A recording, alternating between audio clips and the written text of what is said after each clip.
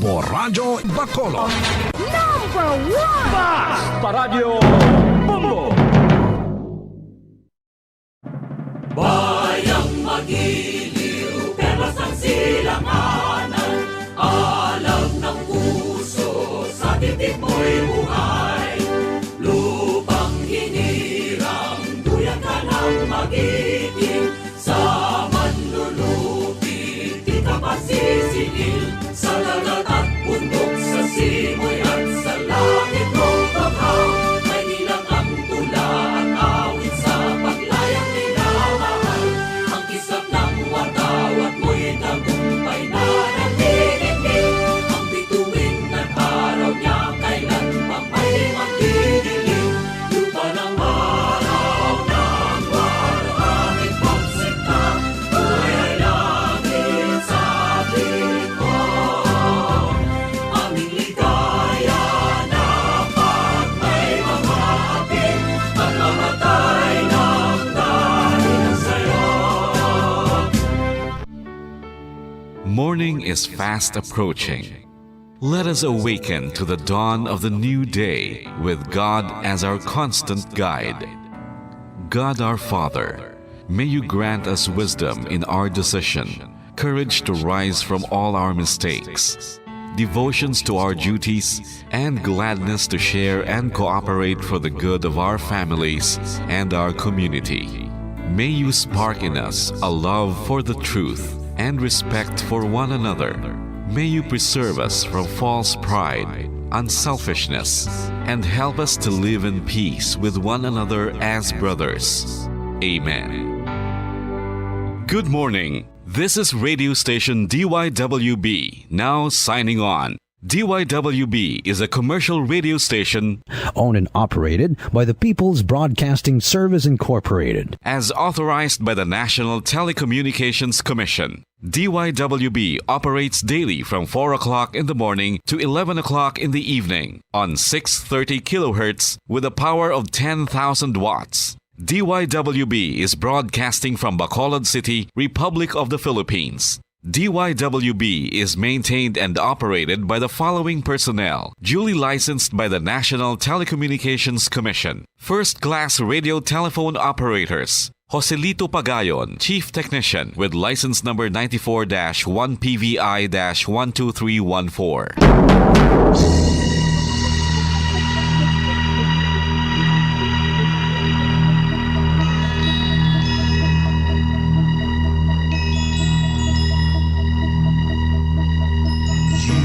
Are the reason why this network is on. We're standing together, so loud and so clear. And on your radio, we aim not just fun. We're here for you with our great big helping hand.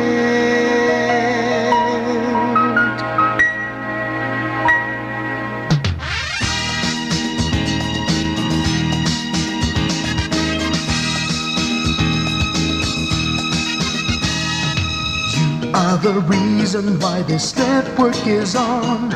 We're standing together, so loud and so clear. And on your radio, we air not just fun. We're here for you with our great big helping hand. We have the power to tell the truth without fear, with favor to no one. We stand as one. Turn on your radio and stay where you are.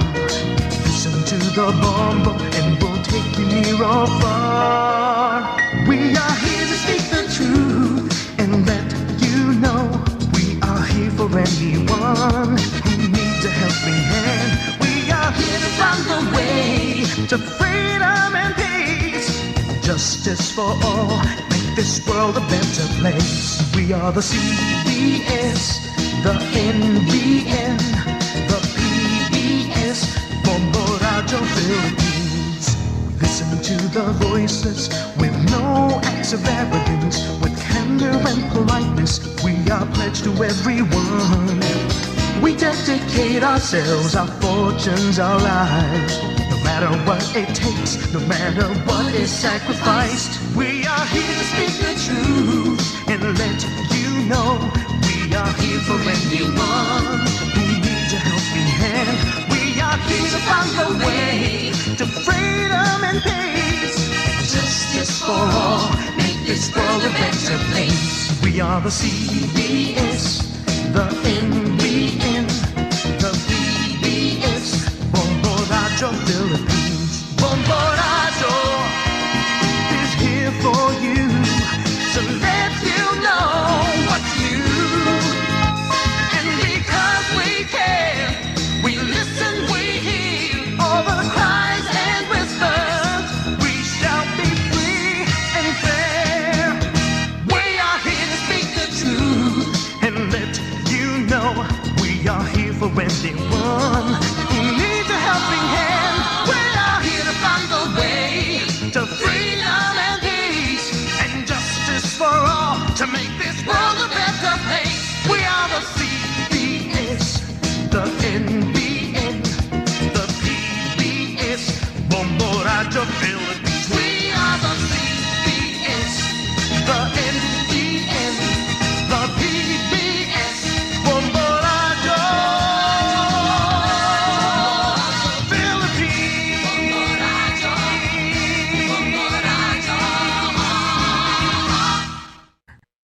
Bombo Radio Bacolod. Number one! Paradyo Bombo! To All Star Nation and Kabombo, we all would like to greet you. A Merry Christmas, and a Happy New Year. Seen and heard. Now fully digitalized in Negros Occidental. This is Bombo Radio Bacolod. To All Star Nation and Kabombo, we all would like to greet you. A Merry Christmas, Merry Christmas.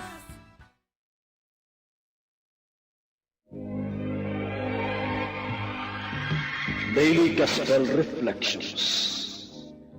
Ang adlaw-adlaw nga pagpamalandong sang Ebanghelyo, agud kita tuytoyan nga magkilala, maghigugma, kag magsunod kay Kristo. Ako ang dalan, ang kamatuoran, kag ang kabuhi. Ini ginadulong sa inyo sa mga Mothers and Daughters of St. Paul. Malipayon nga adlaw mga hinigugma ko kay Kristo Jesus. Sa siningdako nga kapiyastahan, solemne sang aton simbahan sa kadungganan sang iya iloy nga si Maria. Ang walay dagta nga pagpanamkon kay Santa Maria Birhen o kon ang Immaculate Conception. Nagakasadya ako sing bugos sa Ginoo. Ang akon kalag nagahugyaw sa kalipay sa akon Dios. Kay ginasuksukan niya ako sang panapton sang iya kaluwasan. Ginkunupan sang katarungan, kaangay sang kalaslon nga nobya nga napatahom sang mga alahas. Mga muyo kita nga paagi sa pangamuyo sang mahal nga Birhen Maria, ang Dios magpatawad sang aton mga sala.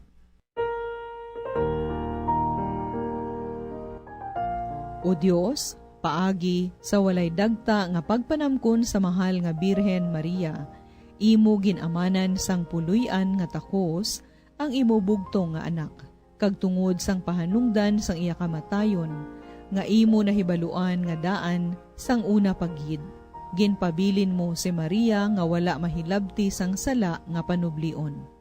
Paagi sa panabang sining putli nga Birhen, kabay nga makadangat kami sa imo nga may matinlo nga tagipusoon. Ginapangayo namon ini sa imo pagi kay Hesukristo, imo anak kag amon Ginoo, nga nagakabuhi kag nagahari upod sa imo sa kaisahan sang Espiritu Santo, Dios sa tanan nga mga tuig sa mga katuigan. Amen. Pamatian naton ang Ebanghelyo suno kay San Lucas, Kapitulo 1, versikulo 26, tubtob 38.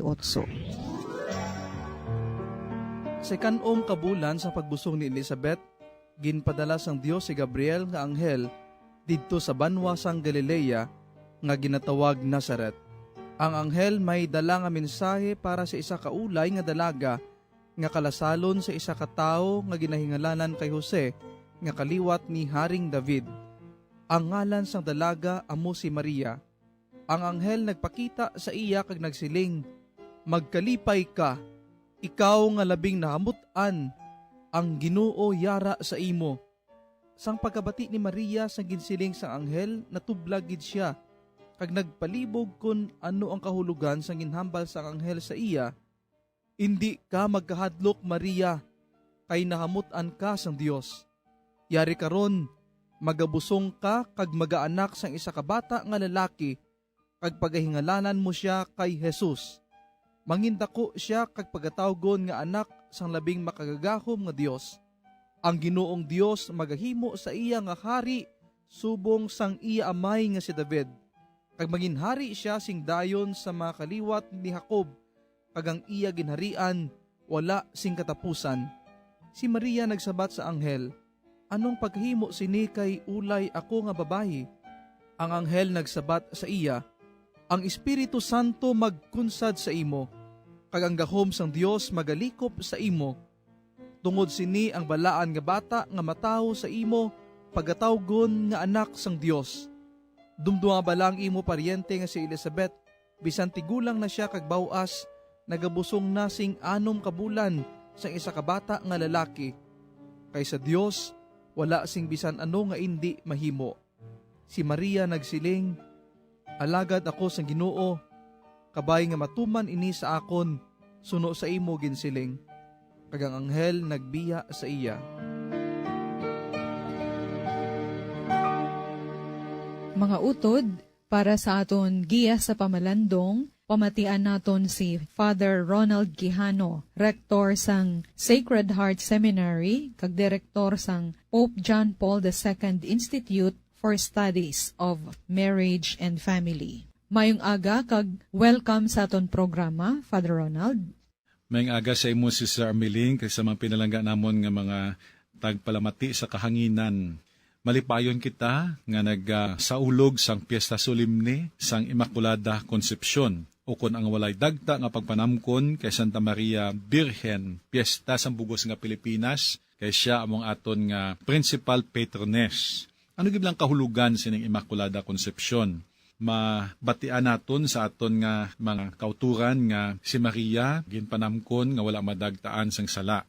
Di na masyado kung kaisa kabudlay hangpon, apang kung ipaagi mo sa lingwahe sang medisina, may ara kita ginatawag preventive or curative medicine. Inabalang nagaulan, nagsulay ka, nabasa ka pag-abot sa balay, nagkurog ikaw, nahilanat ng masakit. So nag-inom ka sang paracetamol nga medicine. Di ginatawag na siya curative medicine. Na may ara man niya nga, sige ang ulan, tapos antes sang ikaw magsulay sa ulan, nagtumar ka na sang mga vitamins to strengthen your immune system, agun nga bisan nabasa kaya pag-abot sa balay, hindi ka maghilanat kay may bakod ng imong immune system sa imong lawas. Di ginatawag naman na sayang preventive medicine. Di sa lingwahe sang teolohiya sa aton nga pagtuo, may ara ba kita ginatawag rehabilitative or curative medicine or grace, or may ara man ginatawag preventive medicine or preventive grace. Di tanan kita nadagtaan sang sala nga palanublion halin sa aton nga mga katigulangan. Di mapanas inang sala nga palanublion pagi sa sakramento sang bunyag, kita tanan mangin adopted children of God or mga inayupan nga mga kaanakan sang Dios. Pero sa tanan nga katawhan, isa lang gidya ang tawo nga exempted sa iya kagintagaan sa single privilege grace by God. Kag amoy na ang aton mahal nga Birhen Maria. Di ginahambalan sa sang anghel sa pagtunda sa iya, "Hail, full of grace." But silingon sa Griego, kikaritomini. Isa kadako nga pribilehiyo nga ginhatag sa iya lang, wala sa iban nga mga important figure sa Bible. Ang mga hari, why sila ginhambalan full of grace, ang mga propeta, bisan pa ang mga ibanda nga mga babayi, nga mga nagkabuhi nga balaan sa Biblia, na wala na ginhambalan si Maria langgid. kay may plano ang Diyos para sa iya. Siya mangin iloy sang anak sang Diyos. Gani, dapat putli, matinlo siya, perfect vessel siya, kay sa iya magaagi, siya magabusong sang Mesiyas, nga mong anak sang Diyos, kag mga manluwas sang kalibutan. Di mga utod, ang Immaculada Concepcion, nga pribilhiyo sa kay Maria, single privilege grace, tungod kay nangin matinumanon si Maria, ginabusong pa lang siya sang iya nga nanay nga si Santa Ana, kaya sinitatay si San Joaquin, hana siya iguon sang virus of original sin, gibutangan sang Diyos anti-Norton virus. So, wala siya maigo, na-delete gilayon ang virus. Kaya mo na nga siya isa ka Immaculada Concepcion, immaculately conceived. Now, siya nagkabuhi mga 14 anyos, kag didto gintuman sang Diyos ang plano. Siya nagbusong sang Mesiyas, si Kristo, among anak sang Diyos, pagi sa lalang sang Espiritu Santo. Kag pagi sa pagbusong, niya ka natawo si Jesus, mga 33 anyos pang edad ni Jesus, kagin lang sa krus. Siya nagkasakit, napatay, kag nabanhaw. Amoy nga tawag misteryo Pascual. So from the mystery of incarnation, ang birth of Jesus, 14 years old si Maria, tapos may 33 years old si Jesus, nga gin tinerdre sa kalibutan, kag didto ang mystery of redemption. Now, ining Immaculada Concepcion, samtang ginabusong sa ni nanay niya nga si Santa Ana, isa kadako nga pribilehiyo ini, kaya hindi sana nagtaan sang sala nga pananablion, pero ini natigayon paagi sa merits of the Passion of Christ. Si paano na iya? Imposible, no? By human logic, hindi maintindihan. Tinga nga inigali, nga pribilehiyo matigayon pa sa kasakit kamatay kapag abanahon sang iya anak na si Jesus. May 14 years old si Maria, pagbusong niya, plus 33 years old, lawig-lawig. Kag inagali, dito pa na mahalin niya sa crucifixion ni Jesus. Isa sa mga teologo nga Dominicano, ngalan niya si John Duns Scotus, nag-coin sa sininga word, retroactive redemption. But silingon, ang kaluwasan nga ginhimo ni Jesus sa krus, may ara siya cosmic effect. It has brought salvation in the past, present, and the future, including ourselves. So in the past, retroactive pabalik ang kaluwasan, kay luwason niya ang mga matarong kang mga righteous peoples in the Old Testament, kasubong ni Abraham, na mo na be, kag sa mga propeta, kag mga iban pa, kada John the Baptist, na mo na. Ang pagdala sang kaluwasan sang kasakit, ni kagamatay ni Jesus sa krus, it also included sang iya nanay, nga si Maria, nga samtang ginabusong siya kagana iguon sang virus of original sin, ginsagang na sang Diyos. Ang pagsagang sang Diyos na tigayon paagi sa merits of the Passion of Christ. Do kabudla ginahangpon, baapang sa mata sang pagtuo, wala sang imposible. Kaya nga aman, no, ang Diyos ya is not bound by human time. Kitala na iya may yesterday, today, and tomorrow. Sa Diyos ya, He is eternal. No beginning and no end. Tiyan mo ganina nga, ang imposible, mangimposible kung nagatuo kita sa atong Ginoong Kristo. Tiyan mo na nga, ining kapistahan sang Immaculada Concepcion, simple ning minsaya para sa atong tanan, apang kabudlay ipangabuhi. Ano ina? Ang paglikaw sa sala, kag sa tanan nga sahay kawokasyon sa sala, kag pagkabuhi nga balaan, paagi sa pagpangabuhi nga napunan sang grasya sa tubangan sang Ginoong Kristo. Ganing pangamuyo sang simbahan sa sining nga kapistahan, nagasiling, O Mary, conceived without sin, pray for us who have recourse to Thee. Mga abyan, tubtub na lang anay kita diri. Akon gid ginapasalamatan ang tanan nga Pauline cooperators, collaborators, benefactors, kag tagdumalahan sang sini nga istasyon. Kung gusto ninyo iupod ang inyong mga intensyon sa amon pagpangamuyo, ipadala lang ninyo ini sa Pauline's Media Center, Daughters of St. Paul, Bacolod, 29 Corner Hernaez, Pinares Streets, 6100, Bacolod City. Daughters of St. Paul, Iloilo, 425 E. Lopez Street, 5000, Haro, Iloilo City. Telephone number 320-9487. O mag-text sa 0943-5410-771. Sa ngalan sang mga madre sang Daughters of St. Paul, ini si Sister Ameline B. Paglinawan. Kabay nga ang paghidait ni Kristo, nga amo ang dalan, ang kamatuuran, kag ang kabuhi, magpabilin sa aton tanan.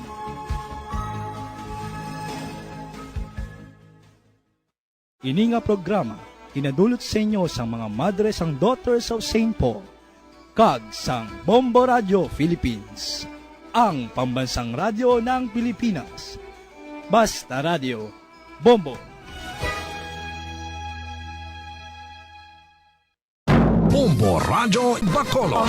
Number 1! Basta Radio Bombo!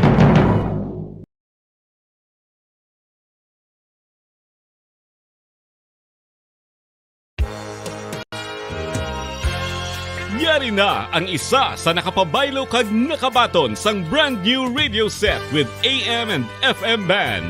Kag cash, nagikan sa Bombo Radio Bacolod. Ako si Rowena Agravio, taga Istom 6, Mansilingan. Kagdala ko subo nga akon nga radyo, nahalin sa DYHB. Agin bayluhan ko ini kay tungod sa ini nalansang lang sa isa ka istasyon. Halin ini sa RMN. Hindi ko kontento nga isa-isa lang ka istasyon ang akong pamatian besides lang ang iya nga signal sa amon nga place nga Kalaway gid nagasagrak. So amo na indo hindi gid la convenient para sa amon sa makapamati sa amon nga istasyon nga isa-isa lang dala ka istasyon. Kag subong nabayluhan ko na ini sang isa ka bag-o nga radyo nga hatag sang Bombo Radyo. Bag-o nga radyo nga wala na lansang sa isa ka istasyon upod sang 3,000 pesos kwarta nga ginhatag Manila. Madamo nga salamat Bombo Radyo. Number 1. Ang 3,000 pesos pagagamiton ko nga dugang kapital sa akon nga pang grocery ko. Dako gid nga bulig para sa akon kag sa akon nga pamilya. Madamo gid nga salamat Bombo Radyo. Basta Radyo, Bombo, number 1.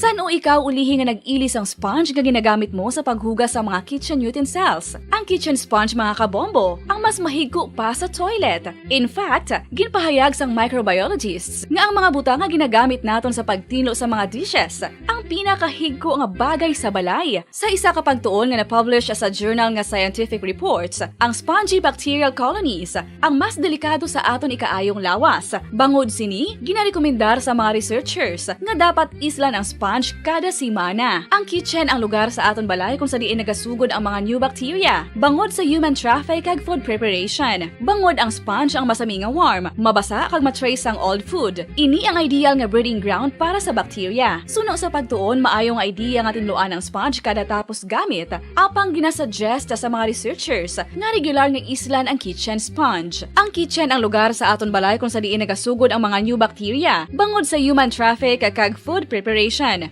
Bangod ang sponge ang masami nga warm, mabasa, kag may trace ang old food. Ini ang ideal nga breeding ground sa para sa bacteria. Suno sa pagtuon, maayo nga idea nga tinluan ang sponge kada tapos gamit, apang ginasuggest sa mga researchers nga regular nga islan ang kitchen sponge. Isa ka bala sa mahinuptanan nga ido, mangin responsable nga dog owner. Bilang nagapanag-iyas ang ido, siguraduhon nga ang mga ini ang regular nga nabakunahan batok sa rabies. Ipaidalom ini sa mandatory registration. Siguraduhon nga hindi ini manginlayaw o kon magsigilagaw o kon libot sa mga kalye o kon sa anuman nga mga public places. Imo man responsibilidad nga mapag-groom ang mga ini, matagaan sa bastante nga pagkaon kag shelter. Responsibilidad mo bilang pet owner nga gastuhan ang anuman nga gastuhon medikal sa tion nga makakagat ang imo ido. Rabies is preventable. Mangin responsable nga dog o kon pet owner.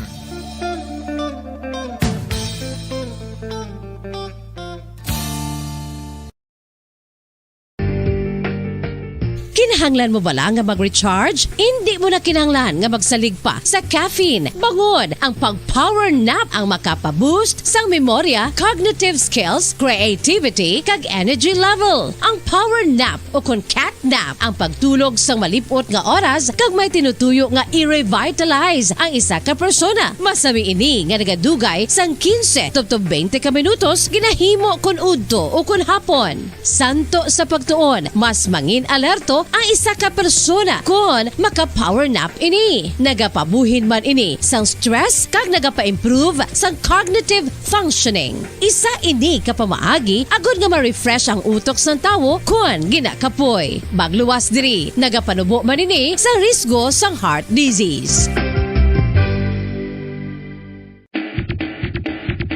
Mga kabombo, subong nga holiday season, madamo gid ang pagkaon apang ano bala, ang dapat himuon kung may matabo sang suspected foodborne illnesses. Kung may matabo nga suspected foodborne illnesses, dapat i-preserve ang mga ebidensya.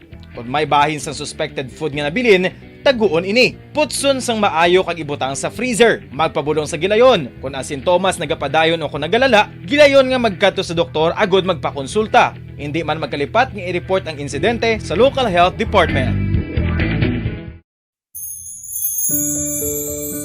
Ginhangkat man sang mga problema dala sang pandemya kag iban pa. Kita padayon nga magatindog, magabato sa anuman nga unos. Sa Pilipinas, ukon sa dinman nga bahin sang kalibutan. Sa ulugon nga puno sang kalipay kag paglaom, ang subong nga Paskwa. Kaupod ang Bombo Radio Philippines. Merry Christmas, mga kabombo! Ini ang Bombo Radio Bacolod para sa pambansang radyo ng Pilipinas. Consistent, overall number 1 sa Bacolod. Basta Radio! Bombo!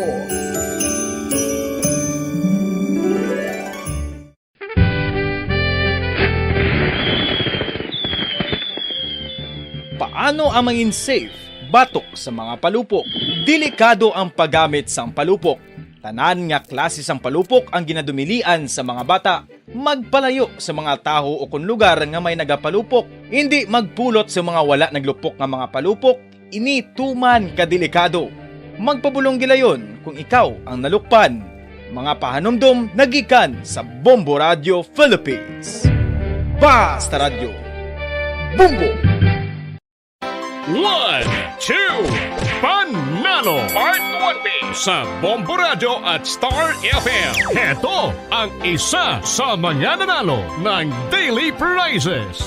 Ako si Alma de Guzman sang Sunwan, Barangay Mambulak, Silay City. Ako nagdaog sang 500 pesos cash, kag balor nga 650 nga groceries. Ako nagapasalamat gid una sa tanan sa aton mahal nga Dios nga ginbugayan sang sini nga grasya paagi sa Bombo Radio kag sa Star FM. Kag ining akon nga nadag-an ang kwarta idugang ko sa kinanglanon sa amon panimalay kag subong man sa bulong sa akon nga bana na stroke na siya.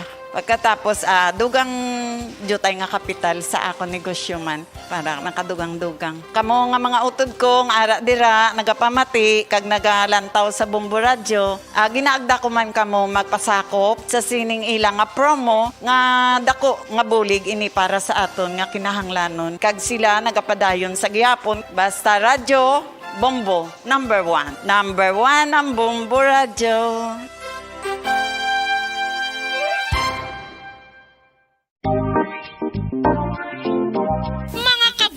Nakahibalo-bala ka mo nga halos maghampak na sa 3 million ang natapikan sang COVID-19 sa Pilipinas. Mataas sa gihapon ang active cases sa bugos nga pungsod. Kag halos 50 mil na ang mga nagtaliwan bangod sa sini nga virus. Hindi magkumpiyansa. Depensahi ang kaugalingon kag ang imo mahal sa kabuhi. Magpabakuna na batok sa COVID-19. Pahanumdom nagikan sa Bombo Radio Bacolod. Basta Radio Bombo! Ang food safety ang nagagarantiya nga ang pagkaon hindi makatugas ang anuman nga halit sa consumer. And Kabombo, we all would like to greet you. A Merry Christmas, and a Happy New Year. Seen and heard. Now fully digitalized in Negros Occidental. This is Bombo Radio Bacolod. To all Star Nation and Kabombo, we all would like to greet you. A Merry Christmas. Radio Bacolod. Number 1! Basta Radio Bombo! Oras sa Bombo Radio Philippines Standard Time, 30 minutos na nakaligad sa oras nga alas 4 sa aga.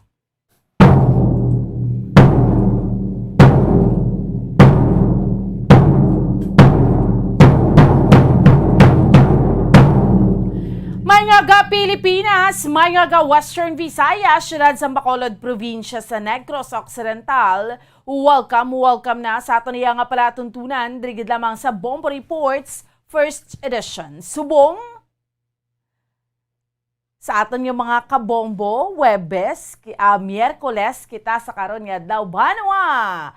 Pet sa 8 kita sa bulan sang Disyembre. Tuig 2021.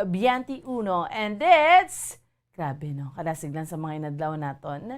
17 days to go na lang mga kabiyanan kag mag-celebrar na kita sa adlaw sang Pasko. Subong adlaw, December 8, Feast of the Immaculate Conception of Mary. No? December 8. So, sa aton nga mga kabombo, it's a special non-working holiday diriya sa aton sa may pungsod, Pilipinas. Feast of the Immaculate Conception of Mary. So, it's a special non-working holiday diriya sa aton sa may pungsod, Pilipinas. No? So, medyo relax anay kita, no? Pula pa Hawaii. Ang aton iyang mga kauturan kag sa aton iyang mga kabombo. So, sa subong iyang aga, diri sa aton iyang palatuntunan sa Good Morning Philippines. Anong mga tupiko ng aton iyang tutukan. Aton iyang diskusyonan sa subong iyang aga, diri man sa aton nga palatuntunan sa bombo report sa first edition sa pila iya ka mga nagapanguna nga mga balita ang aton iyang tutukan sa subong naman iyang aga. Hibaloon naton, no? Kamustahon naton naman sa subong iyang aga ang aton iyang palibot sang syudad sang Bacolod, no? Ang chikero naton, kamustahon naton subong ang aton iyang palibot sa syudad sang Bacolod sa subong iyang aga, aton iyang tutukan driman sa aton iyang palatuntunan sa bombo report sa first edition sa pila iya ka mga nagapanguna nga mga balita, no? Una kita sa mga nagapanguna nga mga balita lokal nga aton iyang tutukan sa subong iyang aga. Chikero naton kamusta naton ang aton iyang palibot, no? And subong man subong kay December na ining mga firecracker vendors bala tinag-amat-amat na gidya, no? Mayara na sila kiosko dito iya sa Pope John Paul Tower and mayara naman sila sang special permit, no? Special permit nga magabaligya sila sining mga palupok. And sa subong man sa ato ng mga kauturan, no, dugang pa nga mga balita. Ato kahapon, ato balang ginbalita naton kahapon nga isa ka tuig bala nga bata, no, nga naigo sa stray bullet, ti way gid natabangan, patay gid kaluluoy, no. Pinakauna ha nga stray bullet incident diriya sa aton sining bulan sang Disyembre. Te hibaloon nato, no, dugang nga investigasyon sa aton iya nga mga katapos ang kapulisan. And kahapon tatlong mga separado, no, nga mga nagkalamatay diriya sa aton sa may syudad sa Bacolod. Una, ang kagabi, no, sa Purok Riverside sa may barangay Banago, isa ka babayi, no, ginsulod sa iyang sa computeran. So ibaloon nato ng dugang nga detalye ni gintiro gidiya sa close range, patay. Babayi pa at data. So ano ang investigasyon sinidugang? And then, kahapon man sa aga, may nasapuan dito nga ginbuno sa may Bredco Port, no? Ining isa ka persona. And then sa barangay Handumanan man, mayara man sang kaso iya sang paghikog. Ay nano man. So amo ning mga balita, no? Nga ato niya nga tutukan sa subong iya nga aga, no? Mga balita local and sa mga balita pungsud no nga ato niya nga diskusyonan so far. The lowest record so far nga natabo diriya sa aton sa may pungsod Pilipinas na hanungod ni sa kaso bala iya mga kabiran, no, sang COVID-19.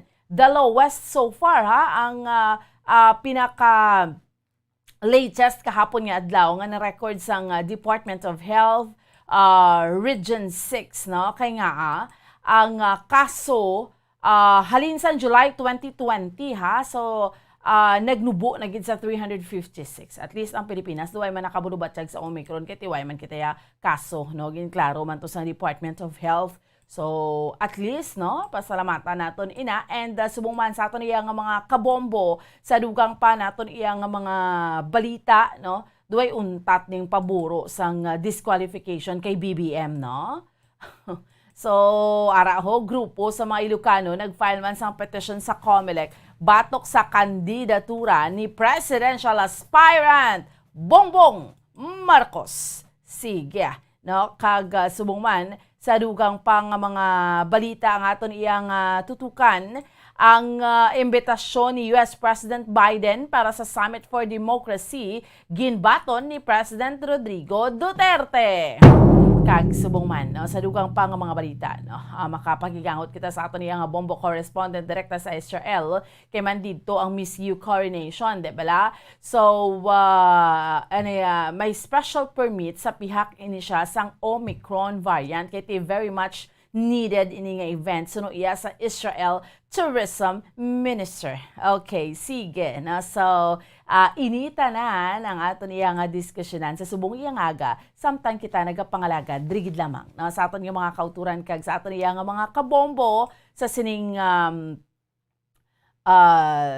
ano naton nga edisyon, no? Miyerkules naman naton nga edisyon sang aton iya nga palatuntunan sa bombo report sa first edition. Sa mga utod naton subong, no, mga OFW, sabi, kung di man kamo nga bahin sang kalibutan, pwede ka mo ka-comment sa comment section naton sa Bombo Radyo Bacolod para mas mahibaruan naton, no. Kung di man kamo nga bahin sang kalibutan, no, subong nga monitor sa aton live sa Facebook account sa Bombo Radyo Bacolod, and of course sa aton nga YouTube, sa mga YouTube subscribers nato nagadamo na gid kita, no, naga-subscribe sa YouTube account sa Bombo Radyo Bacolod. So please like, share and subscribe and ano kay gainop danay kita, no, sa tanan nga mga palatuntunan sa Bombo Radyo. Okay? And of course, sa mga kauturan naton diriya sa may syudad sa Bacolod, syempre nga pamati sa aton sa radyo.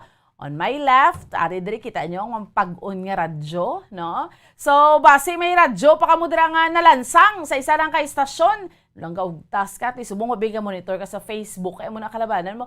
Nagawa-monitor kami sa Facebook, akon sa YouTube, sa amon cellphone kay ang radyo ni kinatag sa amon, no, sa iban nga AM station. When we say AM station, that's i-mention nato na kay may ara giblayang gasaka diri FM na iyang ila FM na sila do wala AM lang ng operation pero FM sila ti ara ya dapat AM subot ang balon RMN Action Radio amo ng mga halimbawa na kun nalansang na siya dal adri sa Bombo Radyo bitbita kay bayluhan ta sang bagong nga radyo kita nyo ni ang mapag-on nga may flashlight, may LED light, di battery o di kuryente. So, pag-on ka tama. And of course, sa mayong balita, may 3,000 pesos ka pa. So, pamaskwagid niya sa imo sang Bombo Radyo. Okay?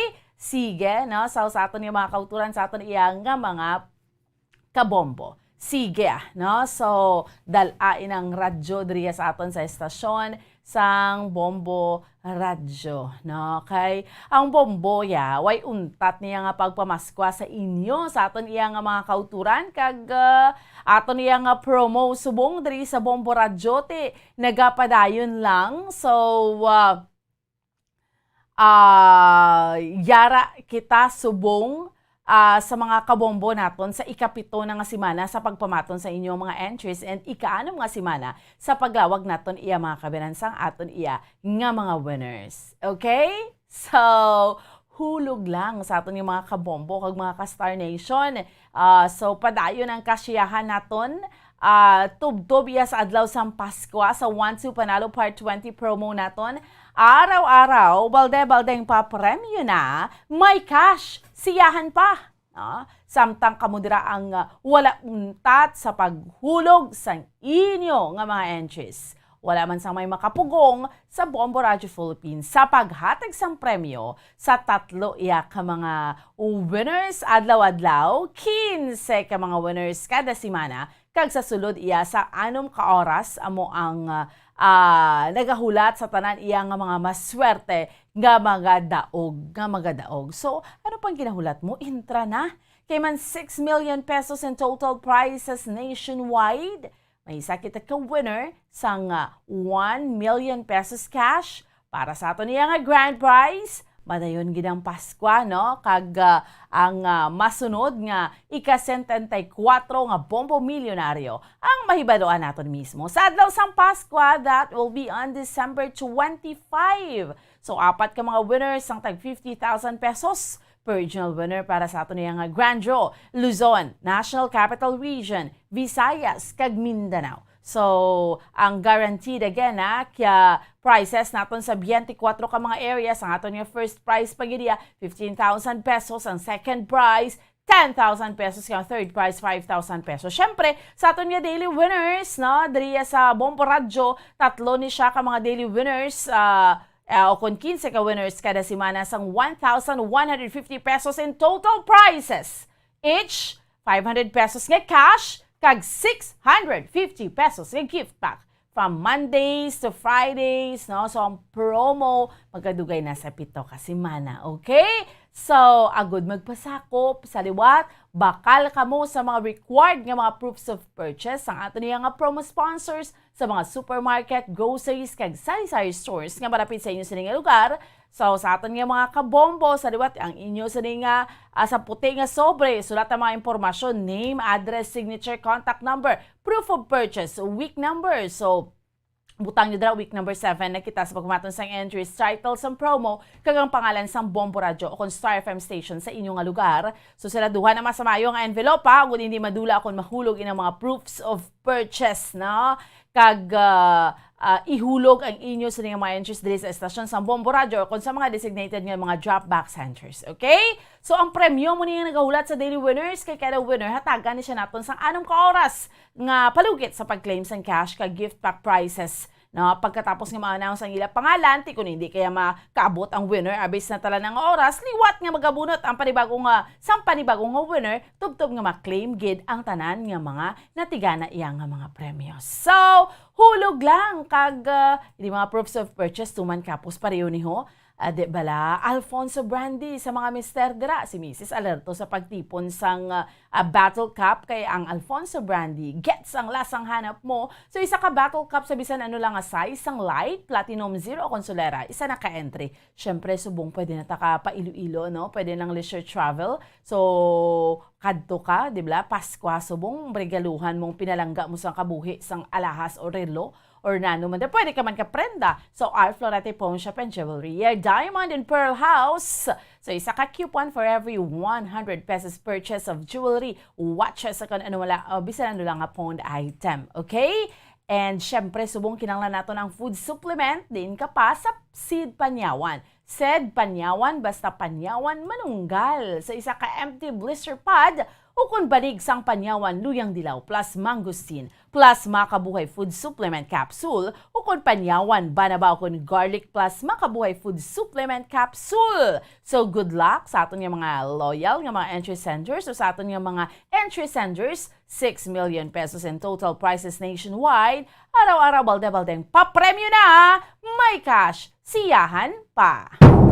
Okay, sige. Sa aton nga mga kabombo, sa aton niya nga mga kauturan, chikero naton, ang aton niya nga palibot sa siyudad sang Bacolod, subong yang nga aga. Una nga hugnat sa balita sang patrol ni Bombo Liani Zil Menardo. Kamusta subong? Gaulan or wala naman, no? Hindi ito mapaktan, dugay-dugay, doon nagatulo-tulo man ang aton niya nga mga kalibutan, no? Sa aton niya mga kauturan. So, chikero naton ang aton niya nga palibot, bawti kahapon ang reported, yung napatay bala sa mga naglain-lain ng mga insidente, may hikog, may pagbuno, may pagpangluthang, tatlogid sa piyak nga linya. Bombo Liani Zil Menardo. Bombo Zil, maayong aga. Yes, sa Bambuan, maayong aga, especially sa aton mga taga-Palamati, Bambuan. Live kita diri subong sa police station to Bambuan sa front gida mismo sa Bambuan. Sa pagpakadto diri naton no gina-checkar man naton ang dala nun ni sinisa syudad sa Bacolod de Bambuan. So matawhay lang, medyo mabasa-basa pa Bambuan. So halong-halong lang sa aton nga mga kauturan nga naga-drive, especially sa mga motorista Bambuan. So ang panahon naton na kanang tiyempo naton sa Bambuan, so may ara party sa nga kalangitan nga medyo masanag-sanag na may ara naman na bambuan nga daw medyo magalum-galumon pag no kay tihalin sa nga kagabi do grabe gid ang bundak sa nga ulan na bambuan no wala labot nga grabe na ang tugnaw subong yaga medyo hindi na gid amo sini grabe ang huyop sang hangin na bambuan no kung ikumpara naton yung sang mga kagapon gurong adlaw so do ka tugnaw gid bambuan subong naka okay sa ang tiyempo naton na subong insaktuan na gid bambuan hindi man sini masyado kapaang kag hindi man natama gid ka tugnaw bambuan no? So subong ang area diri bambuan so masanag na diri kay may mga poste diri kaga street lights no especially sa may diri nga area sa may atubang sang police station to butong na to bambuan pakadto sa may barangay to so damo na dira sang mga street lights pero diri lang sa may intersection na ko napakadto na di sa may di nga Aguinaldo Street na diri bambuan no so pakadto dira sa aton nga office ija bala bambuan kon diri sa may Aguinaldo Street so medyo madulom-dulom lang gid no kay da may pipila dira ya ka area nga wala sa nga street light bambuan lapit sa may abis di ba bambuan no magapadulong kana diri so amna diri bambuan subong no sa kagahon sini sa aton na labyan may mga pipila na ka mga kautoran naton ang naga-walking kay naga-jogging kay tinaw tahaw naman ang ulan na bambuan kag may mga pipila naman no nga naga-balantay sini sakay sa may jeep kag may nagabiyahe naman nga mga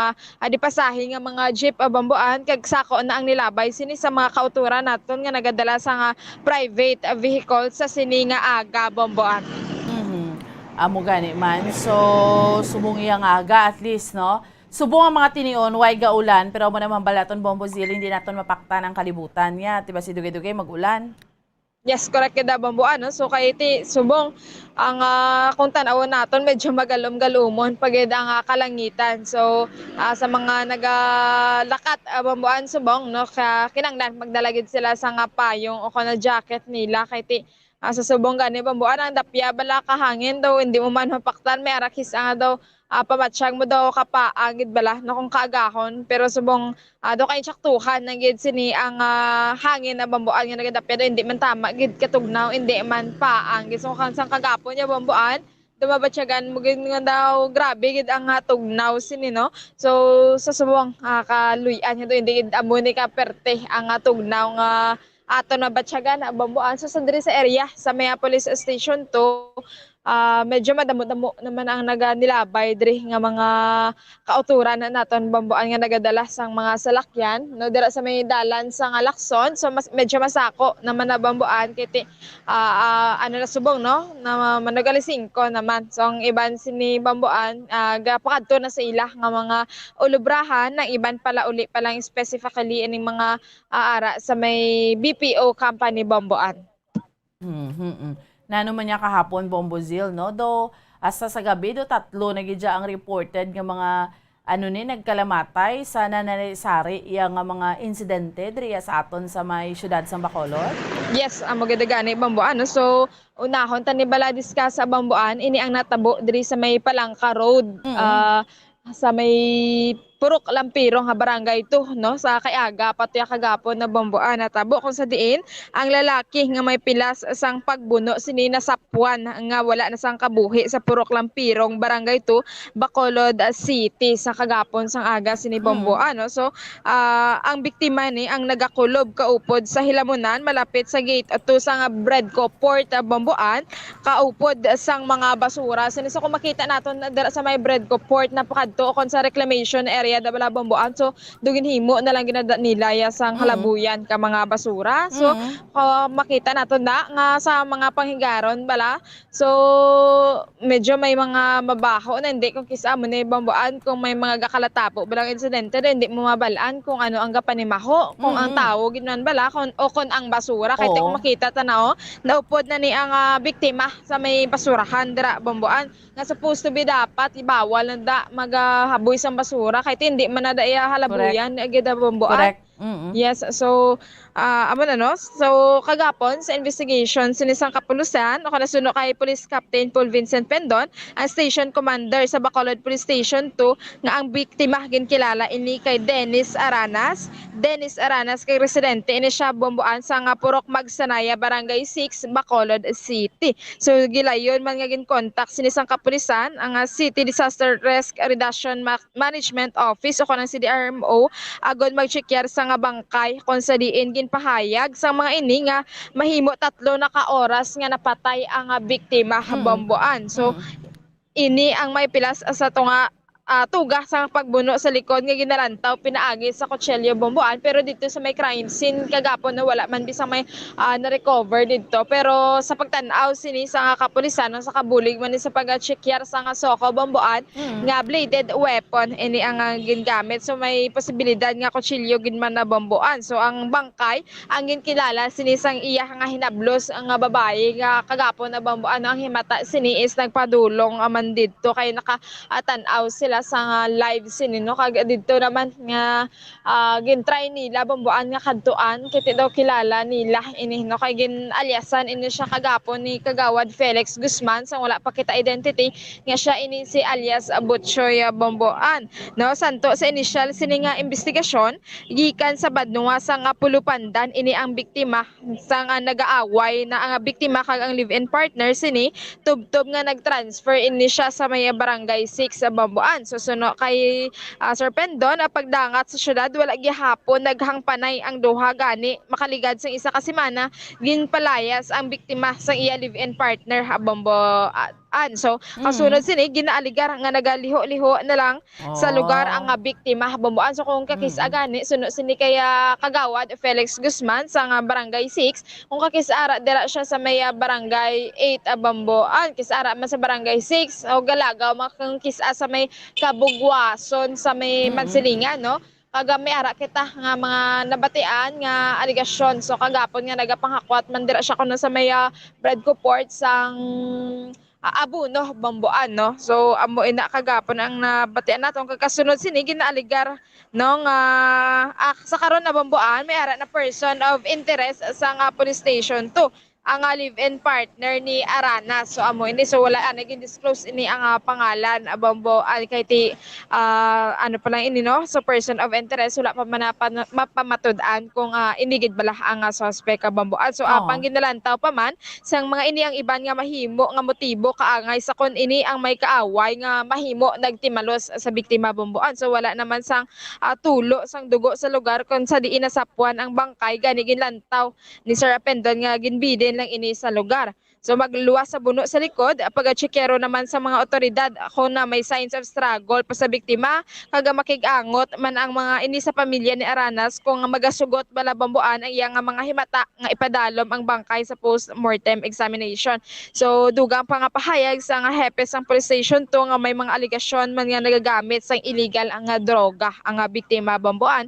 So nagapanawagan gid no ang station commander nga kung mahimo ang naka-witness sa krimen na bomboan o kung may mga ihibalo sa insidente na nagahingyo gid nga dapat bomboan na magpalapit lang diri sa may police station 2 kung may ara magid nga nakakita o kung naka-witness sa hitabo. So nagahingyo man ang hepe sang dugang pangatsyempo agod ilang mapadalman ang pag-imbestigar sa kaso bomboan. So sa piyak nga bayin no gilayon mga nagpadulong dito bomboan ang Bacolod City Police Office City Director nga si Police Lieutenant Colonel Police Colonel Thomas Joseph Martira bomboan no. So pahayag sini kagapon ni BCPO Director nga wala nagkulang sini ang Bacolod Police Station 2, ilabi na nga nagapatigayon man ang mga ini sa visibility patrol kag may schedule man ang mobile force sa pagcheckar sa lugar bomboan kay tikong gabi dira magapatrol ko patrol kami no kaupod kay sa patrol bomboan kung gabi bala so nagalibot kita dira kay tikong kakisabala no may mga amo gini nga insidente. So do naanad na kita kung kakisa mi ginabilinan ginadaya permi bomboan no. So gina-checkar naton dira kung gabi makita man dira naton nga may mga kapulisan ija bomboan nga nagaroving no, hindi na da magnubo sa anom kabilog basta gabi na bomboan kay do ka medyo delikado gidira sang area. So aminado man si Sir Martir na nga hindi man mahimo nga mabantayan sa tanan nga oras ang lugar ilabi na nga malapad ang sakop sinisa nga police station na Bamboan.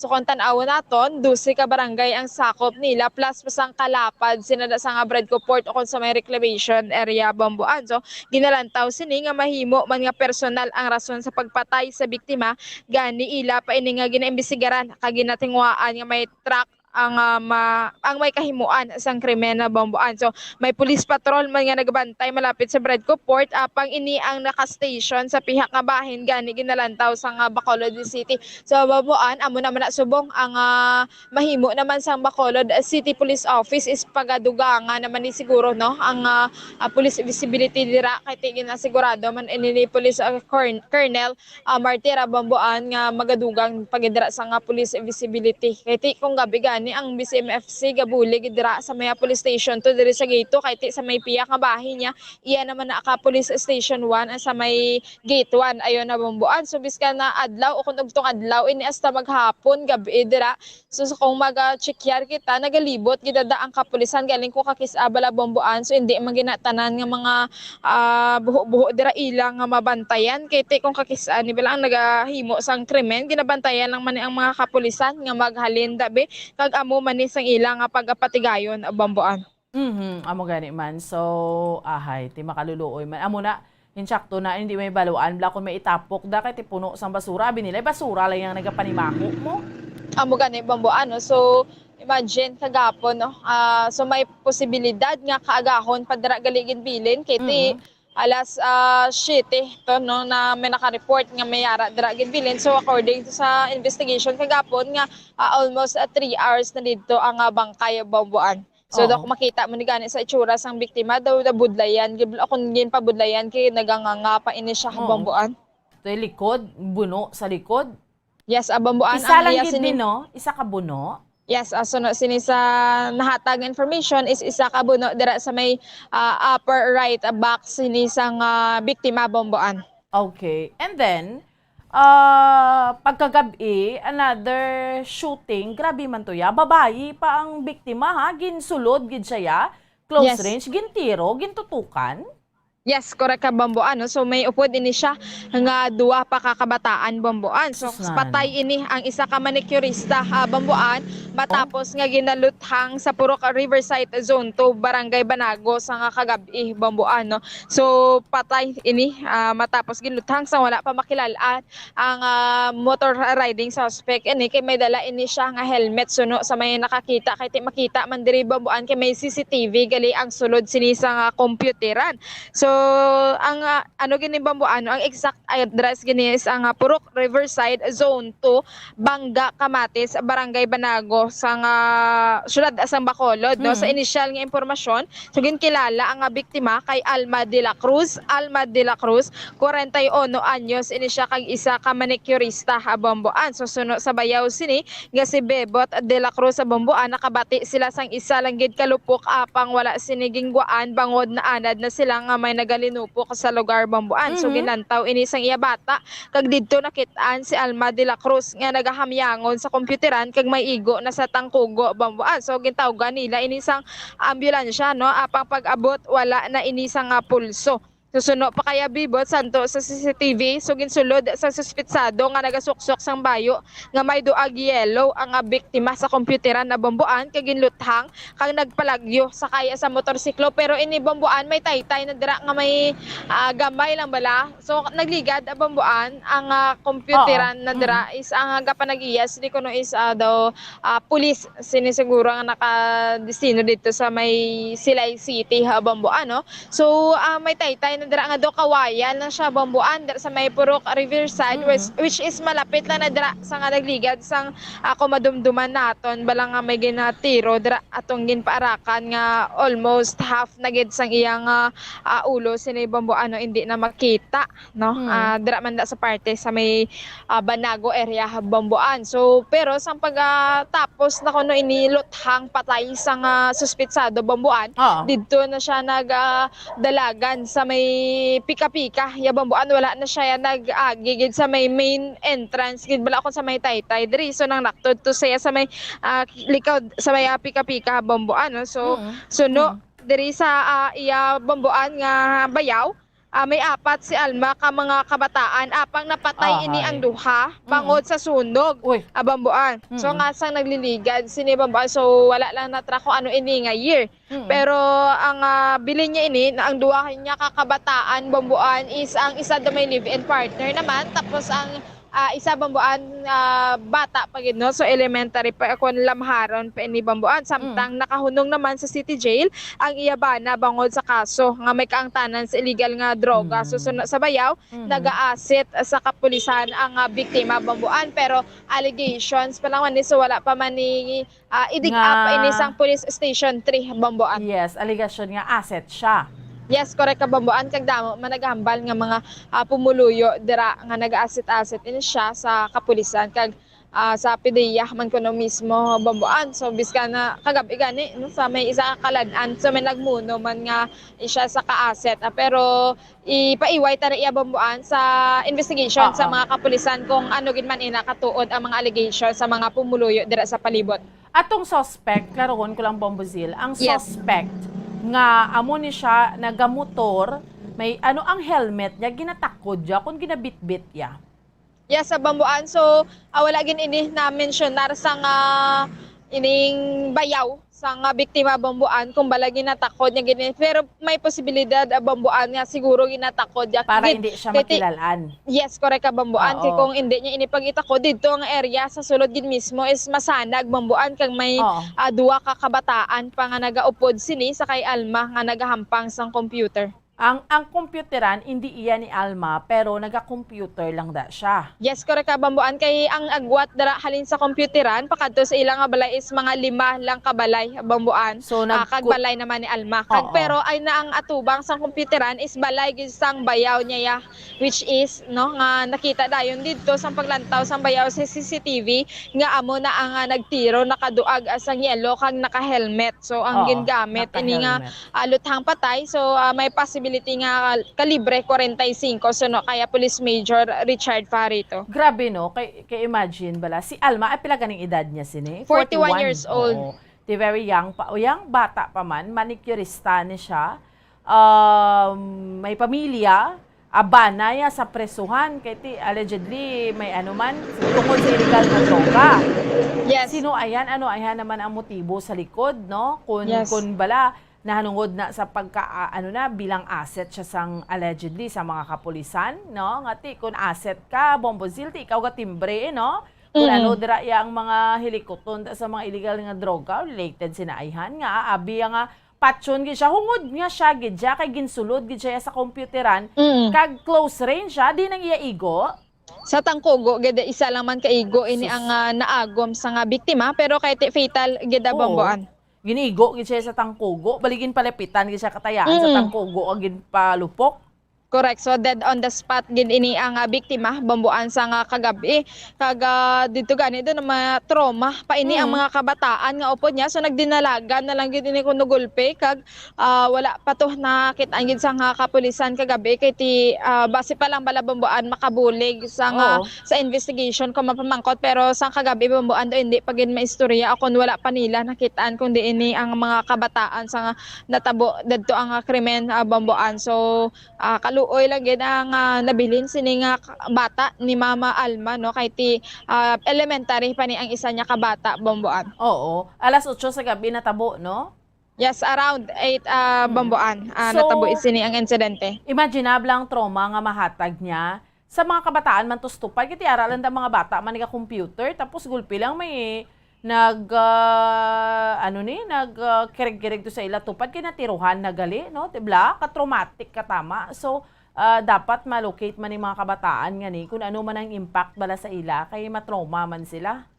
Yes, correct ka bambuan, no? Kag kung may ibulig dira ang sa barangay nga kung pwede ipa-psychological na sila o kung need i-counsel bala bambuan kay tido ka grabe man ni ang trauma para sa ila bambuan sa mga inosente pa man ini siguro ang mga kabataan kay nagahampang lang sa computer ya bambuan mo. So sino man nabi nga magdakom nga sudlon kagay dya mismo kaga sa kada muon da bala sa nga tawo bala bambuan galing kay ti kagabi duga inulan-ulan gid. So ang mga tao siguro ara gid sa ila sulod nga panimalay kag wala na bala bambuan gid sang ara sagwa o kon nagatalambay amo to yang nakakwa gid sang higayon ini ang suspetsado nga lutangon o kanapatyon ini ang biktima bambuan. Perti ka isog ang kuano, perti ka isog ang suspect, no?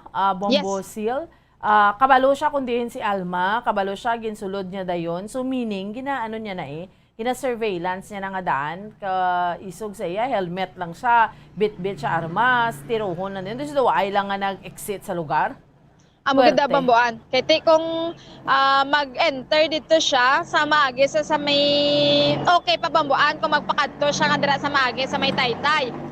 Pero kung ikaw nga naghimo sang krimen nga magbalik kapag ito agi sa Taytay nga gadali-dali ka na, so may posibilidad nga madakpan ka bambuan kay nga aman mabulasot kato sa may Taytay kay kami gani gabi nagahinahinay lang to kay dumatsyagan ko gani bambuan dumarumpag dito ang Taytay sa may area gid ayo no sang incident. So kabalo gid siya kun diin siya ma-exit no. Amo na gani kung nga nagaobra sa nga krimen bala. So naplano na gid ini siguro bambuan nga lutangon patay ini ang biktima. Amo gani man. And then tapos saan dumanan may naghikog pagidya. Yes, sa bambuan. So sa nga kagabi naman niya bambuan no, may ara man nga nagahikog dito sa may barangay Handumanan mismo bambuan no. So isa man ka masubo sini which is ex-army iniya bambuan ang nagahikog patay gamit sini ang cord sang extension wire bambuan. Yes, so checkeron nato na bambuan kung ano bala ini ang iya nga motibo. I mean bambuan kung ang iya nga rason. So nasapuan na lamang ini ang sang minor de edad sini nga bata bambuan ang iyang ang isa ka anay katapo sa nga Philippine Army nga nagabitay gamit ang extension cord sa Purok Santo Domingo barangay Handumanan sang kagabi lang gid bambuan no. So 35 years old sini ang victim. So 35 tamaan pa ka bata. 35. Yes, correct ka bambuan. So wala pa naton ini na checkar kung ini bala ang ex-army kung ano yung nag-ahol ini siya kung ano ang rason kung ex-army na siya subong nga bambuan kay ti hindi ta pa man mambal nga retiree ini siya o kung nag-retire na kay 35 years old. Very young, no? Bata pa katama. So ano ayan ang posibilidad kay bata minor de edad nga bata nakasapo saya ano ayan ang rason nga naghikog siya. It could be nga bangod sa pagpahalin sa iya sa Philippine Army or may problema siya sa panimalaya or may problema man siya nga ginadala-dala kung ano dira Bombozil. Maganda bambuan no. So suno sa information no nga ang nakakita painis ang 9 years old niya nga bata nga nagabitay na siya bambuan sa kaugalingon niya no dito sa likod nga bahin sang ilang balay bambuan. So pag sini sang siyam ka tuig paglakad sa likod sang balay nakita niya ini nga nagabitay iyang amay. So nagadalagan ini siya ka nagapangayo na sa nga bulig bambuan. So sa nga nabatian ini sa mga katawhan dira kon sa mga pumuluyo man sa Santo Domingo sa barangay Handumanan. So gilayon ini nila nga binuligan panaog ang biktima bambuan kay gindala pa sa hospital.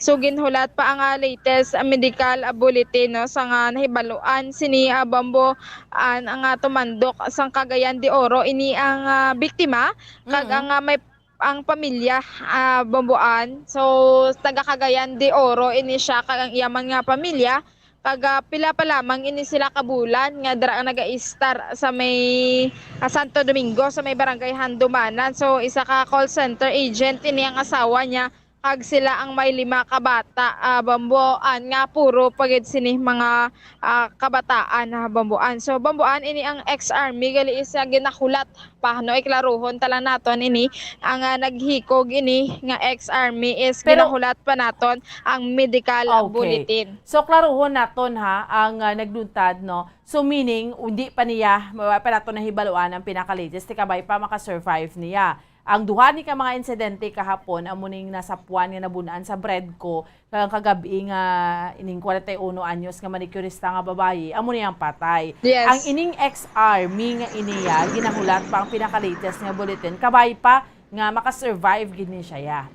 Amo gani bambuan no kay tinangagaw ni siya sa kuwa o wala pa kagindala pa ini siya sa may bambuan mo sa may hospital. So checkeron ta karon sa may police station 10 bambuan kung ano ang ilang latest investigation kag ang medical bulletin gid sini sang isa ka ex-army bambuan. Kabay pa makasurvive makon mo ti lamharon pa siya 35 anyos ka pa lang tapos may 5 ka kabataan ti subo man ay karon nga pangbayaan mo sila.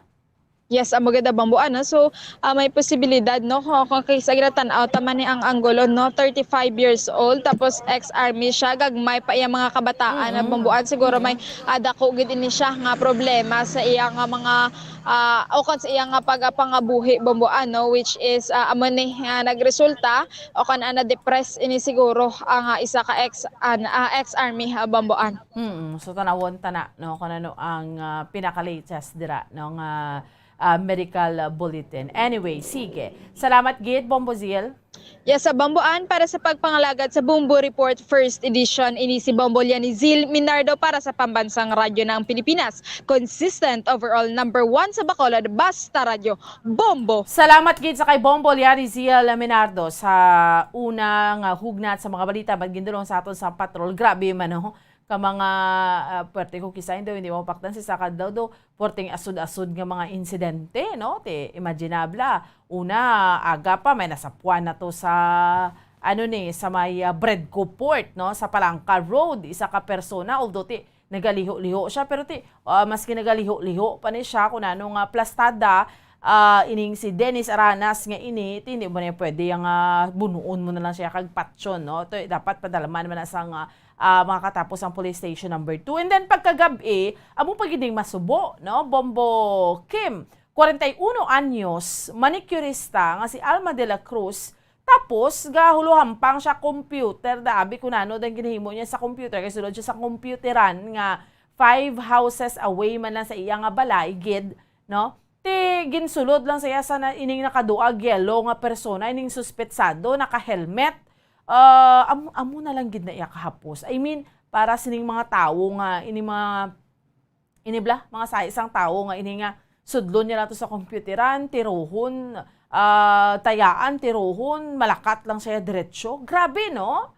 Tungambal kay di mo bala ma-imagine. Tapos ang computeran nga ina may mga kabataan pato iya sa palibot abi, no?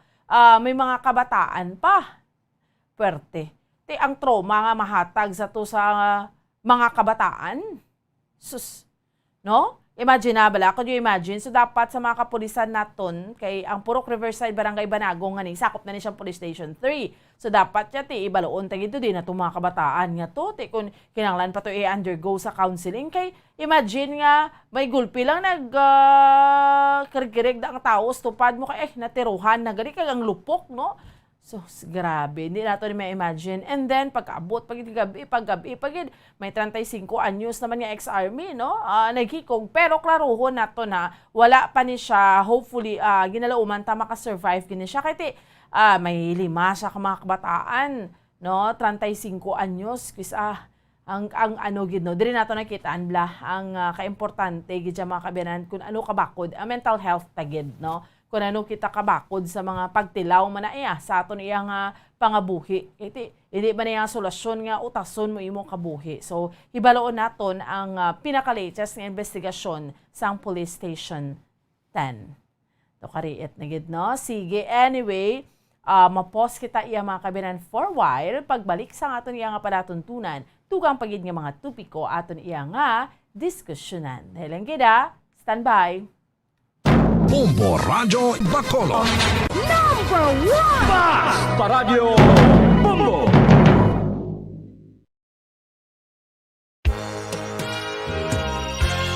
Yari na ang isa sa nakapabaylo kag nakabaton sang brand new radio set with AM and FM band. Kag cash, nagikan sa Bombo Radyo Bacolod. Ako si Arlene Ruiz. taga Kalong-Kalong Zone 1, Bacolod City. Nagbabaylo ko sa radyo, kay ang radyo ko bala nakalansang lang sa isa ka istasyon. Hindi ko kapamati sa iban nga istasyon, kag kung gusto ko yung magpamati sa iban, hindi ko kapamati, nakalansang lang sa isa ka istasyon. Di, alin to sa DYHB, nga ginatag sa akon, tigin pabayluhan ko na lang di kayo na nag-promo nga mo na, para makapamati ko sa iban. Ang 3,000 pesos, ibakal ko sang may maintenance ko nga bulong. Tapos, siyempre, bakal bugas ang sobra. Ipang birthday ko kay birthday ko. Oo, sobra gid. Ako niya ba, naga-driver lang niya. Ako ya sa sulod ng sambalay. Basta radyo, bumbo. Number 1. Number 1 ang bumbo radyo.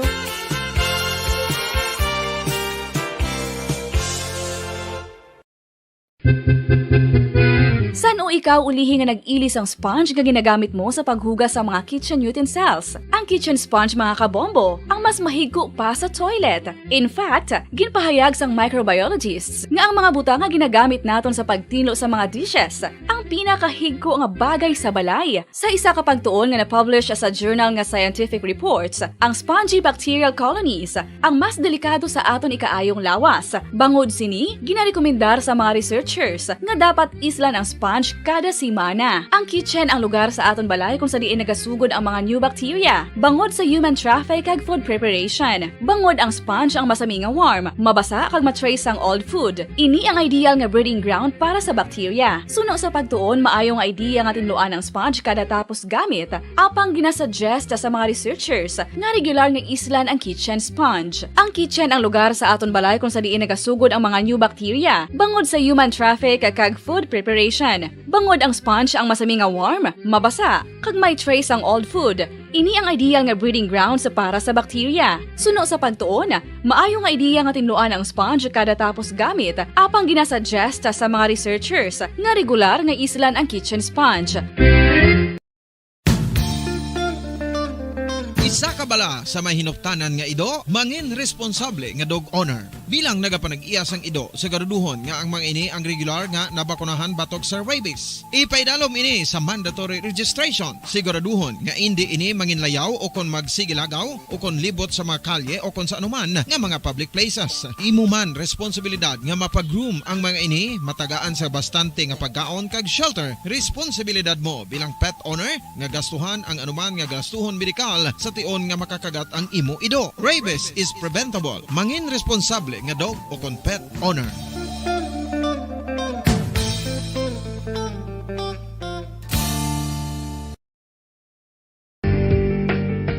Kinahanglan mo bala nga mag-recharge? Hindi mo na kinahanglan nga magsalig pa sa caffeine. Bangod ang pag-power nap ang makapaboost sang memorya, cognitive skills, creativity, kag energy level. Ang power nap o kon cat nap ang pagtulog sang malipot nga oras kag may tinutuyo nga i-revitalize ang isa ka persona. Masami ini nga nagadugay sang 15 to 20 ka minutos ginahimo kon udto o kon hapon. Santo sa pagtuon, mas Radio Bombo.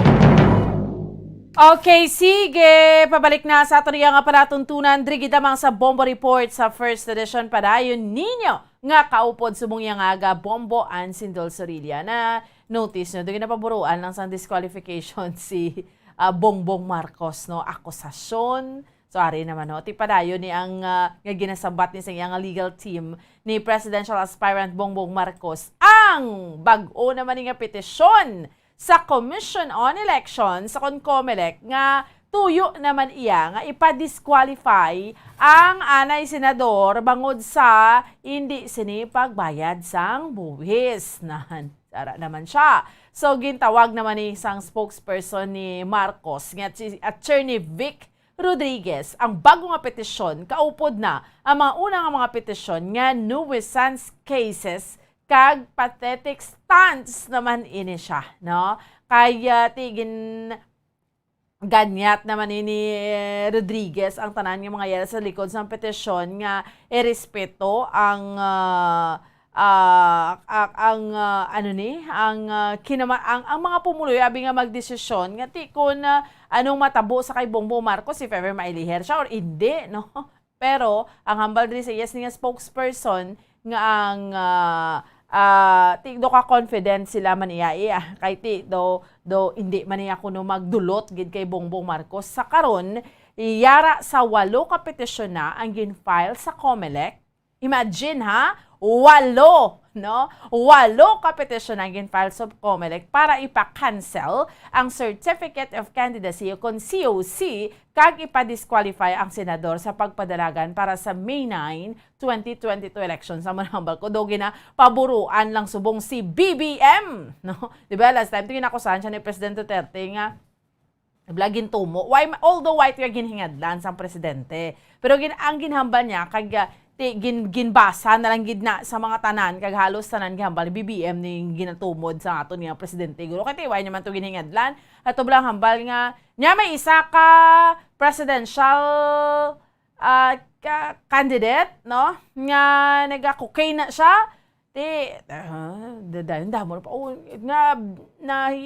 He is a weak, no? Nga tawo, pero galing lang, kahit nadalala na siya, kahit may pangalan nga, bakod sa pangalan sa iyang amay, di syempre tanan nag-analyze, sinunang ginanamin kay ginatumod sa presidente, ginaisa-isa, si Isko Moreno Ayhan, si Lene Robredo, si Manny Pacquiao, si BBM, di ba mo to, and sino sa ila, di da mga bala, si BBM, buti nga may niya, si Kwan mo, si former President Ferdinand Marcos, so damo na naghambal. And then ikaduha nga hambal sa presidente, paano na siya madakpan kay sakwan siya sa eroplano siya, sa mga private, yada nga mga yachter na, no? Dira siya nagagamit, abis ang sining cocaine. Diba? Magyan mo ng unang aksesyon sa presidente. Subong naman niya, perting paburo sa petisyon, 8 gidyan gin-file sa COMELEC. Si Iban Gambal, doon din makalabot sa inangan si Bongbong Marcos kag ma-disqualify. Iba naman niya, especially iyang legal counsel, Gambal man, hindi ma-survive ni kiting ilan ni harassment na maladi kiti tuyo ni BBM nga magpresidente sa Pilipinas. Sinong sa likod sang subong ho damo ko manotice nyo, mga kauturan naton nga mga OFWs or diri man sa Pilipinas, kanya-kanya niya mga manok mo. No, may ara supporters si BBM, hambal ni sila ni Ma'am Lani, hambal niya, hadlok sila kay BBM mo kay nagapanguna. May mga amo na nga interpretasyon. Iba naman niya nagambal at ituod man gid na, no? Hindi why man nagabilib kay BBM. Iba naman niya gusto nila sa pink lang kami yawa. Amal nila iba naman gusto naman na hara kami kay Sinoda. Sino pa gid na nga presidential candidate? So, nakadepende sa aton tanan, no? Ti ma-disqualify ay ni si BBM nga ini or iban grabe kadamo sa mga interpretasyon gid siya. Posible, if ever kung mailiher man ni siya sa aton nga mga kauturan kay sa aton nga mga kabombo bilang presidente, di ba? Kasi pag ilaher niya presidente, paghambal nga ma-disqualify siya, hindi na siya makapungko, tilain na ang vice presidente na masunod. Pwerte, no? Amo niyang eleksyon naton diriya sa Pilipinas. Didepensahan lang ni BBM ang iya kaugalingon. Sining kamatuod nga, why naman siya, ang pinaka-latest naman nga akusasyon sa iya, why naman siya gabayad buwis siya. If it's true or not, depensahan niya ni iya sining kaugalingon sa COMELEC, sa pagpatigayon sang hearing, duway man siya para-apan, no? Pero tisubong mo, way untat man ang libot niya, upod ang presidential daughter, tido sa way malang, amo na to mga remarks sa iya ni President Rodrigo Duterte, pero go up the name is po ni Sara Duterte, kaya mo na yung iya nga vice presidential candidate mo. So iba naman niya, may mga report naman ginambal naman niya si President Duterte, may alliance na iya kay Isko Moreno, so ano ang mga kay hambal nila, why panatapos ang drama, may baluan talang ni ugaling kung nanugin man ang mga plastada sining dalagan sang aton iyang pamulitika driya sa aton sa may pungsod Pilipinas, no?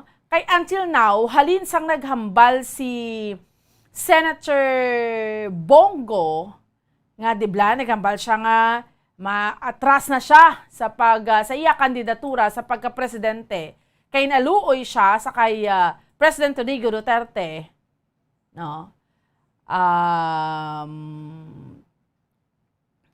Sa aton yung mga kauturan, grabe grabing mga supporters ni BBM ho. Magtalakay ta BBM, perting iyang mga supporters na yun mo. No?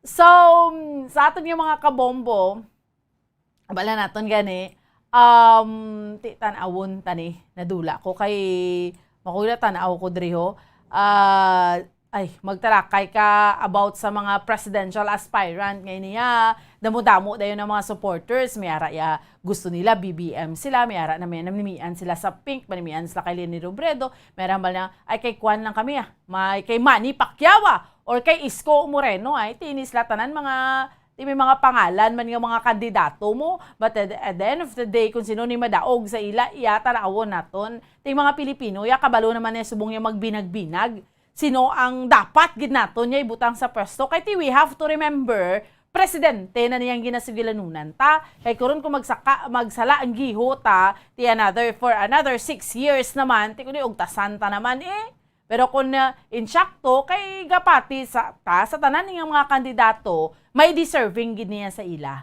If not, hindi man perpekto ang mga kandidato. Hindi man perpekto. Kung sino na yung deserving nga tao, hindi man perpekto. Pero at least mayo gid na lang gid siya kumparar sa iban kay we have to remember ang kinanglan nga ibutang naton niya sa pwesto ya ang interes bala interes hindi sa kaugalingon nga interes pero interes sa mga pumuluyo ang pangibabaw no amo na siyang pinaka-importante sa tanan so isa ni sa mga mainit nga mga eleksyon subong plus pasubong niya nga subong bala ang reality bala ang kakatabo muli sa mga previous elections not so much pag idya kung tanawon mo ya sang una no way pa man isang una mga troll way pa sang una yang mga inabalang way ka pakilala hindi ta bala maintindihan nga way ka pakilala sang ilang nga personalidad pero ang ila ni ginihimo pangatake hindi ta na maintindihan no sang una wala na iya ang eleksyon niya sa una ti tao ya magambal ya nga ti ako sa amo ni may ara gid na sila ya guya gambal tutuod gid man na pero kadamo abi subong sa mga fake account hindi mo na maintindihan especially sa social media subong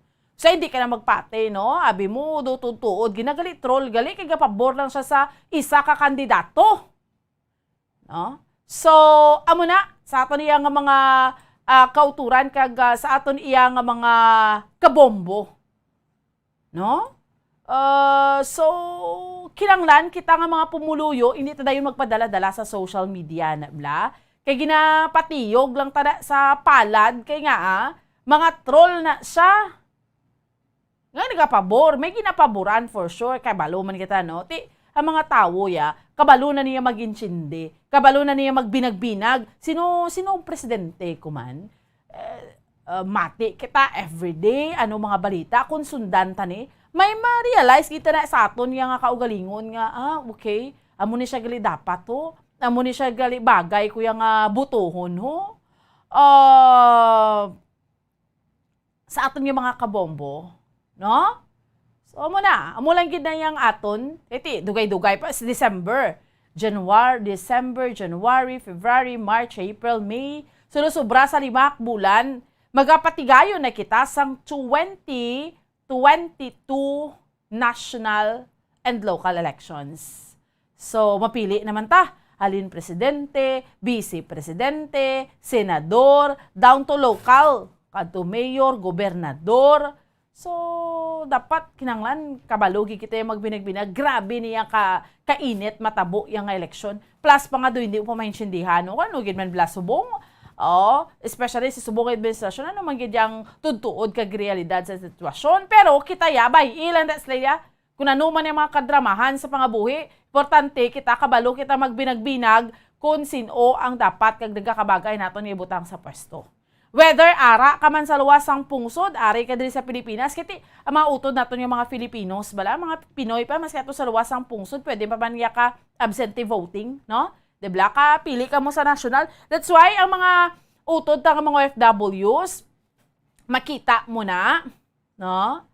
Ang mga utod natin yung mga OFWs, makita mo na, damo sila may mga ginasuportahan sila, kanya-kanya.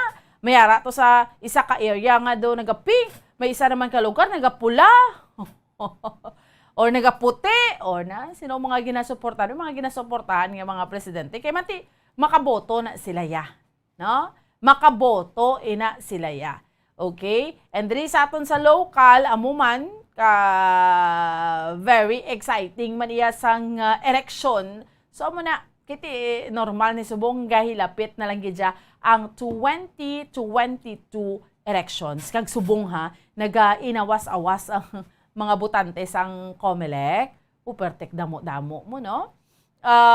Ang mga nagparehistro, imagine, driya sa aton sa may syudad sa Bacolod, ang previous nga election, 312,000 ang mga registered voters. Sa Siniya, sa pinaka-latest tong hambal sa aton ni Attorney Kanya, 320,000.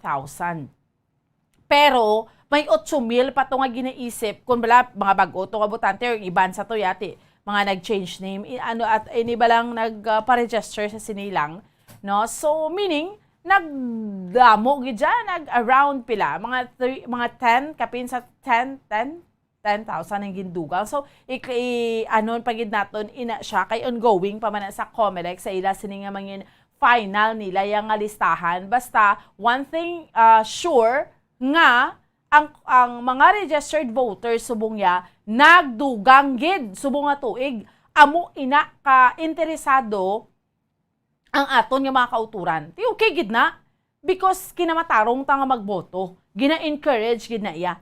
Sa idalom ina under ina sa aton iya sa idalom sa aton nga konstitusyon na pagkit sa aton nga konstitusyon nga may diretsyo gid kita kag ginamatarong sa pagboto. Agod ma-exercise mo, gid ma-fulfill mo ang pagka-Pilipino mo, kunyara ka na sa insakto nga edad, boto ka gid. No? Very, very important because ang isa mo kapag boto, dako na iya nga bagay. No? Sinong piliun mo, nga amo ni siya ang magapangalagad naman sa sulod just kung sa national, anong katuig or local, 3 katuig. Yari na, aton mga sister stations, Bombo Radio Western Visayas, welcome and good morning! Maayong aga, Bomboan! Sa liwat, welcome gid kag maayong aga sa imo, Bombo Lindsay, Bombo Radio Western Visayas, sa mga balita namon direya sa may syudad sa Bacolod sa bugos nga probinsya sa Negros Occidental do tatlo gini ka mga naglain-lain nga mga insidente direya sa amon sa may syudad sa Bacolod madinuguon kahapon kay nga ang una kahapon sang aga ining biktima nga si Dennis Arana sang Barangay 6 nasa puwan lang gidya kaupod sa mga basura sa Palangka Road sa Bredco Port. May pilas ni nga pagbuno sa likod. Tiway na siya sang kabuhi sang masapuan.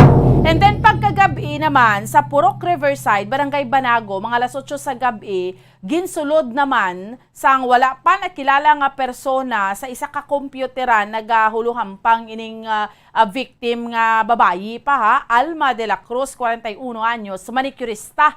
Ti gintayaan sang ginapatihan to ka 45 kalibreng armas luthang base sa investigasyon sa mga kapulisan ta igo sa tangkugo isa kalupok but since nga close range sa tangkugo pa dead on the spot.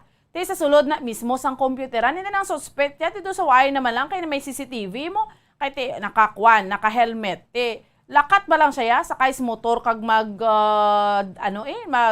palagyo sa lugar. Ti iniya ang 41 anyos nga si Alma de la Cruz ang bana niya siniara pa sa presuhan subong ti may kang tanan gyapon sa illegal nga droga ti siya ginakabig ni nga asset allegedly asset ni siya sa mga katapos ang kapulisan so amo pa rin ginatan-aw kun related ni sa iya nga tulo trabaho nga ni ang iya nga pagtaliwan.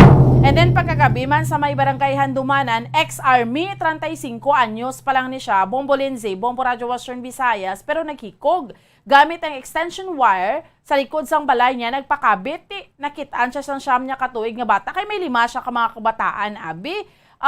Anay army. So, subong ara sa hospital, tignalauman niya, hindi siya madulaan sang kabuhi, kay tigina tinguan pa man ni siya nga ma-revive abi. So, ginaybalo pa kung may kantanan ni sa iya sa nga trabaho kay tinga nag-ex-army na siya nga 35 anyos pa lang siya. Bombo Lindsay, Bombo Radio Western Visayas. Kagsubong ang mga mga firecracker vendors gamat-amat na may mga permit na ni sila sa pagbaligya no sang ining mga palupok abi sa 62. Ito ginahulat na lang ang approval sang region para matagan sila sang special permit kaya rato sila gatukod sa ilang mga kiosk abi balaligyaan sa may Pope John Paul Tower sa Bredco Port. Amuning mga balita na Mondria sa may syudad sa Bacolod sa bugos nga probinsya sa Negros Occidental. Balik sa imo, Bombo Lindsay. Madamo nga salamat, Bomboan, Bombo Radyo Bacolod. Sa ilo naman kita sa linya sa Bombo Radyo Rojas. Welcome and good morning, Rojas. Good morning, Bombo Lindsay, kag mayong aga, Bombo Radio Western Visayas. Diri sa amon nga syudad sang Rojas, kag bugos nga probinsya sang Capiz, ang mga talupang mga balita diri. Pero sina, by the way, diri kani bangod sa kapiyastahan na diri sa amon sa syudad sang Rojas, ang patrona ni Immaculada Concepcion, kag bangod sini daw katawhay man sa amon nga syudad sang Rojas. Ang pila diri ka mga nagkahinabo ti kagabi formal lang agin buksan diri nga amon sini nga ang plaza, ang pagpasigas ng Christmas tree kag ang Christmas parol nga nagka-display diri sa amon nga syudad sang Rojas. Kag nag-color pink ang amon diri nga plaza kagabi kay man may mga interactive lights diri sa plaza. So ginapasiga ina kung may ara sa mga importante bala no nga mga aktibidad kag bilang pagsuporta man nga nagarepresentar sang amo ina nga color. So kagabi nag-color pink kay butsalingon kakamping no Bombo Radio Western Visayas. Kag kagabi man sa nagluntad gani nga pagpasiga sang parol kag Christmas tree diri sa amon nga syudad. Madamo sa mga nagtambong, naglantaw sang amo nga pagpasiga. Wala na gani sunod ang social distancing. Bisan di man kita magkadto basta pag opening of lights na yan kay man mga tao excited na gid mo kag kumbaga bala pila last year daan wala man sa mga kaangay nga nga aktibidad so subong nagdubo naman diri nga mo na cases sa Rojas City ti nagdinaguso na ang mga tao kag muna ang mga basura gani sa karon nga kaaganho no naganalapta sa plaza. Mambal nato nga sa kawala disiplina ang mga tao pag ginasalig na lang ini mga basura nila sa mga nagalimpyo sa mga street sweeper namon diri sa syudad sang Rojas which is hindi maayo no nga buluhaton sang isa ka tawo. Sa dugang namon diri nga balita sa plitihay naman yun sa amon nga tricycle since nga 70% capacity na gani ang sarang nga mapasakay sang mga tricycle driver sa ilang nga mga motorsiklo or mga tricycle ti ginaduso diri sa sangguniang panlungsod nga himuon nga 12 pesos ang minimum sa pamasahe sa tricycle. Hugot man nga pamatukan sa mga tricycle drivers diri sa amon nga syudad kay man sa karon nagabayad diri sang 15 pesos no sang gidang pandemic bala nga nagasiling sila panawagan nila nga pierde gid sila sa ilang nga pamasahe muna ang ginhimo nga 15 pesos pero sa karon gani nga medyo nagluga-luga naman kag madamo naman sila sang sarang nga pasakay nga pasahero ginaduso diri nga 12 pesos ang minimum galing hugot man niniyagin pamatukan sang mga tricycle driver kag sunod sila sa ilang mo man na Japon hindi man na Japon magbayad ang pasahero sang 12 ipulo man lang nila na sa gihapon kay man gambal sila nga wala sila sang 2 ka pesos which is sunod sila pierde gid sa gihapon kag sunod paganit diri kay Ayan de Pedro isa man ka tricycle driver nga ibutang nila sa ila lugar bilang mga tricycle driver ang nodabe ang sitwasyon, ambal pa diri niya kung masarangan nila ang ila kita pang adlaw-adlaw. So, kahimo diri asang tika nga mo diri nga City Council kung paano bala nga mapanubuan ang pletihay nga hindi man masakitan yung bulsa sa mga commuters nga pabor man sa amon nga mga tricycle driver. Kag kung nagligad, Bombo Radio Western Visayas, isa ka ilimdon dari ang gintawat, galing nadakpan ang sospek, kay man nadusmo, hay, kaihapon naman niya sang aga, sa isa naman ka restaurant sa may bahin sang Sitio Lawis, Barangay Baybay, isa ka persona ang nagpamahaw, kay man nami di magpamahaw sa mga baybayon, Bombo Radio Western Visayas mo, nami di ilang mga pagkaon, nagpamahaw siya, naglakat nga wala sang bayad-bayad. Gitreklamo sang tagiya no sang personnel sang isa ka restaurant sa Rojas City Police Station. So far mo mga balita diri sa among syudad nga bugos nga probinsya, balik sa imo Bombo Lindsay. Madamo gid nga salamat, Bombo Radyo Rojas. Saylo naman kita sa Bombo Radyo Kalibo. Welcome and good morning, Kalibo. Welcome man kag good morning Bombo Radyo Western Visayas Bombo Lindsay. Ang mga nagapauna man namon diri nga mga balita no sa Banwa sang Kalibo, isla sang Boracay kag bilog nga probinsya sa nga Aklan. Ti kagapon to sang aga maswerte no nga naluwas ang isa sa apat nga pasahero sang bangka to no nga naghalin sa may isla sang Boracay kag magapakadto tani to sa may part sang Look Romblon. Way back matanda naton adlaw pa ni sang Sabado sang aga mga 7:30 sakay sa bangka no nga ginamaneho ni Manong Rolito Kasidsid ti daw nagkabalaka tong iya nga pamilya kay pila na kaguras ang taliwan 7:30 na sang aga nagalin from Manok-Manok Boracay going to Look Romblon ti may gapon sila kuno didto makalabot. So gin report nila sa Philippine Coast Guard Aklan para mapangita to no kag kagapon maswerte sang aga na tigayon na makitaan sang pipila ka mga mangingisda sang Palawan ang ini nga si Rolito Kasidsid nga palutang-lutang na lang bala nagalutaw sa kadagatan nga sakop sang area sang barangay Kokoro Magsaysay Palawan. Ti kanila ini gintabangan kag ginpakaon no kay tuman ni ka gutong makon mo adlaw pa sang Sabado almost sobra 2 days na nga nagapalutang-lutang to sa kadagatan nga sakop sang Palawan. Ginpabot nila ini matapos gintabangan, ginpabot nila ini sa taga Coast Guard Cuyo Palawan para mas pagid nga matipar kag gindala naman nila nito, gindala na nila no dito sa part sang area sang Palawan kundi may malapit tong hospital para nga matawan sang medical nga atensyon no ang ina nga si Rolito Kasidsid. Subong ang tatlo pa nga upodya ginapangita subong kag tinaw way untat ang ila to nga pagkandak sang search and retrieval operation. Ang pamilya sang tatlo ka mga ginapangita subong sanday John Guyo, Joden Matore kag Mary Jane Matore Cesar no ginapangita pa na sila subong kag nagasalig ang pamilya nga kabay nga buhi pa no ang ina nga mga persona. Kag sa dugang pagid namon nga mga balita no kagapon naghatag sang statement ang tagakwan Banga Elementary School ang ang ginabuhitan nga eskwelahan ni Ma'am Herlin Chodosio principal to sang ina nga eskwelahan nga konsidin sa ilang implementation to adlaw sang Lunes nangin okay naman no ang ginpatigayon nga implementation sang limited face-to-face classes kag may ara nga mga siyempre nangin adjustment pero nangin okay naman kag nagabot sa mga 57 no ka mga estudyante ang nagpartisipar sa set A kag set B no sa gina nga eskwelahan. So far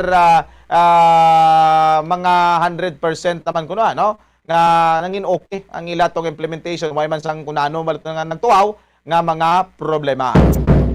Amo lang ni anay so far mga nagapauna namon diri man nga mga balita sa probinsya sang Aklan. Back to you, Bombo Lindsay. Madamo gid nga salamat Bombo Leonard, Bombo Radyo Kalibo sa amon diri nga mga nagapanguna nga balita. Ang sabahin balasang ni Mayor Jerry Treñas kag niya ambis OWA Party List Representative Sharon Garin nga tinagasingke pagidya ang ilang nga away may kaangtanan sa ginaduso nga pagpasar sang House Bill number 10464 nga amo ang maga-establisar sang Iloilo City Hospital ukon ang ginadusoan ay nga tawgon nga Uswag Hospital. Sa amon nga pag-interview dere kay Mayor Jerry Treñas, ti iya nga ginpahayag nga sa baylo kun tani nga buligan ni Representative Garin ang syudad daw kaangay kuno nga ti ginapabudlayan pagid niya ini ang pagpasar sang ining hagna. Suno sa alkalde ginahungod gid kuno sang Representative Garin nga i-hold ang proseso sa pagpasar sang sininghagna. Bangod nga ti daw kaangay nga nahadlok ang mamalidha sa uswag party list ni Mayor Jerry Trillanes kag ni Iloilo City Lone District Representative Julian Jamjam Baronda nga amo ang mga sponsor sang sining House Bill. In question naman sang alkalde kung gid man bala ang ginserbisyohan sa nga ambis OWA kaga luyag sini nga imbitaron si Representative Garin sa syudad agud nga ti makit-an niya kuno kung ano ya ang matuod nga serbisyo sa mga pumuluyo. Kag dari bala kita sa police report, gin paidalom na ya sa neuropsychiatric examination ang ini nga just 6 anyos nga solterito matapos nga giti gin pang martilyo niya ang iya mga ginikanan sa barangay Magdalena ani ni Antique. Sa interview sa Bombo Radyo Iloilo kay Police Corporal Randolph Gomez, investigadorya sang ani ni Municipal Police Station ti iya gin pahayag nga nagpadulong sa ilang police station ang ining lolo sang solterito kagin saysay ang natabo. Sa diin iya nasapwa ng Iloy sang just 6 anyos na bata nga ti dugoan na. Sunod kay Gomez, wala man sang pagbaisay nga natabo sa tunga abi sang Iloy kag sang iya nga bata. Nagatalikod pa ining Iloy sang tangyara sa kwarto pahayag ini sang investigador sang gilayon ini nga gin martilyo sang solterito sa ulo gidya sang iya nga nanay. Tigin bawian gid sang kabuhi ang Iloy sang solterito. Samtang pag-abot naman niya sang amay sa ila abi nga balay halin sa trabaho man, gilayon man siya nga ginsugata sang solterito kag ti gin martilyo man ang ulo rason nga nagapabilin ini subong sa ospital. So bali ang Iloy among napatay samtang pilason naman niya ang amay sang solterito. Santo man gani sa panaysayon sang lolo suno kay Gomez daw kaangay kuno nga ti daw na depress ang ining solterito bangod ginabukot lang ini sa sulod sang ilang nga balay kag ginapasabat sang iya mga modules. Tigintinguhaan pa sang solterito nga magpalagyo Bombo Radyo Western Visayas apang nadakpan siya sa mga pulis sa barangay San Francisco ani nii. Dala niya sini ang iya nga bag sa pagpalagyo nga may unod nga mga bayo kag kwarta balor 14,000 pesos. Sa subong ang ining solterito yara na ya sa kustodiya sang DSWD. Pero dari kita balaanay sa why bala atong diskusyonan sa tunga sang alkalde dari namon sa syudad kag sang congresswoman sa probinsya sang Iloilo. Adere ya bomboan sa bahin abi sang Bacolod ang mga proyekto dara sa inyo ginapapangalan man sa mga kandidato bomboan? So far, subong Bombolinsi, wala man. Pero ari lang ho, sa hospital nyo na bala ang Iloilo City Hospital. Kundi diri sa amon, mana, naaprubahan na nangin kasuguan na ang ining bill nga ginduso sang terikda ni Congressman Greg Gasataya ang pagpatukod sang Bacolod City General Hospital. Actually, Bombolinsi, ginadiskusyonan na lang gidya subong kung sa diin nga lugar ipatukod kag ti mahatagan niya sang pundo kay kasuguan na. Ti despite ya nga sa subong nga eleksyon si Congressman Greg Gasataya kag si Mayor Bing Linardia ti wala na ya abi, nagbulagay sila abi. Ti hambal ni Mayor Bing, hambal niya ang ining hospital nga ni kay para ni sa mga pumulyo ti ginasuportahan ni namon despite nga ti ang authors ni si Congressman Greg Gasataya. Kaya mo na bala kumpara sa kauyuhan sa mga pumulyo dira mo makita ang politiko ngayon tsakto gidya no. Kumpara sa kauyuhan definitely kinahanglanon sa hospital ti dapat ginasuportahan Bombolense. Amo gani kag ti syempre ang sabahin man niya sang dari sa amon sa may Iloilo una yang gin propose ang ining ginatawag nga uswag hospital kay ti ang uswag bomboan dari sa amon mayara ya sang gintukod nga party list man niya si Mayor Jerry Trillanes as well as si Iloilo Congresswoman Jamjam Baronda sang sining ginatawag nga uswag party list. However, ti hindi ini kuno pwede nga madalang ining uswag kay ti pangalan niya sang party list rason nga ginislan ini sang Iloilo City Hospital. Ti ang sabahin subong gina-question lamang ni Mayor Jerry Trillanes kay do nagapamalabag kuno si Congresswoman Sharon Garin pero ang depensa man niya ni Congresswoman Garin wala siya nagapamalabag. Sa pagkamatuod gani kuno ginapaboran pa niya ang pagpatukod sang sining ospital. Pero dira iya sa Maya Rojas, Bombor, Rita, may ara man bala sa mga proyekto dira abi, like for example, mga taytay nga ginpapangalan sa mga politiko dira sa inyo? Ay kaangay sinadiri Bombolinsi, no? Pero hindi man sang amugil na grabe bala. Pero ti diri sa amon may ang kaangay sina ining ginapabalik no sang sangguni ang panlalawigan ang ining ginapa-revise nila sa Provincial Development Council o PDC ini ganing pagpapangalan sang amon diri executive department or amon diri provincial government sa mga scholars bala nga Kabalaka scholarship program kay man ang Kabalaka nga term diri Bombo Radio Western Visayas amoy na ang kumbaga do tagline bala sa amon diri partido no sa amon sing gobernador orang iya bala nga tawag Kabalaka no may pagkabalaka. So ginapabalik nga ikuhaon ang Kabalaka nga word kay man nag-apply ang gina-applyan sa COMELEC sa Commission on Elections agud mangin local party nga waay man gani maaprubahan. Kaya mo lang diri sa mo na Bombolinsi nandaw kaangay bala sina nga gingamit ang mga taglines ng politiko para sa programa diri sa amon iya nga probinsya. Kaya mo man sa may syudad sa Iloilo kay timiara man sa ginatawag nga Uswag Scholar, Uswag Gym, Uswag Molecular Laboratory kagati gina-incorporate na iya sa kay Mayor Jerry Treñas kay sadto amo na niya ang tagline Manila Uswag Manabi samtang sa bahin naman niya sa probinsya mayara naman to iya sang ginatawag nga Garin Nation.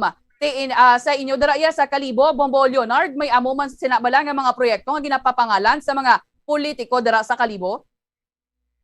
Diri sa amon so far Bombo Radio Western Visayas daw way man kami diri no sang abi pareho kangay dira sa inyo nga ipangalan sa politiko or even sa ngalan niya apelyido na no way man diri ang amon diri kun ang imo nga pangalan may ambag diri sa amon sa probinsya sa Aklan especially mga nagtaliwan bala nga mga politiko nga may dako ginya nga ambag pagabot sa progress diri sa Aklan amo na may tendency no pero ginadiskusyonan pa na particular sa sangguniang panalawigan pero kangay sa nga mo sinadira sa inyo mga party list ginapapangalan sa amo na kun may nga mga special projects no daw way gidri sa amon sa probinsya sa Aklan kun ano lang yato ang ang igatukod like kapartis ng build program way na gina-credit sa mga nagtinguha to nga para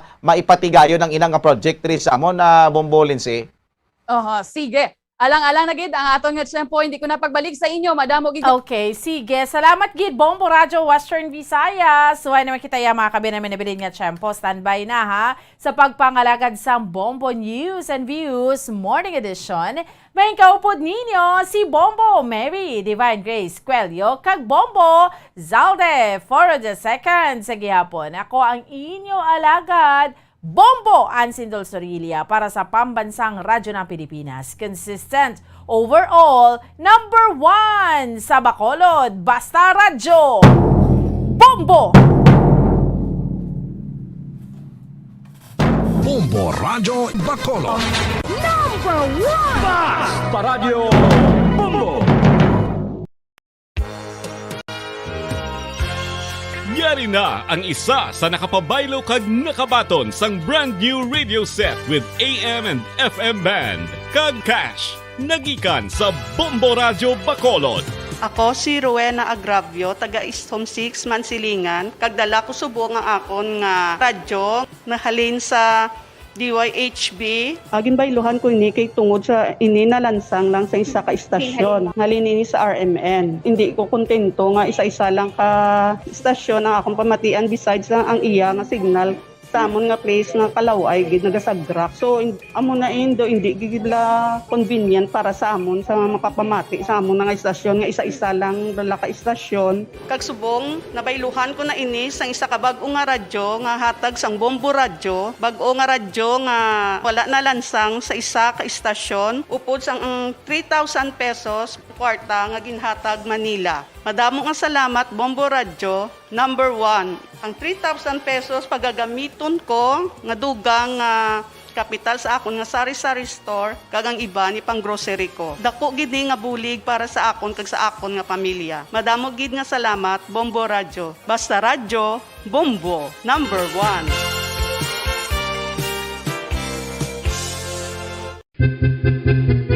San o ikaw ulihi nga nag-ilis ang sponge nga ginagamit mo sa paghugas sa mga kitchen utensils? Ang kitchen sponge mga kabombo, ang mas mahigko pa sa toilet. In fact, ginpahayag sang microbiologists nga ang mga butang nga ginagamit naton sa pagtino sa mga dishes ang pinakahigko nga bagay sa balay. Sa isa ka pagtuon nga na-publish sa journal nga Scientific Reports, ang spongy bacterial colonies ang mas delikado sa aton ikaayong lawas. Bangod sini, ginarekomendar sa mga researchers nga dapat islan ang sponge kada simana. Ang kitchen ang lugar sa aton balay kung sa diin nagasugod ang mga new bacteria. Bangod sa human traffic kag food preparation. Bangod ang sponge ang masami nga warm, mabasa kag matrace ang old food. Ini ang ideal nga breeding ground para sa bacteria. Suno sa pagtuon, maayo nga idea nga tinluan ang sponge kada tapos gamit. Apang ginasuggest sa mga researchers nga regular nga islan ang kitchen sponge. Ang kitchen ang lugar sa aton balay kung sa diin nagasugod ang mga new bacteria. Bangod sa human traffic kag food preparation. Bangod ang sponge ang masami nga warm, mabasa, kag may trace ang old food. Ini ang ideal nga breeding ground sa para sa bacteria. Suno sa pagtuon, maayo nga idea nga tinluan ang sponge kada tapos gamit, apang ginasuggest sa mga researchers nga regular nga islan ang kitchen sponge.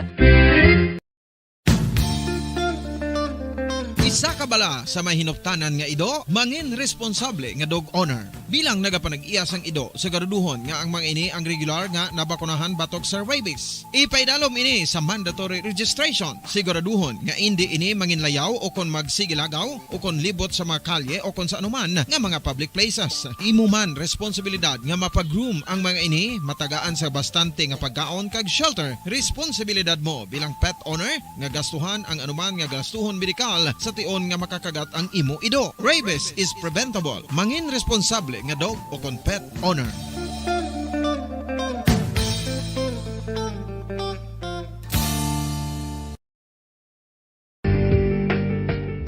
Kinahanglan mo bala nga mag-recharge? Hindi mo na kinahanglan nga magsalig pa sa caffeine. Bangod ang pag-power nap ang makapaboost sang memorya, cognitive skills, creativity, kag energy level. Ang power nap o kon cat nap ang pagtulog sang malipot nga oras kag may tinutuyo nga i-revitalize ang isa ka persona. Masami ini nga nagadugay sang 15 to 20 ka minutos ginahimo kon udto o kon hapon. Santo sa pagtuon, mas mangin alerto ang isa ka persona kon maka-power nap ini. Nagapabuhin man ini sang stress kag nagapa-improve sang cognitive functioning. Isa ini ka pamaagi agud nga ma-refresh ang utok sang tawo kon ginakapoy. Magluwas diri, nagapanubo man ini sang risgo sang heart disease. Mga kabombo, subong nga holiday season, madamo gid ang pagkaon apang ano bala ang dapat himuon kung may matabo sang suspected foodborne illnesses. Kung may matabo nga suspected foodborne illnesses, dapat i-preserve ang mga ebidensya. Kung may bahin sang suspected food nga nabilin, taguon ini. Putson sang maayo kag ibutang sa freezer. Magpabulong sa gilayon. Kung ang sintomas nagapadayon o kung nagalala, gilayon nga magkadto sa doktor agud magpakonsulta. Hindi man magkalipat nga i-report ang insidente sa local health department. Ginhangkat man sang mga problema dala sang pandemya kag iban pa. Kita padayon nga magatindog, magabato sa anuman nga unos. Sa Pilipinas, ukon sa dinman nga bahin sang kalibutan. Sa ulugon nga puno sang kalipay kag paglaom, ang subong nga Paskwa. Kaupod ang Bombo Radio Philippines. Merry Christmas, mga kabombo! Ini ang Bombo Radio Bacolod para sa pambansang radyo ng Pilipinas. Consistent, overall number 1 sa Bacolod. Basta Radio! Bombo!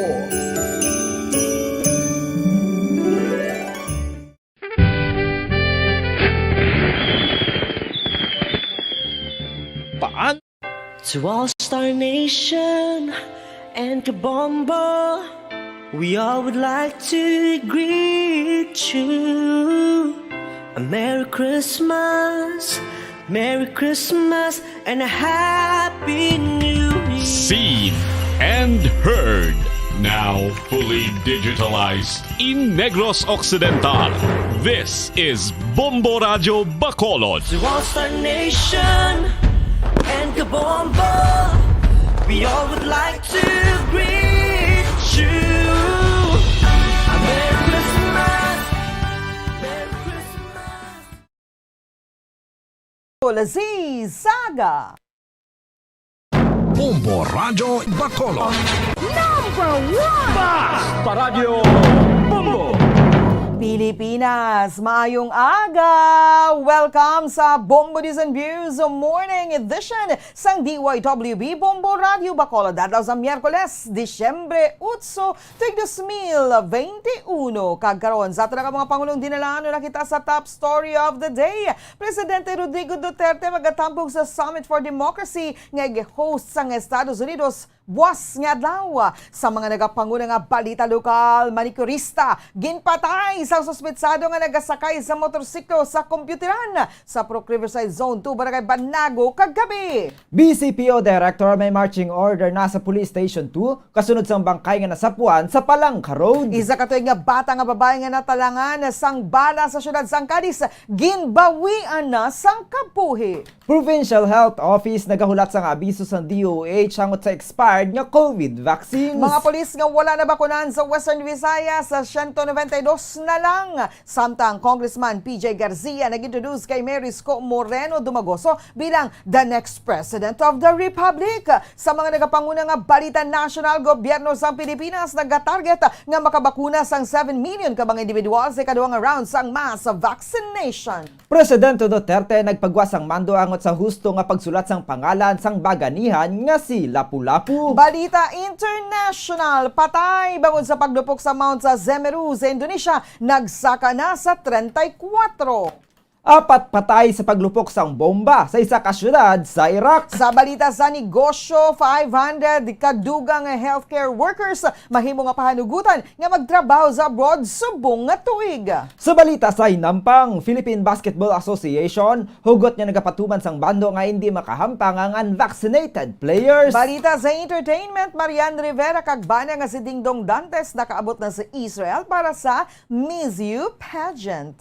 Para sa balita espesyal, Chinese nga lalaki 5 ka beses nga ginaresto bangod pareho ang iyang itsura sa isa kapugante. Oras sa Bombo Radio Philippine Standard Time, 2 minutos na ang nakaligad sa tak na ang alas 6 saga. Ngam nga pag-abi-abi sa inyo, di man ka mga bahin sang syudad sang Bacolod, probinsya sang Negros Occidental nga nakatutok na nagapamati diri sa DYWB Bombo Radio Bacolod 630 kHz sa lilisuan sang inyo mga radio kag sumungman sa mga nagapamati kag nagatan-aw worldwide pagi sa Facebook Live, sa Facebook fan page sang Bombo Radio Bacolod. Kagkaroon sa mga detalye na sang mga balita kaupod sang inyo mga tagbalita. Bombo Zaldi Foro II kag Bombo Mary Divine Grace Moreno Coelho sa mga detalye na sa aton nga top story of the day sa balita nasyonal. Makigbahin si Presidente Rodrigo Duterte sa Summit for Democracy nga natala na buwas nga daw Disyembre 9 tubtub 10 kasunod sang imbitasyon ni United States President Joseph Biden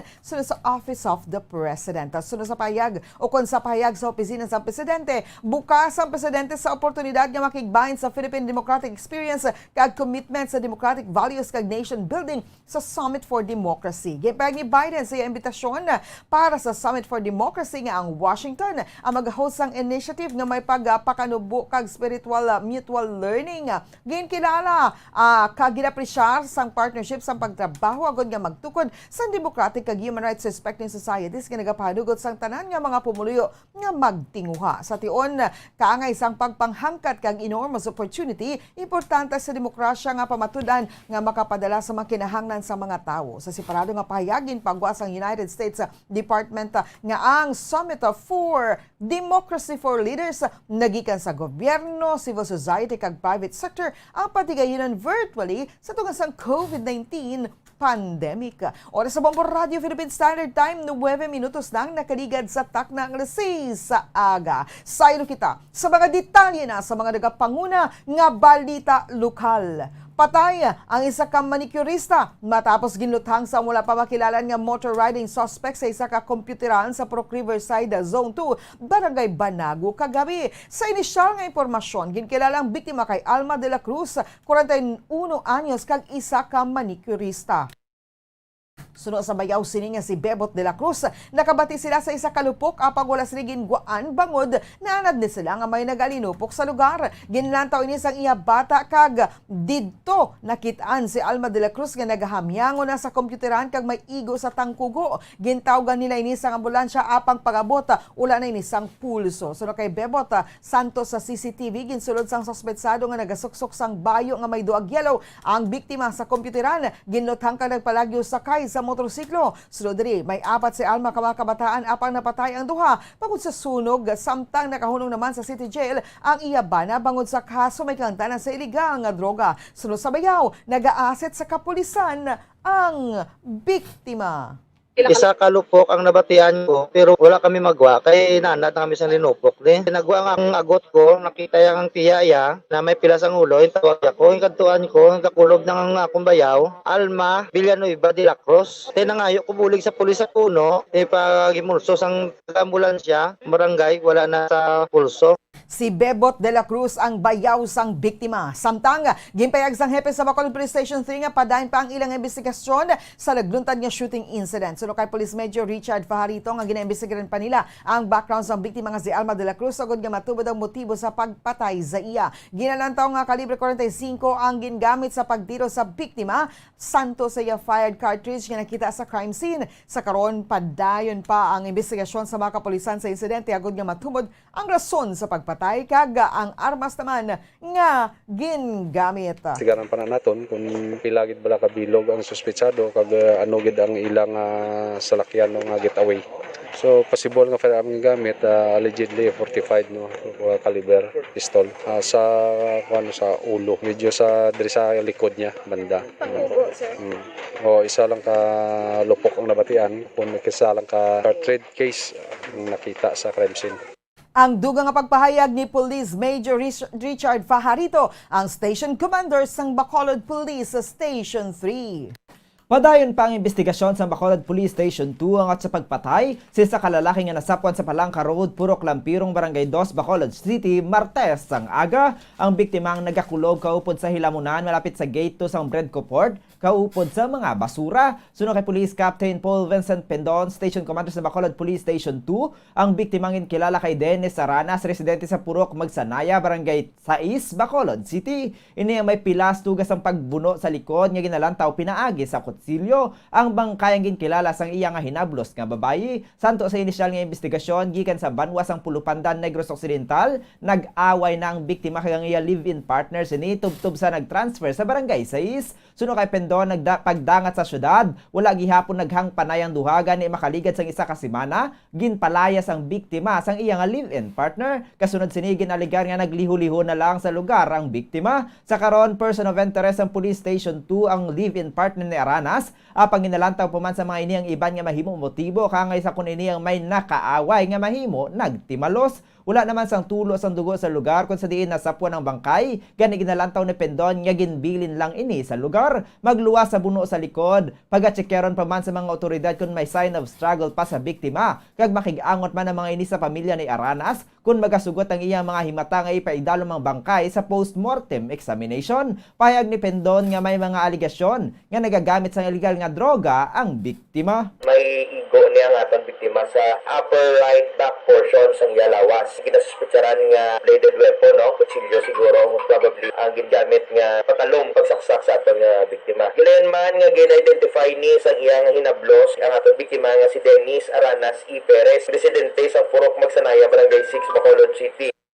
Ang kabayan sa pagpahayag ni Police Captain Paul Vincent Pendon, Station Commander sa Bacolod Police Station 2. Sa kaangot nga balita, ginirman nga nagpadulong sa Palangka Road, Purok Lampirong, Barangay 2, Bacolod City, ang Bacolod City Police Office akon BCPO Director nga si Police Colonel Thomas Joseph Martir kahapon sang aga. Payag sa BCPO Director nga wala nagkulang ang Bacolod Police Station 2 na binanga nagaprigayan man ang manginis ang visibility patrol kamay schedule man ang mobile force sa pagchecker sa lugar. Aminado man si Martir nga hindi man mahimo nga mabantayan sa tanan nga oras ang lugar labi na nga malapad ang sakop sang police station. Ginalantaw sila nga mahimo man nga personal ang rason sa pagpatay sa biktima gani ila ipaini nga ginaimbestigaran kag tinguhaan nga matraka ang may kaymuan sang krimen. May police patrol man nga nagabantay malapit sa bed kuporta pang ini ang naka-station sa pihak nga bahin. Kani ginalantaw sang BCPO Director nga mahimo i-adjust sa mga ini ukon dugangan. Wala nagakulang din aton nga station po. In fact, may mga visibility patrols na tadi na pati ang aton nga mobile force. May schedule na sila 3 to 5, do 7 to 9, daso na gabi 10 to 12. Pero di man siling mabantayan pa ni Kirme. Kaya guro may problema ni. I think ang biktima kay doon gabi doon yung pangitay. Yung iyang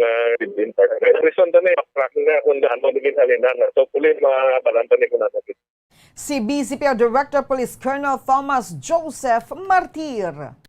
Nakahunong na sa Cadiz City Police Station ang suspetsado nga nagpalupok sang armas lutang nga gintunaan sang kamatayon sang isa ka tuig kag napulo ka bulan nga bata nga babayi sa sitio Aluyan, Barangay Kaduhaan, syudad sang Cadiz, Domingo sang hapon. Ginkilalang suspetsado kay Nomar Ayan Berto. Pumuluyo sang sitio si Caba Monte, Barangay Kaduhaan sang nasambit nga barangay. Sa interview sa Bombo Radio Bacolod kay Police Lieutenant Alfonso Prescia, Deputy Chief sang Cadiz City Police Station, voluntaryo nga nagsungka si Berto sa mga kapulisan kay gintuad sini ang nagpalupok siya sang 45 caliber pistol nga wala sang rason kay wala sini natalupang niya ang bala ang nagtupa sa dingding sang puluyan sang biktima kung sa diin na igo sang bala ang ulo sang bata. Magapasaka naman ang pamilya sang biktima sang kaso batok sa suspetsado kag posible nga magapangatubang sa kaso nga reckless imprudence resulting to homicide. Ginpahayag man ni Prescia nga nakainom ang suspetsado kag wala man inisang malain nga record sa barangay kasubong man sa Cadiz City Police Station.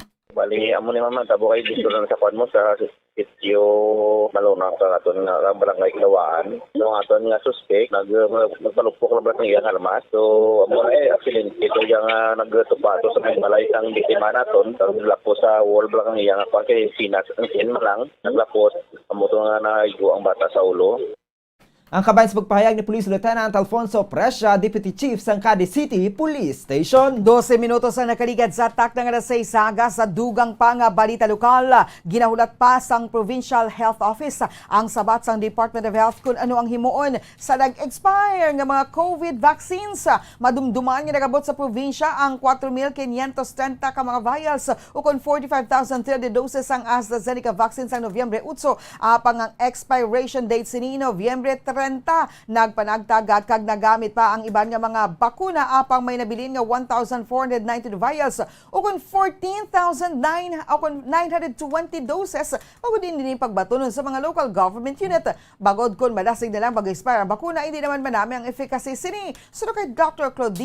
Clodelia Pabilio, ang vaccine distribution in charge sa Negros Occidental. Sado sa mando sang DOH Region 6, ang mga bakuna nakatago sa karon sa storage facility kay nagahulat pa sila sang signal instruction nagikan sa central office kung ano ang himuon. Ginalantaw sa niya posibilidad nga sarang pa magamit ang mga bakuna depende sa emergency use authorization nga ipagawa sang Food and Drug Administration. So saya ginamonitor nila gihapon ang temperatura sa mga bakuna nga sa proper storage facilities kag ginulat pa nga biso nagikan sa central office. Per instructions ng Regional Health Office sa DOH, ang vaccines are now being kept refrigerator sa storage facility.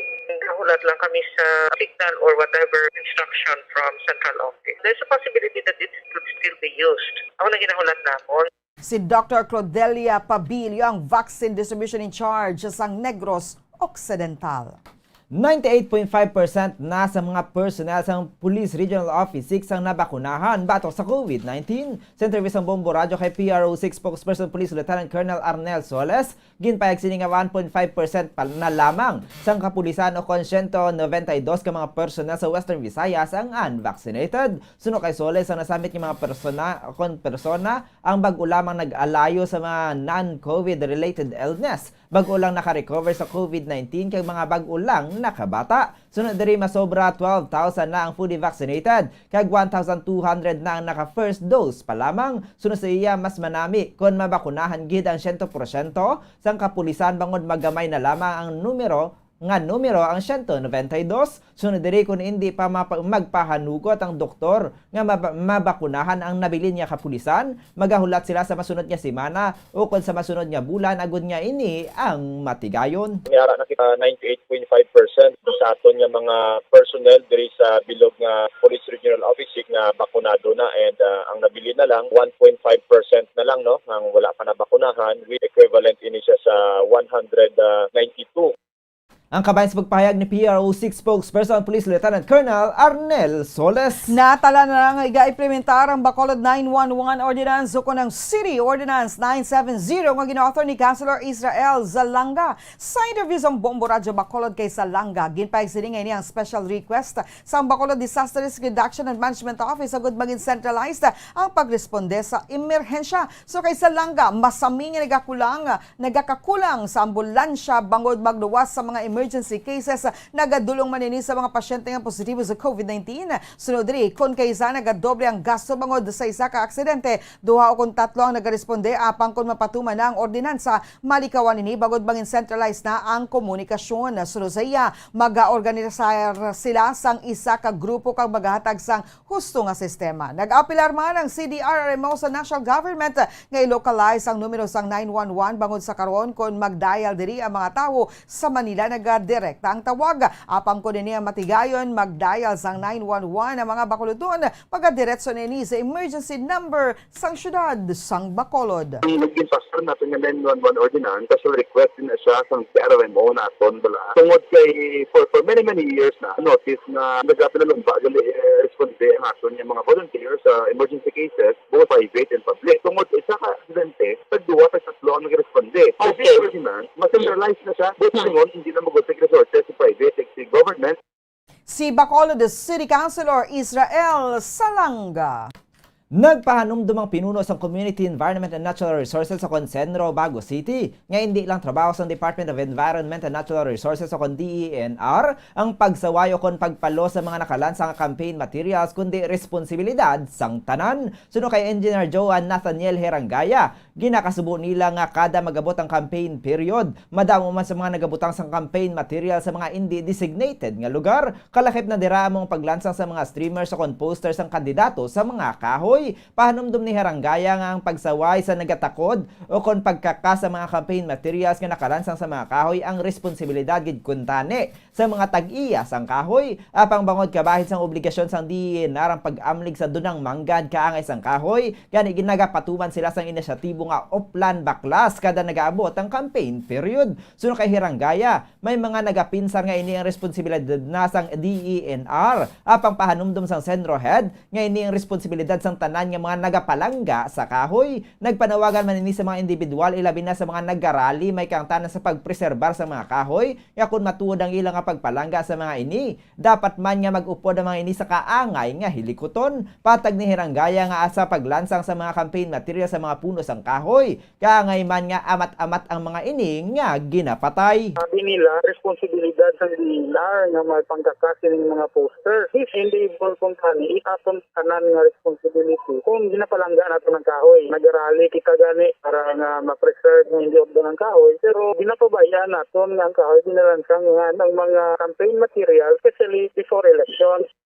Ang kabayan sa pagpahayag ni Senro Bago City Head Engineer Joan Nathaniel Herangaya. Kag sa good news naman, tuman ang kalipay sang tagpasakop sa mga promos ang Bombo Radyo sa sulod sa ni makatuig nga ini ang nalawagan bilang daily winner sa 1 to Panalo Part 20 promos ang Bombo Radyo kag Star FM. Si Cecilia Labanza sa 68 anyos sa Purok Sulong 2, Barangay Villamonte, Bacolod City ang naging replacement matapos nga wala makapadulong sa istasyon ang unang nalawagan nga daily winner para sa promo.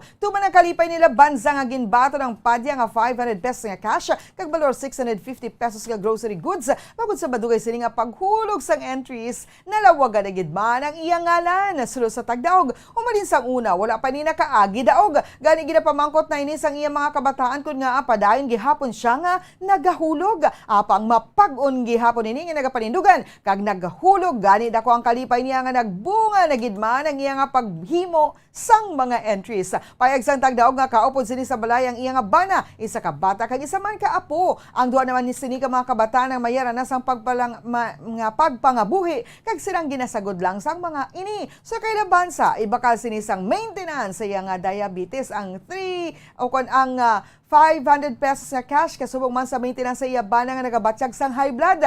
Ginapakabay sini nga maswertehan man nga magabutan ang iya pangalan sa Grand Draw sa Disyembre 25. Payag sini nga magabulig man sini sa himata nga pigado ka nga isang iya sa tion sang siya ang magdaog sang 1 million pesos. Why ko di ka daw. Sige na balang mo sa ako nga kabataan kag bana ko sa kag ka-intra nga why man permi kag daw. Wa man intra ko diap. Ang sarap ng feeling. Una nga hatag. 100. Ikaduha nga hatag. 100. Ikatatlo. 300. Ikaapat. 400. Ikalima.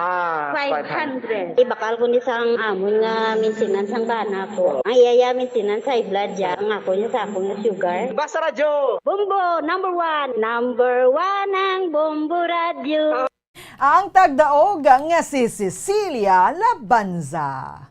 Kag sa ato na katapusan nga balita lokal, hilway na nga makapamati siya nga paborito nga estasyon ang isa ka tagpasakop sa special project sang Bombo Radio matapos nga nabayluhan ang iyadaan kag hindi maliso nga radyo sang bag-o kag dekalidad kag may dala pa nga pamasko.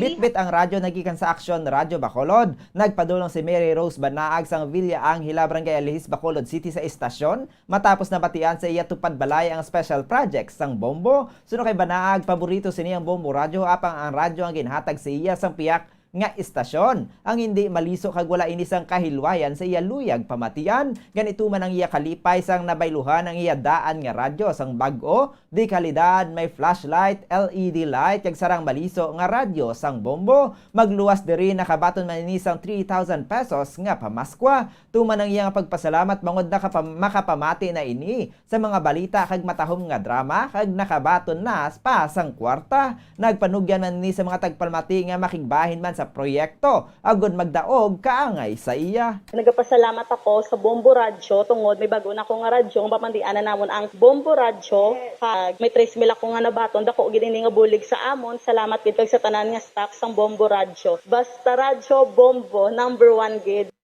Ang kabans pagpahayag sa nagpabaylo sang radyo nga si Mary Rose Banaag. Oras sa Bombo Radio Philippine Standard Time, 21 minutos lang nakaligad sa atak ng alas 6 sa aga. Ang aton man nga pagpahanumdum sa aton tagdaog kagabi, third winner naton sa kahapon nga adlaw nga ginlawagan la 7:20 kagabi taga Black 10 Lata 43 Barangay Pahanukoy, Bacolod City. Rosemary Martir magkatuka diri sa estasyon sang Bombo Radio antes las 8 subong aga. Dalang duha ka mga valid IDs nga napa-photocopies, duwa man ka kopya agud nga mabaton mo na ang 1,150 pesos worth of prizes nga nagahulat sa imo. 500 pesos nga cash kag 650 pesos worth of grocery goods. Ang naka-standby na kag nagahulat agud imo nga batonon. Gani Rosemary Martir kadto na diri sa estasyon sang Bombo Radio samtang kami ang padayon man nga nagabaton sang mga entries nga gahulog para sa wika number 7 kag padayon lang sa pagpamati kaysa dili badugay magahatag man kita sang bago man nga mga tagdaog sa subong adlaw sa padayon nga pagpanagdag sa 6 million pesos worth of prizes para sa 1-2 Panalo Promo Part 20. Oras sa Bombo Radio Philippine Standard Time, 22 minutos lang nakaligad sa atak ng alas 6 aga. Bantayan sa pagpanumbalik sang Bombo News and Views Morning Edition. Mga detalye na sa mga nagapanguno nga balita national, international kagiban pa. Diri sa gihapon sa DYWB Bombo Radio Bacolod. Bombo Radio Bacolod. Number 1 Basta Radio Bombo. Yari na ang isa sa nakapabaylo kag nakabaton sang brand new radio set with AM and FM band. Kag cash, nagikan sa Bombo Radio Bacolod. Ako si Rowena Agravio, taga Istom 6, Mansilingan. Kagdala ko subo nga akon nga radyo na halin sa DYHB. Agin bayluhan ko ini kay tungod sa ini nalansang lang sa isa ka istasyon. Halin ini sa RMN. Hindi ko kontento nga isa-isa lang ka istasyon ang akong pamatian besides lang ang iya nga signal sa amon nga place nga Kalaway gid nagasagrak. So amo na indo hindi gigidla convenient para sa amon sa makapamati sa amon nga istasyon nga isa-isa lang dala ka istasyon. Kag subong nabayluhan ko na ini sang isa ka bag-o nga radyo nga hatag sang Bombo Radyo. Bag-o nga radyo nga wala na lansang sa isa ka istasyon upod sang 3,000 pesos kwarta nga ginhatag Manila. Madamo nga salamat Bombo Radyo. Number 1, ang 3,000 pesos pagagamiton ko nga dugang kapital sa akon nga sari-sari store kagang iba ni pang grocery ko. Dako gid ni nga bulig para sa akon kag sa akon nga pamilya. Madamo gid nga salamat Bombo Radyo. Basta radyo, Bombo, number 1.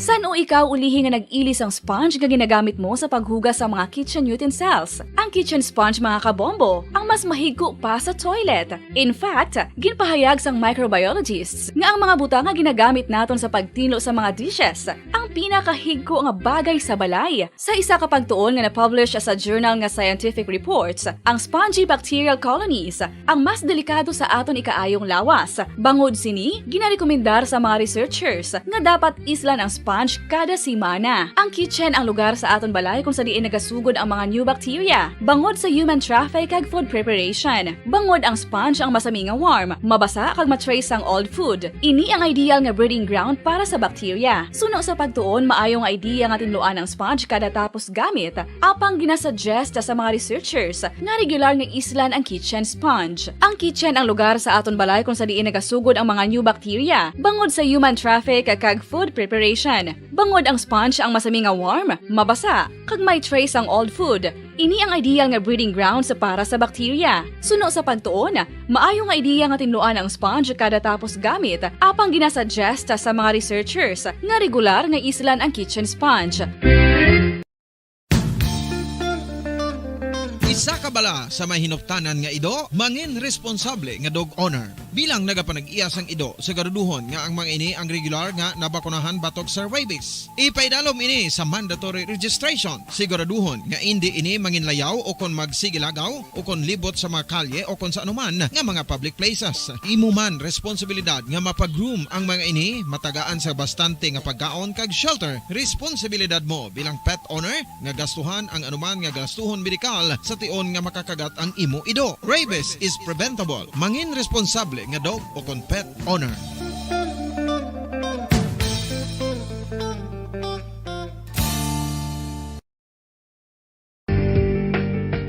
Kinahanglan mo bala nga mag-recharge? Hindi mo na kinahanglan nga magsalig pa sa caffeine. Bangod ang pag-power nap ang makapaboost sang memorya, cognitive skills, creativity, kag energy level. Ang power nap o kon cat nap ang pagtulog sang malipot nga oras kag may tinutuyo nga i-revitalize ang isa ka persona. Masami ini nga nagadugay sang 15 to 20 ka minutos ginahimo kon udto o kon hapon. Santo sa pagtuon, mas mangin alerto ang isa ka persona kon maka-power nap ini. Nagapabuhin man ini sang stress kag nagapa-improve sang cognitive functioning. Isa ini ka pamaagi agud nga ma-refresh ang utok sang tawo. Paradyo Bombo! 27 minutos na ang nakaligad sa atak ng alas 6 sa aga. Padang ka mga nagapamati, nagatanaw, diri sa DYWB Bombo Radio Bacolod. Ini ang Bombo News and Views Morning Edition sa gihapon, kaupod ninyo. Bombo Zaldi Foro II kag Bombo Mary Divine Grace Moreno Coelho. Sa dugang pa nga mga balita, mahimo nga ginaplanuhan ang endorsement nagikan sa Garcia Clan sang Cebu matapos ginpakilala ni Deputy Speaker Pablo John P.J. Garcia sa Aksyon Demokratiko Presidential Candidate Isko Moreno Dumagoso bilang masunod nga presidente sa Republika sang Pilipinas sa tion sang event sang Cebu Provincial Capital sang Lunes sang gabi. Ante sang announcement, gindayaw sa Secretary General of One Cebu ang pinakadako nga pinaka-impluwensya nga partido sa Cebu ang madamo nga hinimuan sang 47 anyos sa presidential aspirant bilang tawo kag local chief executive sang City of Manila. Naka-note man ang mga achievements sang health and sanitation, public housing and environment kagiban pa sa sulod sang 3 katuig. Oras sa Bombo Radio Philippine Standard Time, 28 minutos ang nakaligad sa tak nga 16 aga. Saylo kita sa mga detalye na sa mga nagapanguna nga balita nasyonal. Tinutuyo sang Pilipinas nga mabakunahan ng 7 million ka mga individual batok sa COVID-19 para sa ikaduhang round sang mass vaccination drive malin Desyembre 15 tubtob 17 sunod sa Department of Health. Ini ang magapahanugot sa gobyerno nga malabot ang target nga 54.54 million fully vaccinated Filipinos sa katapusan sang tuig. Sunod kay Health Secretary Francisco Duque III sa laging handa briefing, kapin sa 38.7 38.7 million individuals na ang fully vaccinated batok sa balatian as of December 6, santo sa report sang gobyerno. Malapit sa 10 milyones ka mga pumuluyo ang nabakunahan matapos ang unang round sa National Vaccination Days kay gipatigayon sang November 29 tubtob December 3. Samtang gipagban ni Duque nga ang Pilipinas ang hindi maglain sa definition sang fully vaccinated. Sunod diri ang primary series ang duha ka dose kag ang pangatlo amo ang booster dose. Nagmando si Presidente Rodrigo Duterte sang pagbago sa pagtumod sa Pilipino nga baganihan nga si Lapu-Lapu o konang Lapu-Lapu sa isa lang ka ward nga Lapu-Lapu. Ginpermahan ni Duterte ang Executive Order No. 152 nga nagabando sa ahensya sang gobyerno ka government-owned and controlled corporation and state universities and colleges nga i-adapt ang one word nga Lapu-Lapu sa tion nga mag-refer sa pangalan sa labing una nga bagani nga Pilipino. Ginmanduan man nga maghimo sini ang local government units, non-government organizations, civil society groups kag private sector. Sa idalom sang executive order, ginpahayag ni Duterte nga ang pagsaylo sa ngalan nga Lapu-Lapu ang magakomporme sa naunan na nga reference bangod ang pinakauna nga nasulat sa Latin alphabet. Ang pangalan nga asang bagani sang Mactan amo ang si Lapu-Lapu. Nakasaad man sa executive order nga ang opisyal nga pangalan sang lugar kaya nga isang Lapu-Lapu nga mayara sang dash ang magapabilin. Pagasuportahan ni Presidente Rodrigo Duterte ang mga presidential candidate nga matuod nga magasuporta sa publiko suno sa Malacañang. Suno kay acting presidential spokesperson Carlo Nograles sa press briefing nga madamo man sang ginaway ang presidente sa pagdesisyon diri apang number 1 diri ang kung sino ang magapungko sa matuod sa aton nga pungsod. Ginendorse no Duterte si Senator Christopher Bongo ang anay aid sini agud nga magbulo sa iya matapos nga natalana nga matapos ang 6 katuig nga termino sa Hunyo 30 tuig 2022. Ginanunsyal man ni Go sa Nobyembre 30 nga hindi na sini pagpadayunon ang iya nga presidential bid. Gipahayag ni Commission on Elections o kon ginpahayag sang Commission on Elections nga mayara lamang ini tubtob sa Mayo 9 tuig 2022 sa kundi opisyal nga mag-withdraw sa Certificate of Candidacy.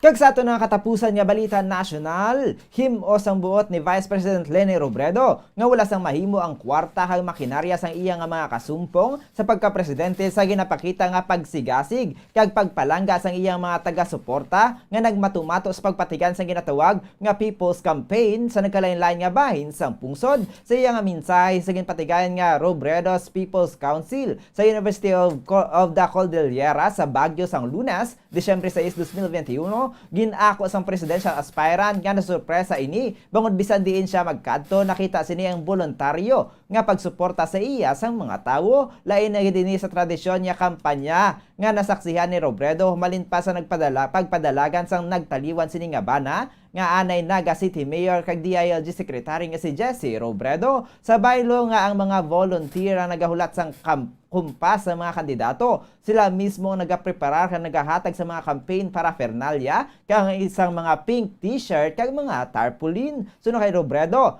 mangin mabudlay ini para sa ila bangod mangin kasumpong nila mga dalagko nga mga pangalan sa politika nga naghilig og yun. Oras sa Bombo Radio Philippine Standard Time, 32 minutos ang nakaligad sa tak ng alas 6 sa aga. Saylo kita sa mga detalye na sa mga nagapangunang balita international. Kadto kita sa Indonesia. Nagdangat sa 34 ang mga nagkalamatay kadungan sa paglupok sang bulkan sa isla sang Java sa Indonesia sang Sabado. Santo sa lokal nga mga opisyal kag nagapadayon pa ang rescue operations. Nagbuga sa madamol nga aso nga masobra sa 12,000 o kon 12,000 meters o kon 40,000 feet sa kahawaan nga may dala nga gas kag lava nga nagailig sa slopes kasunod sang hinali nga paglupok sang Mount Semeru sa Lumajang District sang East Java Province. Nagbili ng kalamidad sa madadalon nga puno sang lunang kag-abo, nagkaon sa mga pamalay kag mga salakyan sa pila ka mga villages. Nagdugang sangkapin sa 3,700 ang ginpag-evacuate dagikan sa lugar. Nagapangadubang ang mga rescuers ang delikado nga kondisyon na malin sang paglupok sa bulkan. Samtang nagapadayon sa pagpangita sa mga survivors kag mga bangkay sa volcanic debris. Nagkalaguba nga mga buildings kasunod man o kon kasubong man sa naguba nga mga salakyan. Nag-deploy sa mga ido ang mga search crew sagod nga magbulig sa operasyon. Nagapabilin ang Mount Semeru nga aktibo malinsang Sabado nga may magagmay nga paglupok nga nagpabilin sa mga emergency kag residente nga naka-alerto. Kag sa ato na katapusan nga balita sa luwas ang pungsod kadto naman kita sa Iraq. 4 ang patay kag 4 ang pilason sa nagluntad nga pagsigabong sa sentro sang Iraq sa southern city sang Basra suno sa militar sang Iraq. Ginpayag sa militar nga ang motorsiklo nga ginbutangan sang explosives sang gintunaan sa pagsigabong nga nagtuga man sang maitom nga aso sa kalangitan. Suno sa security media cell sang Iraq, ang outlet nga affiliated sa security forces sang pungsod. 4 ang napatay bilang resulta sang nasunog nga duha ka mga salakyan nga malapit sa motorsiklo. Suno sa pahayag sang security source sa Rudao Media Network nga ang pagsigabong sa tabok sang Al-Jumori Hospital sa sentro sang syudad kaya sa sentro sang Al-Samud intersection. Wala pa man sa may nag-ako nga responsable sa pagsigabong. Samtang sa ato naman sa mga balita sa negosyo, ginpahayag ni Labor Secretary Silvestre Bello III nga ginadiho na ang proposal nga magapahanugot sa deployment sang duga nga 500 ka mga Filipino health workers overseas antes ang katapusan sang tuig. Suno kay Bello, na istorya sini ang technical working group kay nagpahayag nga bisan nalabot nila ang limitasyon, mahimo nga magadugang sang 500 nga pagwaon nga mga nurses tubtob sa katapusan sang tuig. Una na ginpasakaan sang national government ang annual cap sang health workers nga iga-deploy abroad sa 5,000 tubtob 6,500. Ginpahayag man sang dole nga mahimo nga ilakip ang request ang Brunei nga padalaan sang 200 ka medical workers. Samtang sa ato naman nga foreign exchange rate, ang US dollar may baylo nga 50 pesos and 37 centavos, ang Singaporean dollar may baylo nga 36 pesos and 80 centavos, ang Hong Kong dollar may baylo nga 6 pesos and 46 centavos, ang euro may baylo nga 56 pesos and 86 centavos, samtang ang Saudi Arabian rial ang may baylo nga 13 pesos and 42 centavos. Samtang sa average naman nga presyo ng produktong petrolyo nagikan sa Shell, Caltex ug Petron stations, ang unleaded ang nagabalor sang 54 pesos and 5 centavos to 58 pesos and 59 centavos. Ang premium ang nagabalor 55 pesos and 5 centavos to 59 pesos and 59 centavos. Samtang ang diesel naman ang nagabalor 44 pesos and 20 centavos to 46 pesos and 94 centavos. Samtang sa ato naman nga balita sa hinampang, ginpasalig sang Philippine Basketball Association o kon PBA nga istrikto sini nga igapatuman ang mando nga hindi pagpahampangon ang mga players nga wala nabakunahan batok sa COVID-19. Kahapon ginpagwa na sang PBA ang official roster para sa Governor's Cup kag duha ka mga player nga nagapabilin nga unvaccinated. Sunod sa liga igapatuman nila ang vaccine mandate bilang pagsunod sa guidelines sang Interagency Task Force o IATF kag sang local government units kung sa diin ginpatigay ng ilang nga hampang. Subong nga Miyerkules magahampang ang Alaska kag Northport sa Inari Sports Arena sa Pasig City kag San Miguel batok sa NLEX. Santo sa rooster nga ginpagwa sang PBA ang Magnolia Center nga si Rafi Reves kag terra firma guard nga si Justin Melton ang unvaccinated. Sunod sa PBA Commissioner Willie Marshall, hindi makahampang duha ka mga players, hindi man makasulod sa venue kag hindi sara nga maka-practice. Sunod kay Marshall, regular na ginapanumdum sa PBA kag sang mga teams ang ilang mga players nga magpabakuna na.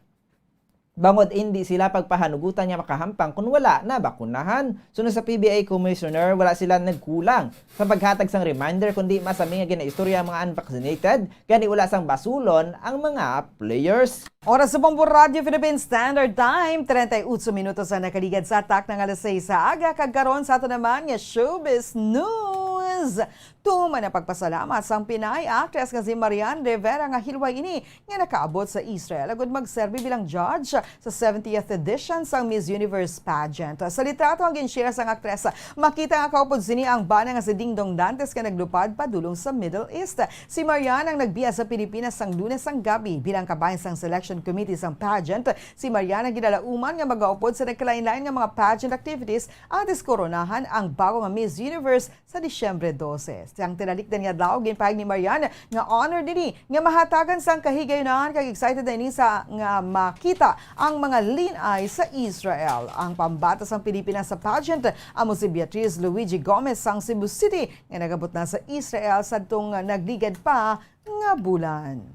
Samtang sa aton man nga Bombo Health News, nagdangat na sa 23 ka mga highly urbanized cities ang nakalabot na sa herd immunity batok sa COVID-19 kag kalabanan sa mga iningyara sa Metro Manila. Santo sa report sa Department of the Interior and Local Government o kan DILG. Sa iya nga report kay Presidente Rodrigo Duterte, ginpahagi ni DILG Secretary Eduardo Año nga fully vaccinated na ang 70% sa populasyon sang 23 ka mga syudad nga nalabot na nilang herd immunity sa target population. As of December 6, malapit na sa 38.7 million ka mga individual ang fully vaccinated na batok sa respiratory disease. Ginahitso naman ang second leg sa National Vaccination Drive nga patigayunan sa December 15 to 17 sa National Capital Region ng mga syudad nga mayara na sang herd immunity ang nalakipan sang San Juan City, Mandaluyong City, Pateros, Marikina City, Taguig City, Pasay City, Las Piñas City, Parañaque City, Manila City, Muntinlupa City, Makati City, Valenzuela City, Quezon City, Navotas City, Pasig City, Malabon City, Caloocan City. Sagwa naman sang NCR, nakalabot naman sang herd immunity ang Baguio City, Angeles City sa Pampanga, Iloilo City, Lapu-Lapu City, Mandawi City, kag Davao City. Oras sa Bombo Radio Philippine Standard Time, 40 minutos na ang nakaligad sa atak na alas 6 sa aga. Kagkaroon sa ito naman nga balitang espesyal sa kadamusang tao sa kalibutan. Ini malikawan nga may mga yaragid na makaanggid ang itsura. Apang di malas. Ang isa ka Chinese nga lalaki mabangod makalima ini ka beses nga ginaresto sa sulod lamang sang 3 kadlaw pagod sa iya resemblance sa isa ka pugante. Kung ginadimala sa gid man, no? Sa tinalikdan nga Oktubre, sa kakriminal nga ginkilala kay Zhu Shanjan ang nakagwa sa isa ka prisuhan sa Jilin Province sa Northeast China. Gintiungan sa mga otoridad nga siya ang malocate tapang matapos ang pila ka adlaw, nag-offer ang mga ini sang 150,000 yuan o kon 1.1 million pesos nga reward nga ginirman nga nagsaka sa 700,000 yuan o kon 5.5 million pesos sa kung sino man ang makatudlo sa iya ginapanaguan. Bango diri, madamo ang luyaga makadakop sa pugante. Apang ang nagsuprer diri, amo ang iya dimanas nga doppelganger matapos nga makalima ka beses nga ginaresto sa mga polis sa sulod lamang sang 3 ka adlaw. Ang lalaki nga wala giningalanan ang nagikan sa syudad sang Baicheng ang ginreport sa polis sa makalima ka beses pagod sa iya resemblance kay Zhu Jianjian. Makita sa video ang lalaki nga nagasuksok sang blue nga jacket kag gintupad ini sa litrato ni Zhu sa prisuhan. Diri makitaan nga magkaanggid-gid ang itsura sang duha. Bago diri naging walking target ang amo nga lalaki bangod sa kadakon sa financial reward na ginhatag sa mga otoridad. Apang natapos ang bangungot sa inosente nga lalaki sang Nobyembre 28 sang nadakpa na sang mga polis si Zhu Tuha na lang kung tani katig kag matapos na ini ang iya nga 11 katig nga sentensya sa prisuhan apang sa karon madugangan pa ini bangod sa iya nga pagpalagyo. Oras sa Bombo Radio Philippine Standard Time, 43 minutos na nakaligad sa takna nga 6 sa aga. Kagkaroon sa ato naman nga lakat sang panahon. Ang shear line among nag-apekto sa eastern section sang Visayas. Ang northeast monsoon ang nag-apekto sa Luzon. Ang Visayas, Caraga kag Bicol region ang maka-eksperyensya sa magalumon na kalangitan nga may lapta-lapta nga pagulan kag pagpanagob dala sang shear line. Ang Cagayan Valley, Aurora kag northern portion sang Quezon kalakip sa Palilo Islands ang maka-eksperyensya sa magalumon na kalangitan nga may mahina nga pagulan dala sang northeast monsoon. Ang Metro Manila kag nabilin nga bahin sa Luzon kag nabilin nga bahin sa Visayas ang maka-eksperyensya sa magulugal-umon tubtob magal-umon ang kalangitan nga may tumalagsahon nga pagulan dala sa northeast monsoon. Ang nabilin nga bahin sa Mindanao maka-eksperyensya sa magulugal-umon tubtob magal-umon ang kalangitan nga may tumalagsahon nga pagulan dala sa localized thunderstorms. Ang Luzon kag Visayas sa may kasarangan nga tubtob mabaskog nga hangin nga magahuyop sa nasidlangan tubtob na minhan nasidlangan tubtob sa naminhan. Ang eastern section sa Mindanao may kasarangan tubtob mabaskog nga hangin nga magahuyop sa naminhan na katungdan. Ang nabilin nga bahin sa Mindanao ang may mahina tubtob kasarangan nga magahuyop sa naminhan tubtob na minhan na katungdan. Ang baybayin diri ang may mahina tubtob mga kasarangan. Kag sa ato naman antad sang temperatura sa Metro Manila 23 to 30 degrees Celsius. 1% ang chances ang pagulan. Ang hangin ay may kamasugon nga 5 km kada oras, partly cloudy. Sa Tugigaraw, 19 to 27 degrees Celsius ang antad sang temperatura. 10% ang chances ang pagulan. Ang hangin ay may kabaskugon nga 2 km kada oras, mostly cloudy. Sa Cebu naman, 25 to 30 degrees Celsius ang antad sang temperatura. 16% ang chances ang pagulan. Ang hangin ay may kabaskugon nga 14 km kada oras, cloudy. Sa Butuan, 23 to 31 degrees Celsius ang antad sang temperatura. 4% ang chances ang pagulan. Ang hangin na may kabaskugon nga 0 km per hour, mostly cloudy. Kag diri sa syudad sang Bacolod, 24 to 28 degrees Celsius ang antad sang temperatura. 100% ang tsansa sang pagulan. Ang hangin na may kabaskugon nga 21 km kada oras, mangin maulanon. Ang adlaw nagbutlak las 5:54 kay sang kagahon kag magatunod las 5:26 karon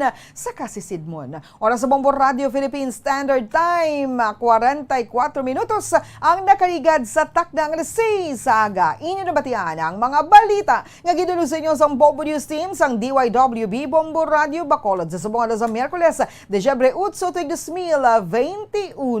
Kag sa ato naman nga Christmas countdown, malapit na lang. 17 dias na lamang kag Pasko na. Ini ang Bombo News and Views Morning Edition. Kag kami ang inyo nangintag balita. Bombo Zaldi Foro II kag Bombo Mary Divine Grace Moreno Coelho para sa Pambansang Radyo ng Pilipinas. Consistent overall number 1 sa Bacolod. Basta Radio Bombo! Kag sa ito nga Bombo News Analysis, sa ginpadala sa isa kabawkod nga tagpalamatiz ang Bombo Radyo Bacolod, inang ginbasa ni Bombo Daniel Lecciones, may tigulo, hindi mapilit. Madamo pa sa gyapo nang wala na bakunahan.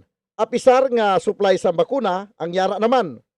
Ini bangod sa mga ginapatihan, ginatudlo sang sekta nga ila ginapasakupan.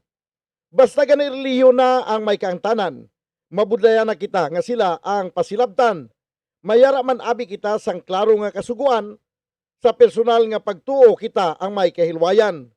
Matuod nga demokrasya ang aton pungsod, apang wala man nagakulugan nga hindi na kita magsunod sa mga ginapatuman nga pangkabilugan, kay upod man kita nga nagapangabuhi diri sa kalibutan. Ang ginaistoryahan amo ang matuod-tuod nga nagakatabo, pandemya nga madamo na ang nagbakho, may mga himata nga nagkalamatay, bangod sang coronavirus nga ang pagtapna mabudlay.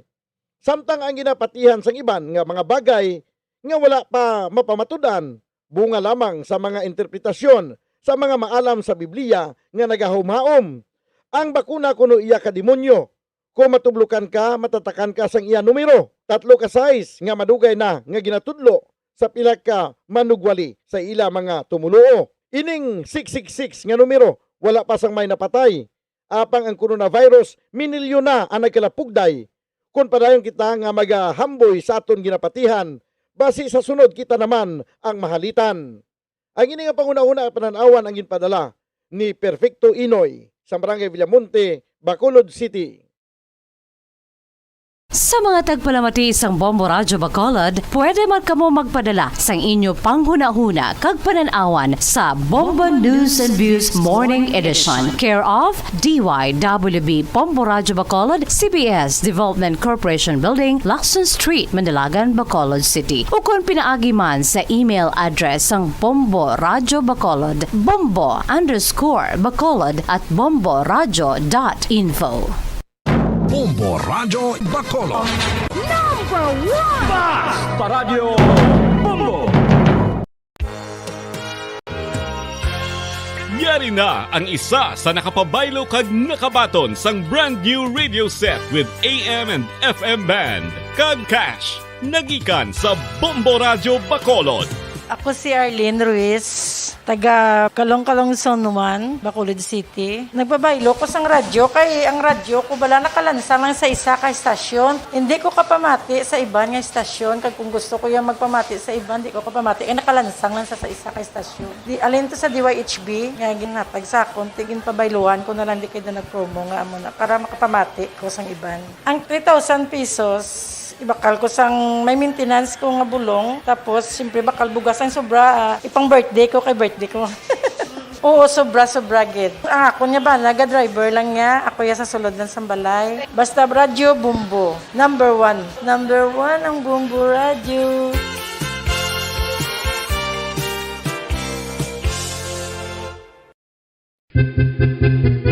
San o ikaw ulihi nga nag-ilis ang sponge nga ginagamit mo sa paghugas sa mga kitchen utensils? Ang kitchen sponge mga kabombo, ang mas mahigko pa sa toilet. In fact, ginpahayag sang microbiologists nga ang mga butang nga ginagamit naton sa pagtilo sa mga dishes ang pinakahigko nga bagay sa balay. Sa isa ka pagtuon nga na-publish sa journal nga Scientific Reports, ang spongy bacterial colonies ang mas delikado sa aton ikaayong lawas. Bangod sini, ginarekomendar sa mga researchers nga dapat islan ang sponge kada simana. Ang kitchen ang lugar sa aton balay kung sa diin nagasugod ang mga new bacteria. Bangod sa human traffic kag food preparation. Bangod ang sponge ang masami nga warm, mabasa kag matrace ang old food. Ini ang ideal nga breeding ground para sa bacteria. Suno sa pagtuon, maayong idea nga tinluan ang sponge kada tapos gamit. Apang ginasuggest sa mga researchers nga regular nga islan ang kitchen sponge. Ang kitchen ang lugar sa aton balay kung sa diin nagasugod ang mga new bacteria. Bangod sa human traffic kag food preparation. Bangod ang sponge ang masami nga warm, mabasa, kag may trace ang old food. Ini ang ideal nga breeding ground sa para sa bacteria. Suno sa pagtuon, maayo nga idea nga tinluan ang sponge kada tapos gamit, apang ginasuggest sa mga researchers nga regular nga islan ang kitchen sponge. Isa ka bala sa may hinuptanan nga ido, mangin responsable nga dog owner. Bilang nagapanag-iyas ang ido, siguraduhon nga ang mga ini ang regular nga nabakunahan batok sa rabies. Ipaidalom ini sa mandatory registration. Siguraduhon nga hindi ini manginlayaw o kon magsigilagaw o kon libot sa mga kalye o kon sa anuman nga mga public places. Imo man responsibilidad nga mapag-groom ang mga ini, matagaan sa bastante nga pagkaon kag shelter. Responsibilidad mo bilang pet owner nga gastuhan ang anuman nga gastuhon medikal sa tion nga makakagat ang imo ido. Rabies is preventable. Mangin responsable nga dog o kon pet owner.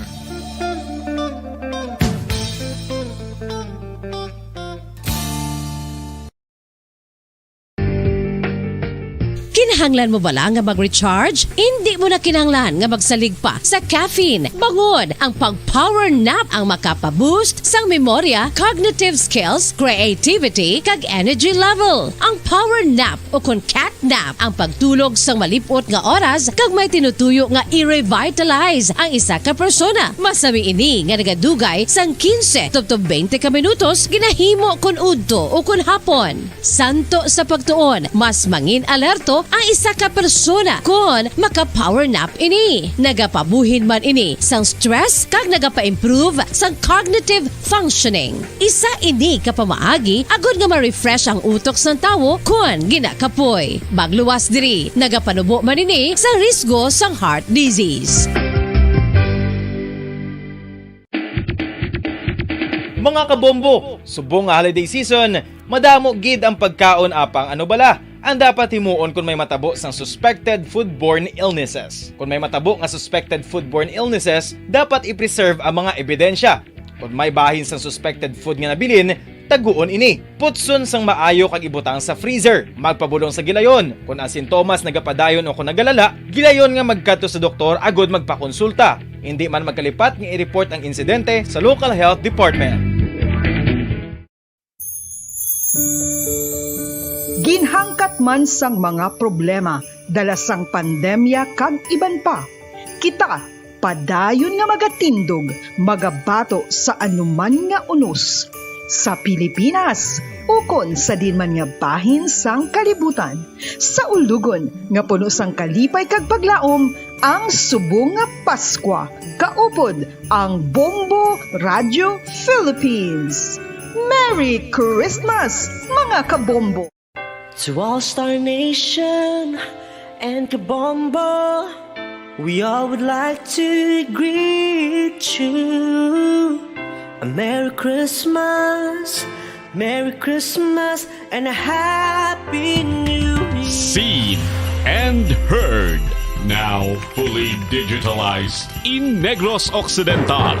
This is Bombo Radio Bacolod. To all Star Nation and Kabombo, we all would like to greet you. A Merry Christmas, Merry Christmas. Bombo Radio Bacolod. Number 1! Basta Radio Bombo!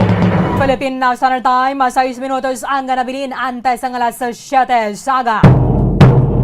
Welcome diri sa pagpangalagad sang Bombo Report Second Edition adlaw sang Miyerkules petsa 8 sa bulan sang Disyembre sa mga tig 2021. Ikadwa na ning adlaw sang Miyerkules sa katapusan nga bulan sa mga year 2021.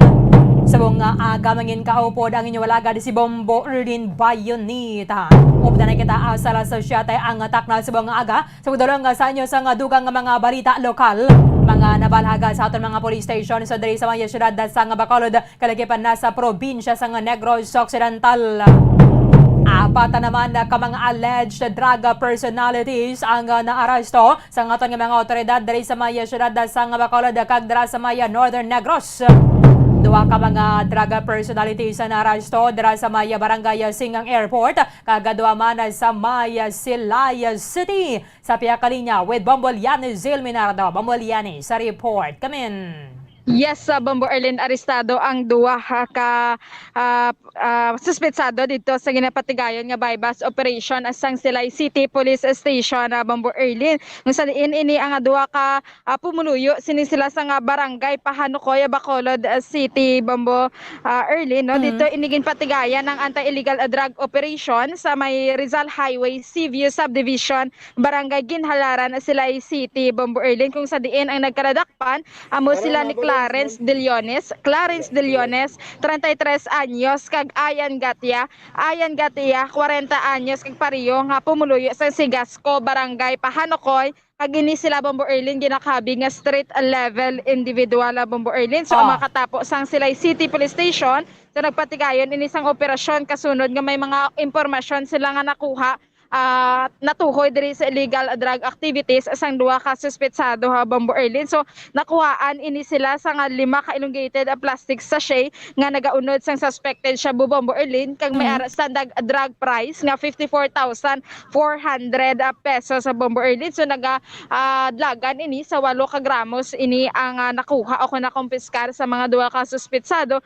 Kag sa Bombo Erlin yara na nakahunong sa Silay City Police Station ang duwa ka suspetsado kag nakatala na naman nga pagapasakaan sa kaso para sa ilang proper disposition Bombo Erlin. Nangayaw pa daw, Bomolian?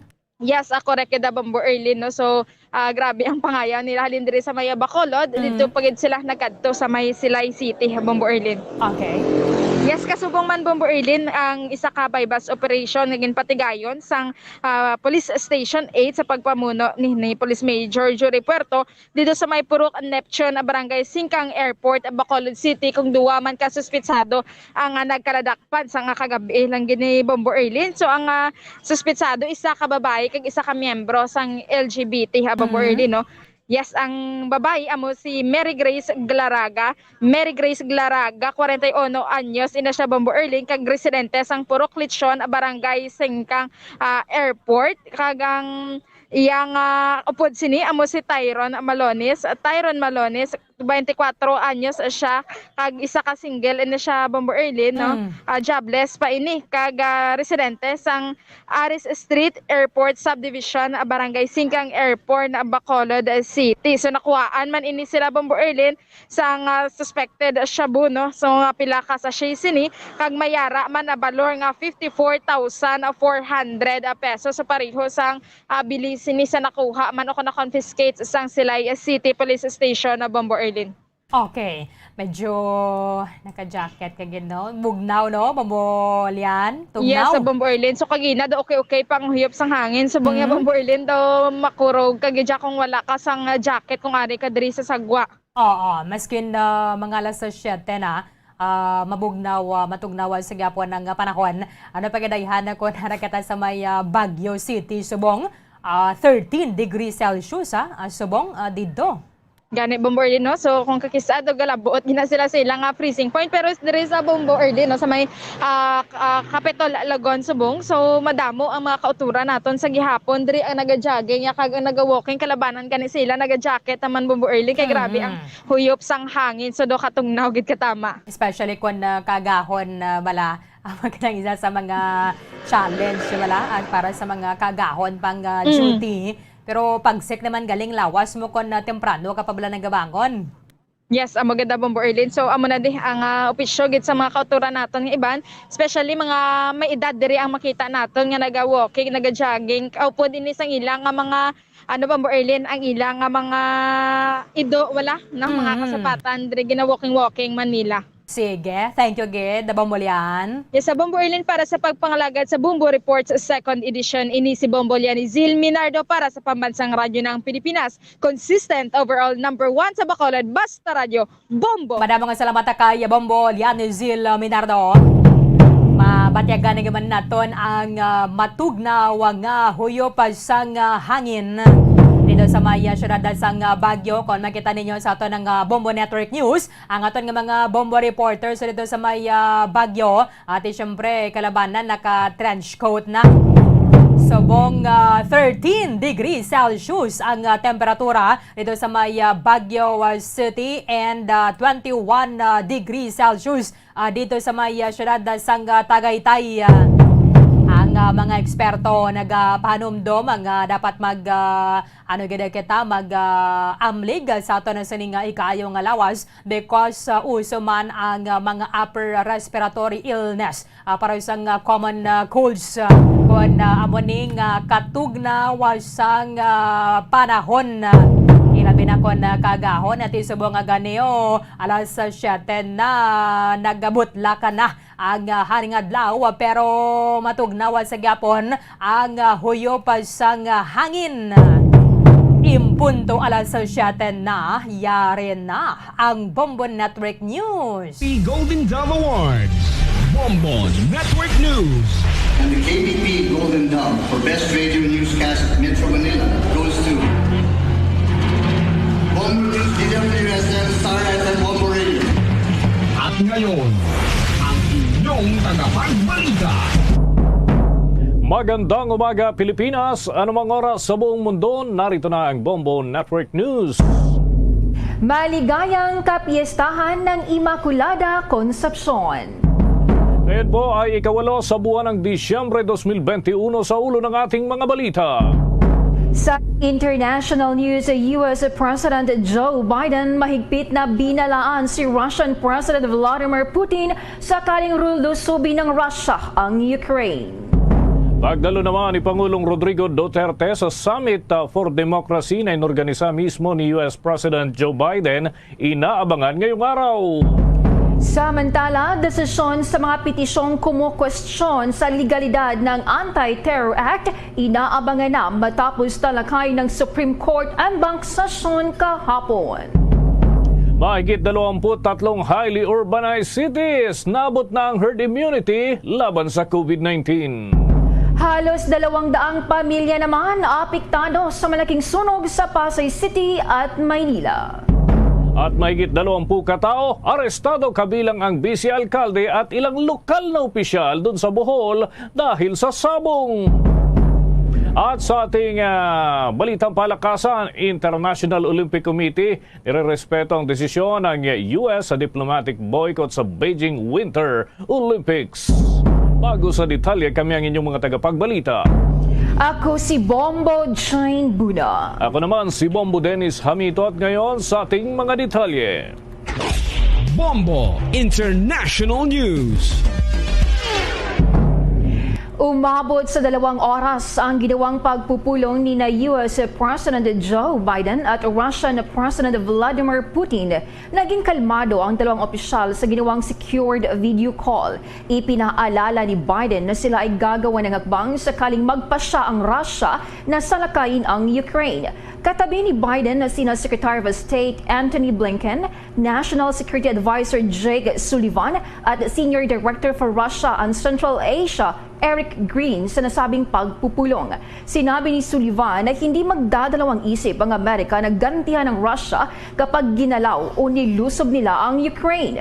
Huling nagkausap ang dalawa noong Hulyo matapos ang pagdalo nila sa G20 Summit noong buwan ng Hunyo. Narito ating pakinggan si Jake Sullivan. The call covered a range of issues, but the main topic was Ukraine. President Biden was direct and straightforward with President Putin, as he always is. He reiterated America's support for Ukraine's sovereignty and territorial integrity. He told President Putin directly that if Russia further invades Ukraine, the United States and our European allies would respond with strong economic measures. We would provide additional defensive materiel to the Ukrainians above and beyond that which we are already providing. And we would fortify our NATO allies on the eastern flank with additional capabilities in response to such an escalation.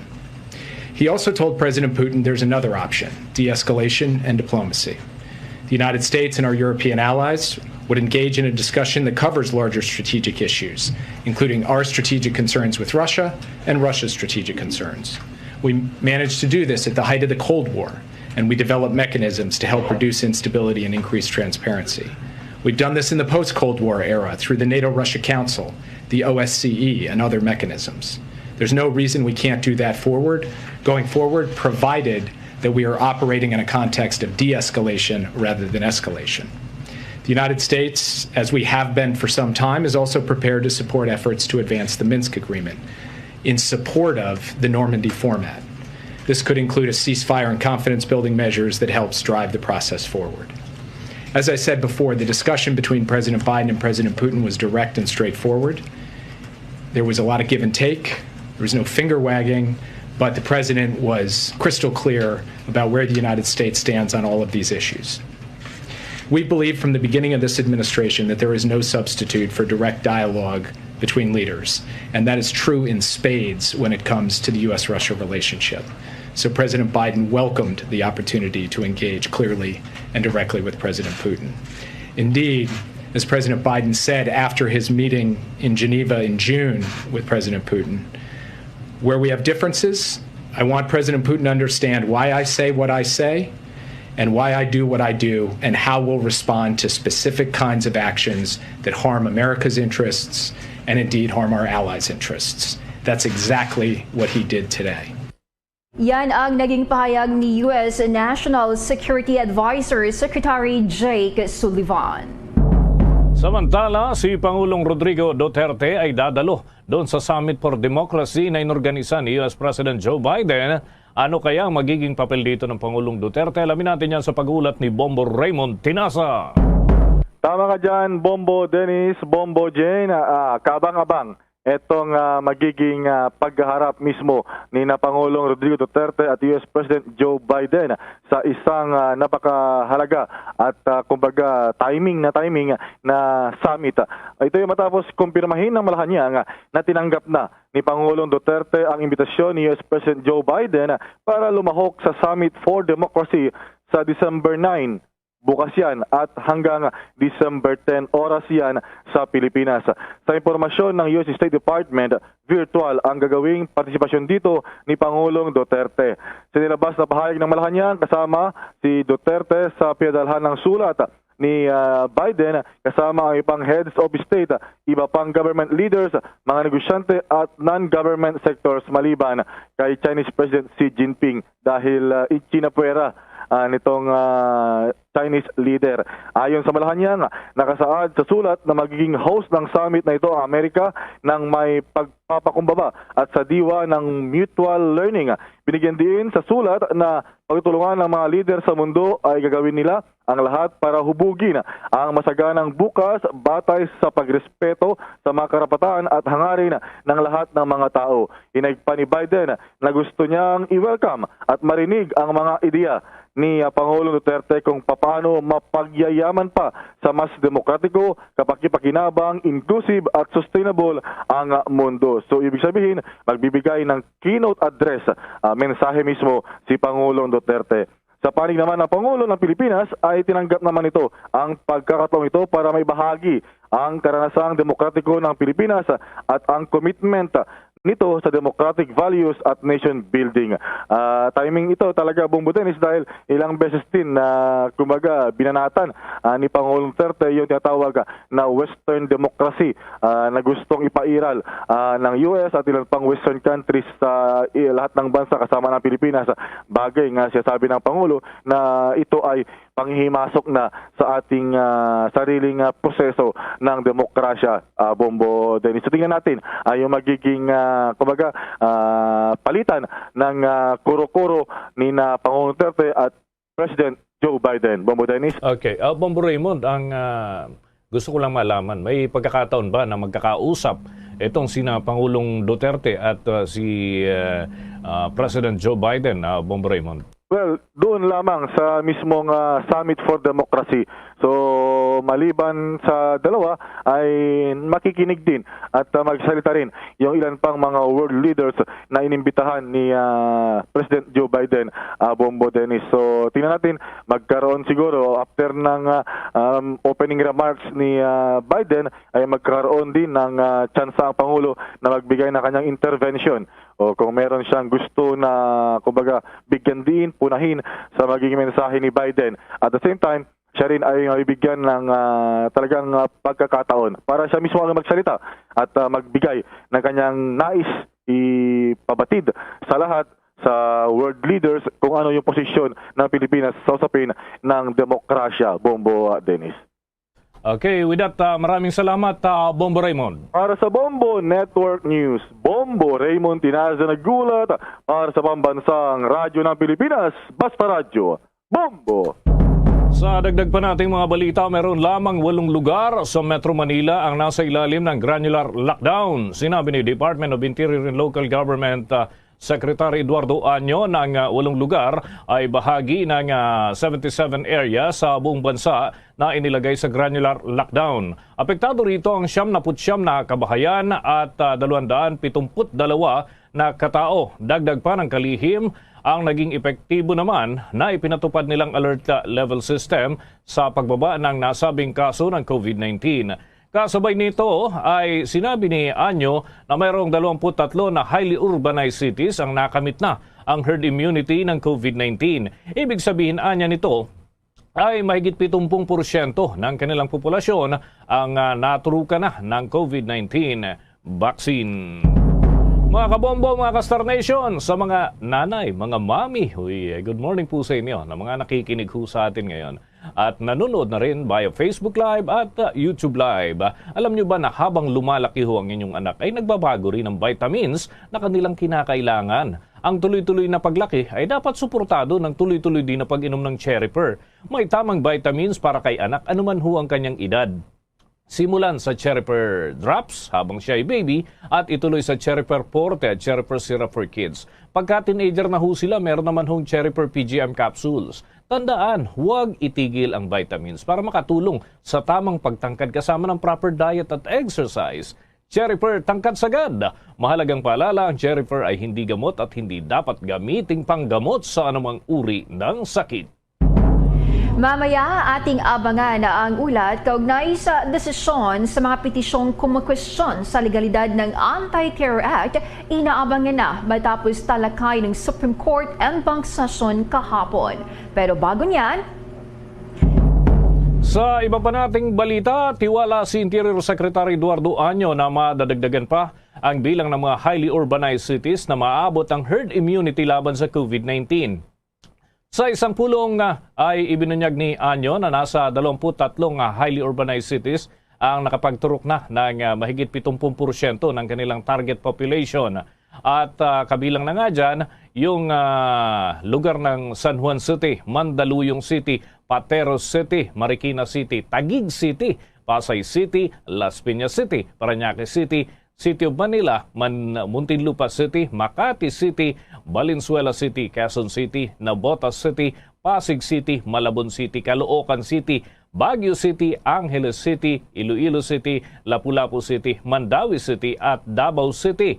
Napagalaman na as of December 6, nasa kabuuan na 38 million mahigit na mga individual sa buong bansa ang fully vaccinated laban sa COVID-19. Ayon sa data ng Department of Health, ay binabanggit ni Secretary Año na target ng gobyerno na dagdagan ang second dose injection sa ikalawang National Vaccination Program na itinatakda mula huyan sa darating na 15 ng Disyembre at tatagal hanggang 17 upang madagdagan pa yung mga fully vaccinated. At samantala, humahabol din mga kabombo ang ilan pang probinsya sa pag-abot sa herd immunity bago matapos ang taong 2021. Ayon nga kay League of Provinces President at Marinduque Governor Presbitero Velasco Jr., may mga dagdag na effort sila para mapabilis yung vaccination. Kasama na ang iba pang mga lalawigan. Habang sa lalawigan nga ng Sorsogon, sinabi ni Governor Chis Escudero na inaasahang mababakunahan ang 85%. Ito ho yung target ng kanilang populasyon na maturukan. Mahalaga umano ang mabilis na bakunahan ani Escudero dahil daanan ang kanilang lalawigan para sa mga tatawid sa Visayas at Mindanao at maging ang pabalik naman dito sa bahagi ng Luzon. Mga kabombo, mga ka-Star Nation, abangan ho mamaya sapagkat meron ho tayong makakapanayam tungkol dito sa mga effort ng ating mga health experts sa pagtugon laban dito sa COVID-19. Lalo't may mga ginagamit hong gamot, alamin ho natin mga kabombo kung epektibo rin ba yan dun sa Omicron variant. Ito ho yung kalat na kalat ngayon sa iba't ibang dako ng mundo. Dapat maintindihan ho natin kung magiging epektibo ito para ma-maximize, magamit ho natin mga kabombo yung ganong klase ng gamot panlaban pa rin sa COVID-19. At mapalad ho tayo mga kabombo, mga ka-Star Nation. Kapiling na ho natin sa ating linya ng komunikasyon ang ating makakausap, isang eksperto ho sa larangan ng medisina. At makausap po natin from Quirino Memorial Medical Center, Bombo Jane, makakausap natin si Dr. Joel Santiaguel at pabati natin sa Bombo Radio Philippines, we're nationwide, worldwide, si Bombo Dennis Hamito po. Together with me, si Bombo Jane Buna. Magandang umaga po sa inyo, Doc Joel. Maganda pong umaga sa inyo at sa inyong mga tagapakinig.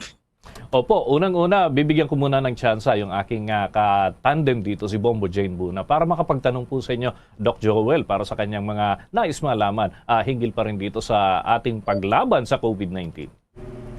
Alright, Doc, unang katanungan ko po, matapos payagan ng Food and Drug Administration ang paggamit ng Molnupiravir sa selected hospitals para sa mga pasyenteng may COVID-19, kumusta naman po ang response ng mga pasyente sa gamot na ito? Anong stage na po ang clinical trial para sa Molnupiravir, Doc?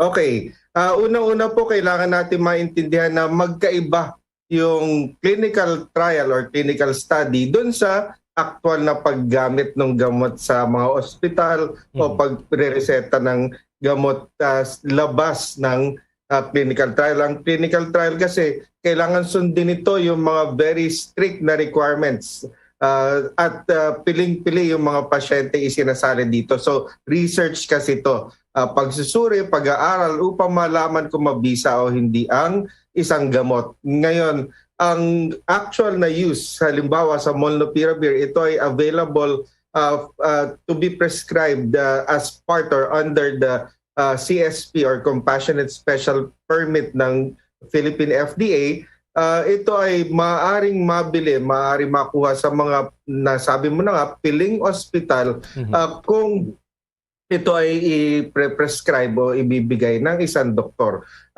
Ngayon, nagkataon lang na dahil nga konti pa lang or napaka-konti ng pasyenteng merong COVID sa ngayon, hindi pa masyado na, sa pagkakaalam ko, wala pang masyado na bibigyan ng gamot na ito sa ngayon.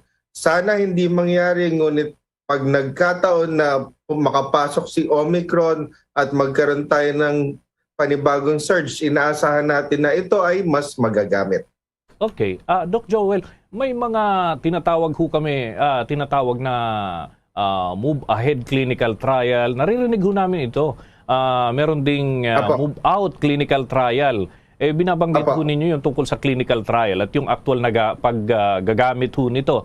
Maaari niyo ho bang ipaliwanag, Doc? At kung papaano ito may sasagawa, ano po yung mga target dito na makolektang impormasyon dun sa clinical trial ng atin ho mga researchers, Doc Joel? Sige po. So, dalawang pagsusuri nga yan. Yung nabanggitin nyo, move out at move ahead. Ang move out na study, ito ay ang pagbibigay ng molnupiravir or placebo para sa mga pasyenteng may mild at moderate na COVID-19. Ngayon, ito ay natapos na. Meron na nga tayong datos, may impormasyon na tayo ukol sa bisa o talab ng gamot na ito. Ito ay napapag-usapan na ito actually ang dahilan kung bakit available na sa market natin at maaari nang makuha at mabili ang molnupiravir. Ngayon, yung move ahead study, ito yung kasisimula lang po natin. At ito naman ay para sa mga na-expose sa taong may COVID-19. So, meron kang kasama sa bahay na may COVID-19, ikaw ay walang sintomas, ikaw ay na-test at walang COVID-19, ikaw naman ay maaari natin isali upang malaman kung ang molnupiravir ay magiging mabisa para ma-prevent na ikaw ay mag-develop ng COVID-19. So, ang tawag dito ay post-exposure prophylaxis. Magbibigay ng gamot upang hindi ka magkasakit. Bombo Jane, may follow-up ka? Oo. Doc, ilang katao po ang kinakailangan para ma-enroll sa trial at makumpleto ang kailangang proseso? At ano po ang aasahan ng participants na mag-enroll sa main trial? Sino po ba ang mga eligible na mag-participate sa pag-aaral na ito, Doc? Okay, dito sa Move Ahead Study, buong mundo, worldwide, kukuha tayo ng mahigit 1,000 at 300 mga tao na exposed sa taong may COVID-19. Sa Pilipinas, ang target na contribution natin ay hanggat maaari sana makakuha tayo ng at least 30 pasyente na exposed sa COVID-19. Ngayon, ang mga maaari nating i-enroll ay yung mga nabanggit na natin, may kasama sa bahay na may COVID-19, sila ay mahigit 18 years old, sila ay hindi pa nabakunahan o at least walang 7 days pa from the last day ng kanilang vaccination. Ito ang mga example ng tinatawag na inclusion criteria. Basta more than 18 years old, walang sintomas ng COVID, sa pagkakatest ay wala pang COVID, sila ay pwede isali. Okay, Doc, yung molnupiravir ho ba ay, ito, marami kasing nagpadala ho ng mensahe sa amin, ano? Epektibo ho ba ito? Yung molnupiravir mismo, magiging epektibo ba ito sa yung kumakalat ngayon na iba't ibang variant ng COVID-19? Kasama na ho yung Delta variant, tsaka yung Omicron, na talaga namang marami ang takot na takot ho dito. Ano ho ang inyong masasabi hinggil dito, Doc Joel? Okay. Sa naunang pagsusuri, yung move out study, ito ay napatunayan na mabisa laban sa lahat ng variant available na. At kung titingnan natin yung paraan o yung mechanism of action kung paano ito tumatalab, ito ay hindi katulad ng vaccination. Halimbawa na ang target ng vaccine ay yung spike protein. Ngayon yung spike protein, ito yung nag-mutate, ito yung nagbabago. Kaya yung Omicron, hindi tumatalab yung bakuna, kaya sa Delta, maaari kang magka-infection kahit na nabakunahan dahil nag-mutate yung spike protein ng virus. Ngayon, ang molnupiravir, ibang level ang action nito. Nasa loob, nandun mismo sa viral DNA. Kung kaya't hindi natin ina-expect na magkakaroon ng problema, magbago man yung virus. So, inaasahan pa rin natin na magiging mabisa ito. Ayun, yan ho yung talagang interest ng tao ngayon dahil syempre pagka bagong variant, another variant, talagang marami ho yung nag-aalala. By the way, Doc, ano po ba ang mga ginagawa na clinical trial ngayon at saan ho yung mga tukoy nating sites dito sa Pilipinas? May mga initial result na ho ba dito sa Move Out trial, Doc Joel? Okay, yun pong Move Out study, ito ay ginawa sa Lung Center of the Philippines at sa Quirino Memorial Medical Center. At base dun sa early result, yung interim analysis na tinatawag, ito ay mabisa na mahigit or 50% ng mga pasyenteng nabigyan ito ay hindi magkakaroon ng paglala or increased severity at hindi kakailanganin ma-ospital pag mabigyan ng molnupiravir. At itong resulta na to, ito nga yung naging dahilan kung bakit maagang natapos or tinapos yung study. Hindi na nila itinuloy, hindi na nila kinuha yung expected nila na number ng pasyente kasi lumabas napakabisa na nitong gamot na to. At sa safety, so alam natin na mabisa at sa safety naman, wala rin tayong nakitang safety issues kung kaya't ito na rin ang naging dahilan kung bakit ang ilang bansa, halimbawa yung United Kingdom, ito ay nagbigay na ng approval upang maging available at upang ito ay magamit sa kanilang bansa. Ngayon, sa pagkakaalam natin, maraming bansa katulad ng Singapore halimbawa na nag-order na sila in advance, kumuha na sila in advance in preparation and in case na magkaroon ng panibagong surge. Sa Pilipinas, ganun din, may mga companies at may mga ospital nga na kumuha na rin ng stocks ng molnupiravir in case na magkakaroon ng mga pasyente na mga kailangan nito. Ngayon, yun naman pong bagong study natin, yung sa post-exposure prophylaxis. Ito naman ay ginagawa sa dalawa ring hospital sa Pilipinas at ito ay ang Quirino Memorial Medical Center at ang Asian Hospital and Medical Center. Ayun. Sige, at kami ho'y makikibalita kapag may mga development, lalo't yung issue ho ng pandemya, ituloy-tuloy pa rin at baka raw umabot pa next year. Pero sana naman ay mahinto na ho ito. Maraming salamat po sa inyo, Dr. Joel Santiaguel. Okay po.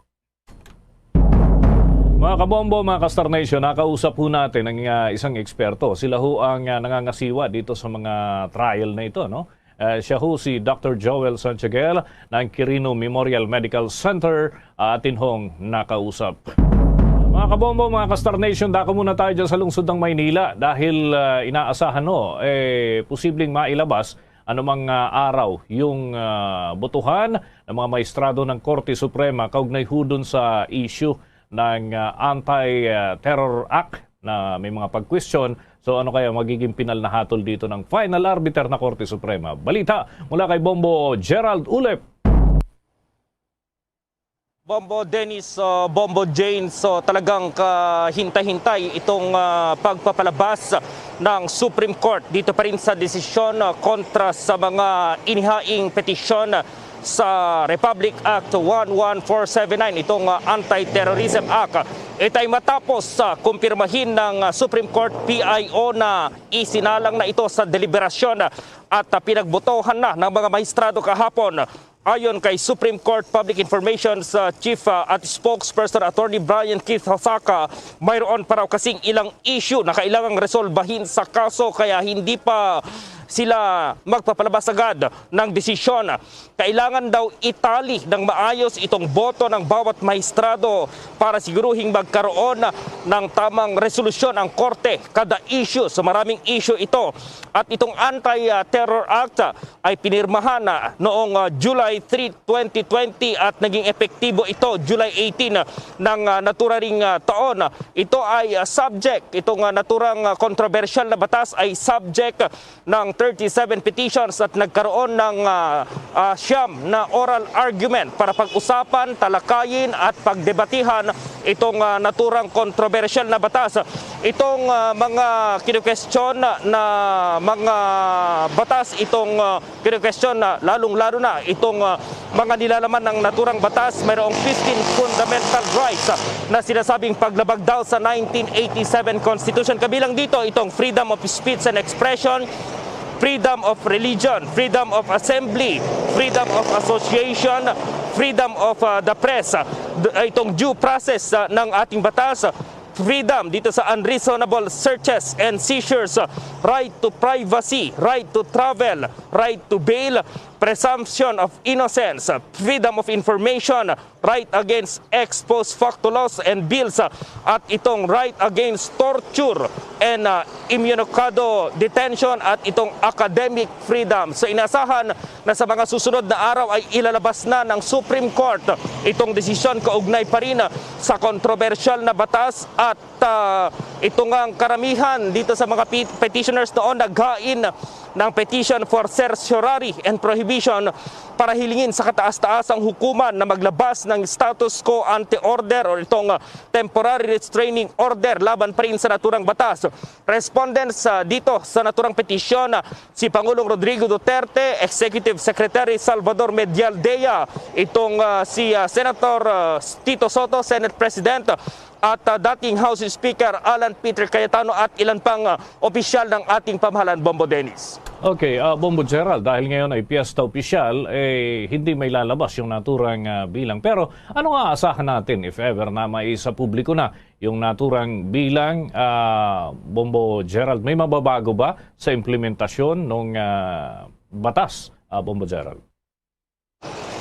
May mga probisyon silang tinatalakay sa ngayon, Bombo Dennis. Actually, yan yung mahalaga dito. At yung pagpapatupad naman, Bombo Dennis, so far ay tuloy-tuloy lang. At mayroon silang mga ni-raise na issue noon na paglabag na dito sa naturang batas. Pero yan nga ay tinatalakay pa rin ng Supreme Court at tignan natin, hintayin natin kung kailan ilalabas talaga yung final na desisyon. At may mga bulong-bulungan dito, Bombo Dennis, pero mahirap kasi na pangunahan itong desisyon ng Supreme Court. Kaya naman, hintayin na lang natin yung talagang desisyon ng ating mga mahistrado, yung botohan nila kung ano yung kalalabasan nitong tinatawag na yung pag-question dito sa Anti-Terror Act, yung controversial na batas na naipasa noong 2020, Bombo Dennis. Okay, with that, maraming salamat, Bombo Gerald. At live mula pa rin dito sa lungsod ng Maynila, Bombo Gerald Biulet para sa Pambansang Radyo ng Pilipinas, Basta Radio, Bombo! The Coronavirus Infectious Disease or COVID-19 Pandemic Update. Mga kabombo, mga ka-Star Nation, napakababa ng naitalang kaso, bagong kaso ng COVID-19 itong nakalipas na araw at inaasahan ng Department of Health na magtutuloy-tuloy ang naturang figure dahil 356 lamang ho yung nadagdag sa kanilang listahan. 13,026 naman ho ang nananatili sa mga pagamutan. Ito yung nasa kategorya bilang active cases. Mga ginagamot pa dahil pa rin sa COVID-19. Pero ang total cases na ho sa atin ay 2,835,345. Yung mga bagong gumaling ay nadagdagan ho ng 871. Kaya ho meron na tayong 2,772,728 na mga nakarecover matapos ang gamutan at yung quarantine procedure. Yung new number of deaths ay 92. At yung total fatalities naman sa ating bansa ay 49,591. Habang sa buong mundo, mga kabombo, sa monitoring ng Health Department at World Health Organization, ito ho ay pumapalo na sa 267.2 million mahigit ang total cases na nai-record. 21 million mahigit ang nasa mild condition habang 87,000 mahigit ang nasa serious o critical condition. Yung total number of deaths ay 5.2 million mahigit habang yung recovered patients ay 240.6 million sa record ng World Health Organization. Sa mga bansa naman na mataas pa rin ang kaso ng COVID-19, ang Estados Unidos ay nananatili sa top spot dahil sila ay may 50.2 million mahigit na infected ng COVID-19. Yung new cases nga sa kanila, 62,000 pa rin mahigit. At yung new number of deaths ay 910. Yung total fatalities doon sa Amerika ay 811,284. Yung recovered patients naman ay 39.7 million mahigit ang naitala dyan sa Estados Unidos. Sa dagdag pang mga balita sa oras na ito, halos 200 pamilya apektado sa malaking sunog sa Pasay City at Maynila. May nakuhang impormasyon si Bombo Jovino Galang.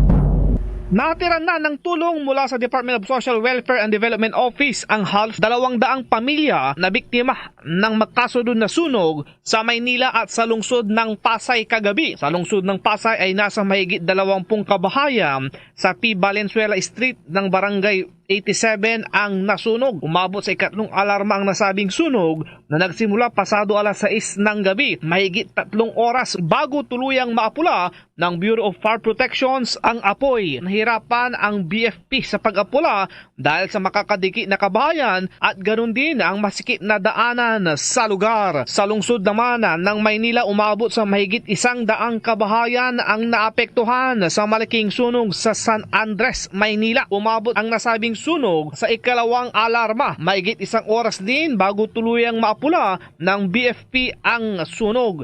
Nagtulong-tulong na ang mga residente sa lugar para agaran itong maapula. Patuloy naman na inaalam ng mga otoridad ang sanhi ng dalawang magkasunod na sunog habang sa covered court pansamantalang tumira ang mga residenteng apektado. Nag-uulat para sa Pambansang Radyo ng Pilipinas, Bombo Jovino Galang, Basta Radyo Bombo!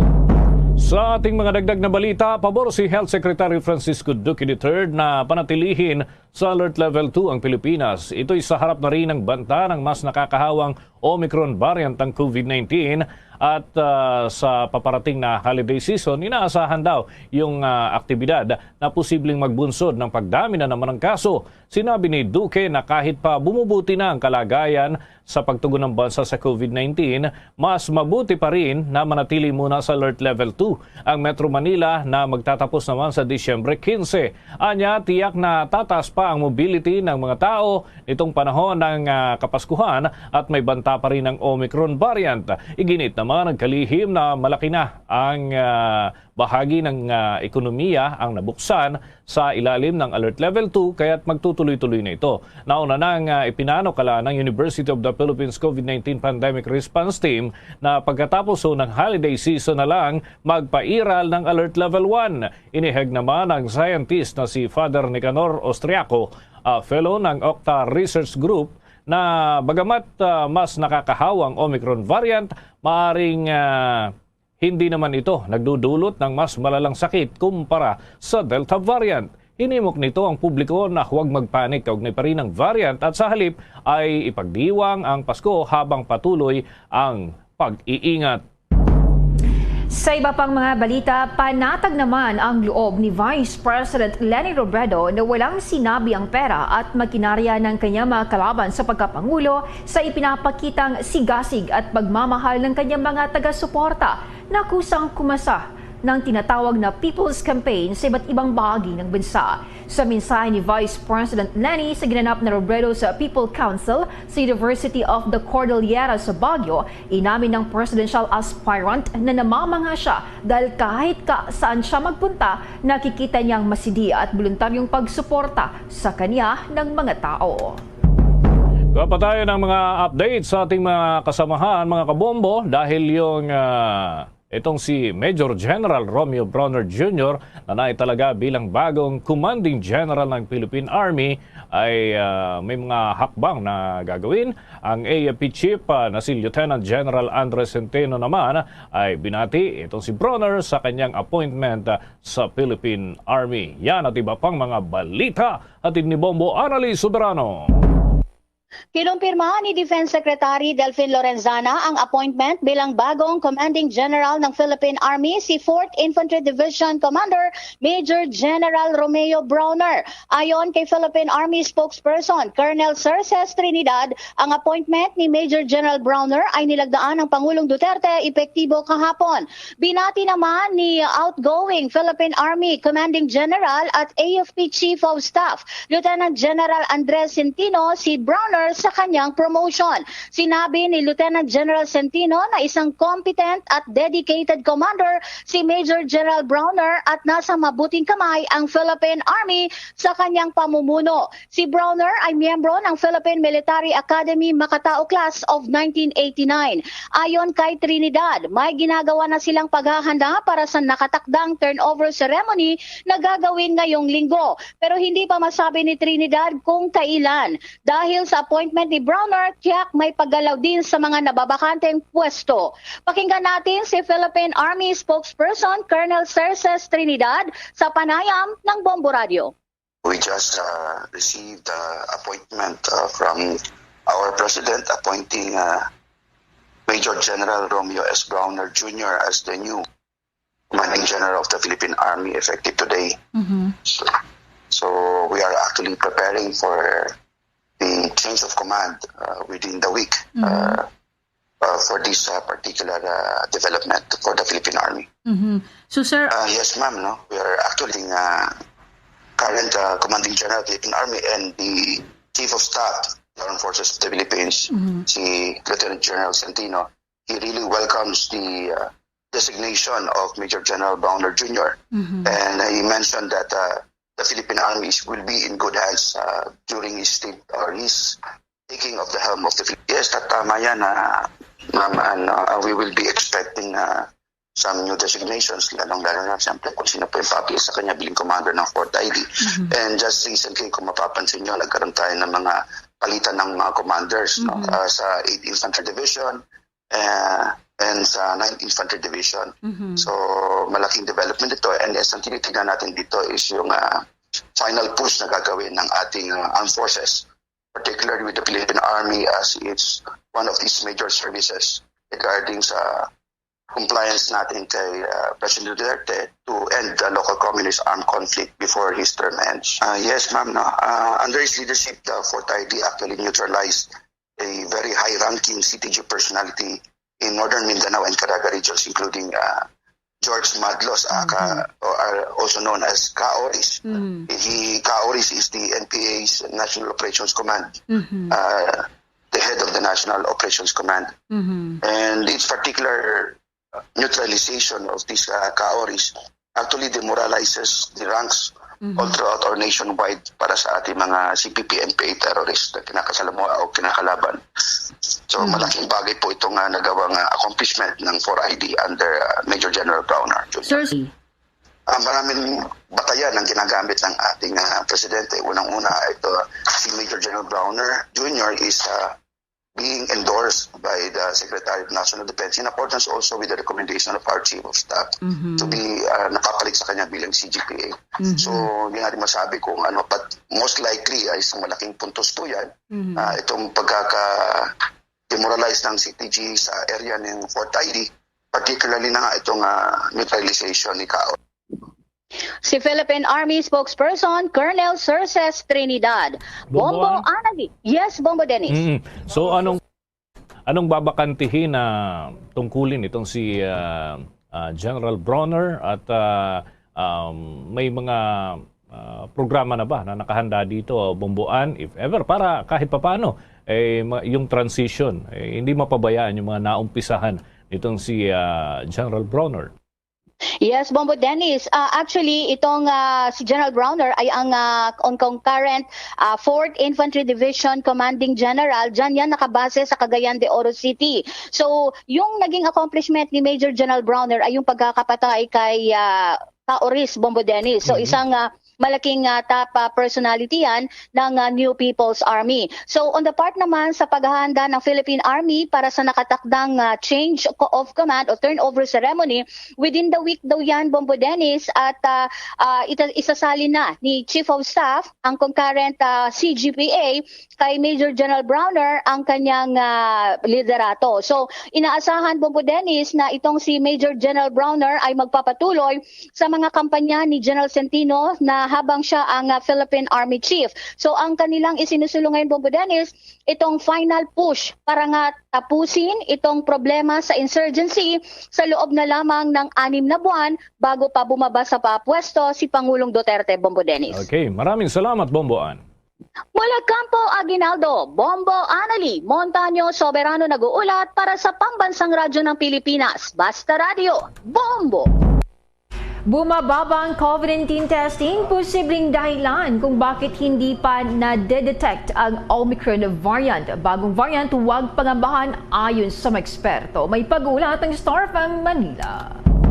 Kinukonsidera ng ilang mga eksperto ang bumababang bilang ng COVID-19 testing dahilan kung bakit wala pang kaso ng Omicron variant ng COVID-19 sa bansa, lalo na sa Metro Manila. Ayon sa infectious disease expert mula sa San Lazaro Hospital sa Maynila na si Dr. Ronjen Solante, na hindi naman lahat ng sample ay dumadaan sa genome sequencing dahil na rin daw sa limitadong kapasidad ng Philippine Genome Center o PGC. Isa pang dahilan ay ang pagbaba ng bilang ng mga individual na sumasailalim sa COVID test. Nauna nang sinabi ng PGC na maaaring mayroon ng bagong variant sa bansa, ngunit itinanggi ito ng Department of Health o DOH. Sinabi naman ng Octa Research Group na hindi dapat mangamba sa Omicron variant, bagamat mas nakakahawa raw ito kumpara sa Delta variant, ay mababa naman ang chance ng ma-hospital dahil sa sakit. Dagdag pa ng grupo na mataas na ang proteksyon ng buong Metro Manila sakali mang magkaroon muli ng panibagong surge ng COVID-19 cases. Sa ngayon kasi ay bumaksak pa sa 0.35 ng reproduction rate o bilis na kahawa ng virus sa Kamaynilaan, kaya naman mapipigilan daw ito ng biglang paglabo ng mga kaso. Maaring hindi na rin daw umabot sa 100 ang may tatalang 7-day average na COVID-19 cases sa NCR ngayong Disyembre dahil sa tuloy-tuloy na pagbaba ng mga tinatamaan ng sakit. Yan ang balita mula rito sa 102.7 Star FM Manila para sa Bomba Network News. Nagulat Star DJ Antonio Rambara para sa Mabansang Radyo ng Pilipinas. Basta Radyo, Bombo! Abangan mamaya mga kabombo, mga Castor Nation, 23 katao arestado. Kabilang ang vice alkalde at yung ilang lokal na opisyal dun sa Bohol. Alam nyo kung bakit? Dahil po sa sabong. Yan at iba pang mga balita, susunod na. Dunkin Delivery po! Dunkin Delivery po! Dunkin Delivery po! Dunkin Delivery po! Yes, may Dunkin Coffee! May Dunkin Coffee! May Dunkin Coffee! May Dunkin Coffee! Ganyan ang Dunkin D Coffee Box! 4 cups agad of signature Dunkin Hot or Iced Coffee, Hot Choco or Hot Choco Java in 1 grab-and-go carton. Bukas, Choco Java naman! Choco Java naman! Choco Java naman! Choco Java naman! Para 4 cups agad, Dunkin D Coffee Box! At ngayon, sa pagpapatuloy ng iba pang pangunahing mga balita. Lumusob ang grupo ng mga guro sa Commission on Elections si COMELEC para humingi ng pagtaas ng bayad sa mga magbabantay sa mga voting precinct sa 2022 elections. Ayon pa sa grupong Alliance of Concerned Teachers Who Act, nais nilang padagdagan ng 3,000 pesos mula sa itinakdang bayad ng COMELEC. Nakasaad kasi sa aprobadong honoraria ng mga guro na magtatrabaho sa 2022 elections ay mayroong 7,000 para sa chairperson ng Electoral Board, 6,000 pesos naman sa mga miyembro ng Electoral Board, 5,000 pesos sa mga DESO, 3,000 pesos sa mga support staff at mga medical personnel. Paliwanag pa ng COMELEC na nais naman nilang dagdagaan ang budget ng mga guro na magbabantay sa halalan ay hindi nila ito magagawa dahil na rin sa limitadong budget.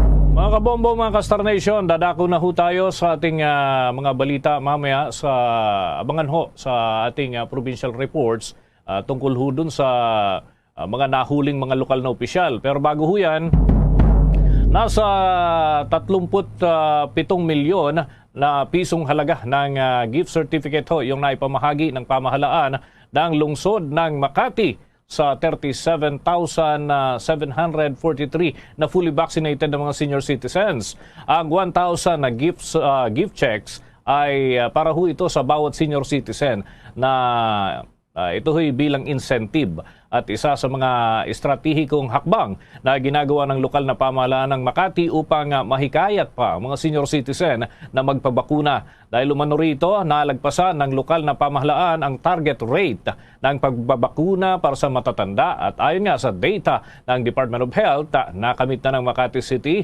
ang 105% ng target nito para sa mga senior citizen. Ang A2 priority group ay tiniyak din ho ang mga hakbang pa ng lungsod, yung regular na door-to-door na paghahatid ng mga libreng vitamina at maintenance na gamot para sa mga nakakatanda. Kabilang na doon sa mga apektado rin kasi ng pandemya. Inuna din ang mga senior citizen para ho sa libreng bakuna laban sa trangkaso, pneumonia na ibinibigay naman ng pamahalaang lungsod. Sa ngayon, ang syudad ay nakapagbigay na ng 932,606 na COVID vaccine doses at mayroong hong 429,656 na mga fully vaccinated individuals.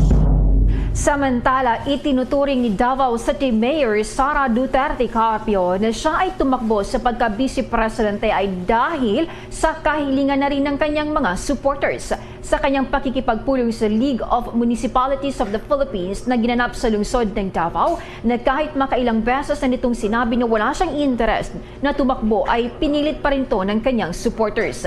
Isinulong ng mga supporters nito na tumakbo na lamang sa pagka-vice presidente sa 2022 elections matapos na umatras sa nasabing posisyon ang ama nito na si Pangulong Rodrigo Duterte. Para hindi masayang at dumami ang manghinayang nung last day of filing ng kandidatura noong Oktubre 8 ay nagpasya na itong tumakbo noong Nobyembre 15. Mga kabombo, mga ka-Star Nation, kuha tayo ng update doon sa lalawigan ho ng Bohol. No? Dahil may mahigit 20 katao ho yung naaresto, kabilang yung vice alkalde at yung ilan pang mga lokal na opisyal dyan sa Bohol dahil ho sa sabong. May pag-uulat dyan ng Star FM Cebu.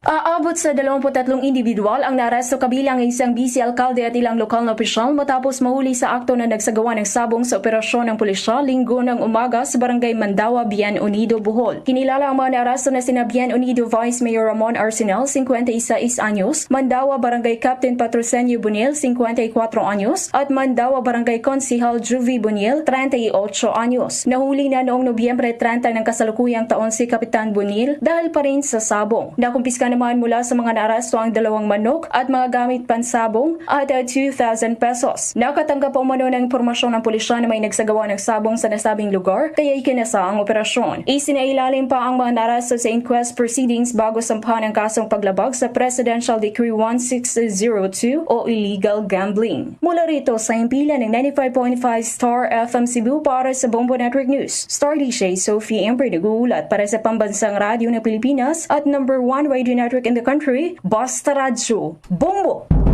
Ang human rights group naman, maring kinundina na ang airstrike sa kuta ng NPA sa Iloilo, militar dumipensa. May detalyang Bombo Radio Iloilo.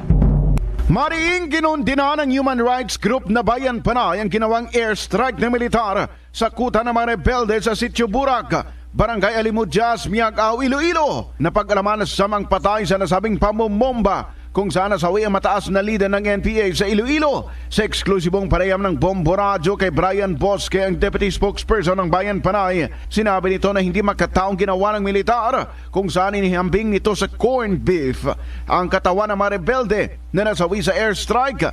Samantala, ayon naman kay Major General Benedict Arevalo, ang commander ng 3rd Infantry Division ng Philippine Army, ang nasabing mga rebelde ay isang nasa likod ng pananakot at pangingikil sa mga residente sa Iloilo. Actually, makita natin yung mga ganyan. Marami na tayong na-recover din na extortion letter, yung mga previous encounters. Yun nga yung things natin sinusuko. Kaya ito mga armado talaga, kailangan talaga ito matutis para hindi sila makapanakot mga pangisin sa ating mga kababayan. Si Major General Benedict Arevalo. Balita mula dito sa Bombo Radio Iloilo. Ito si Bombo Ayan Gahete para sa Pambansang Radyo ng Pilipinas.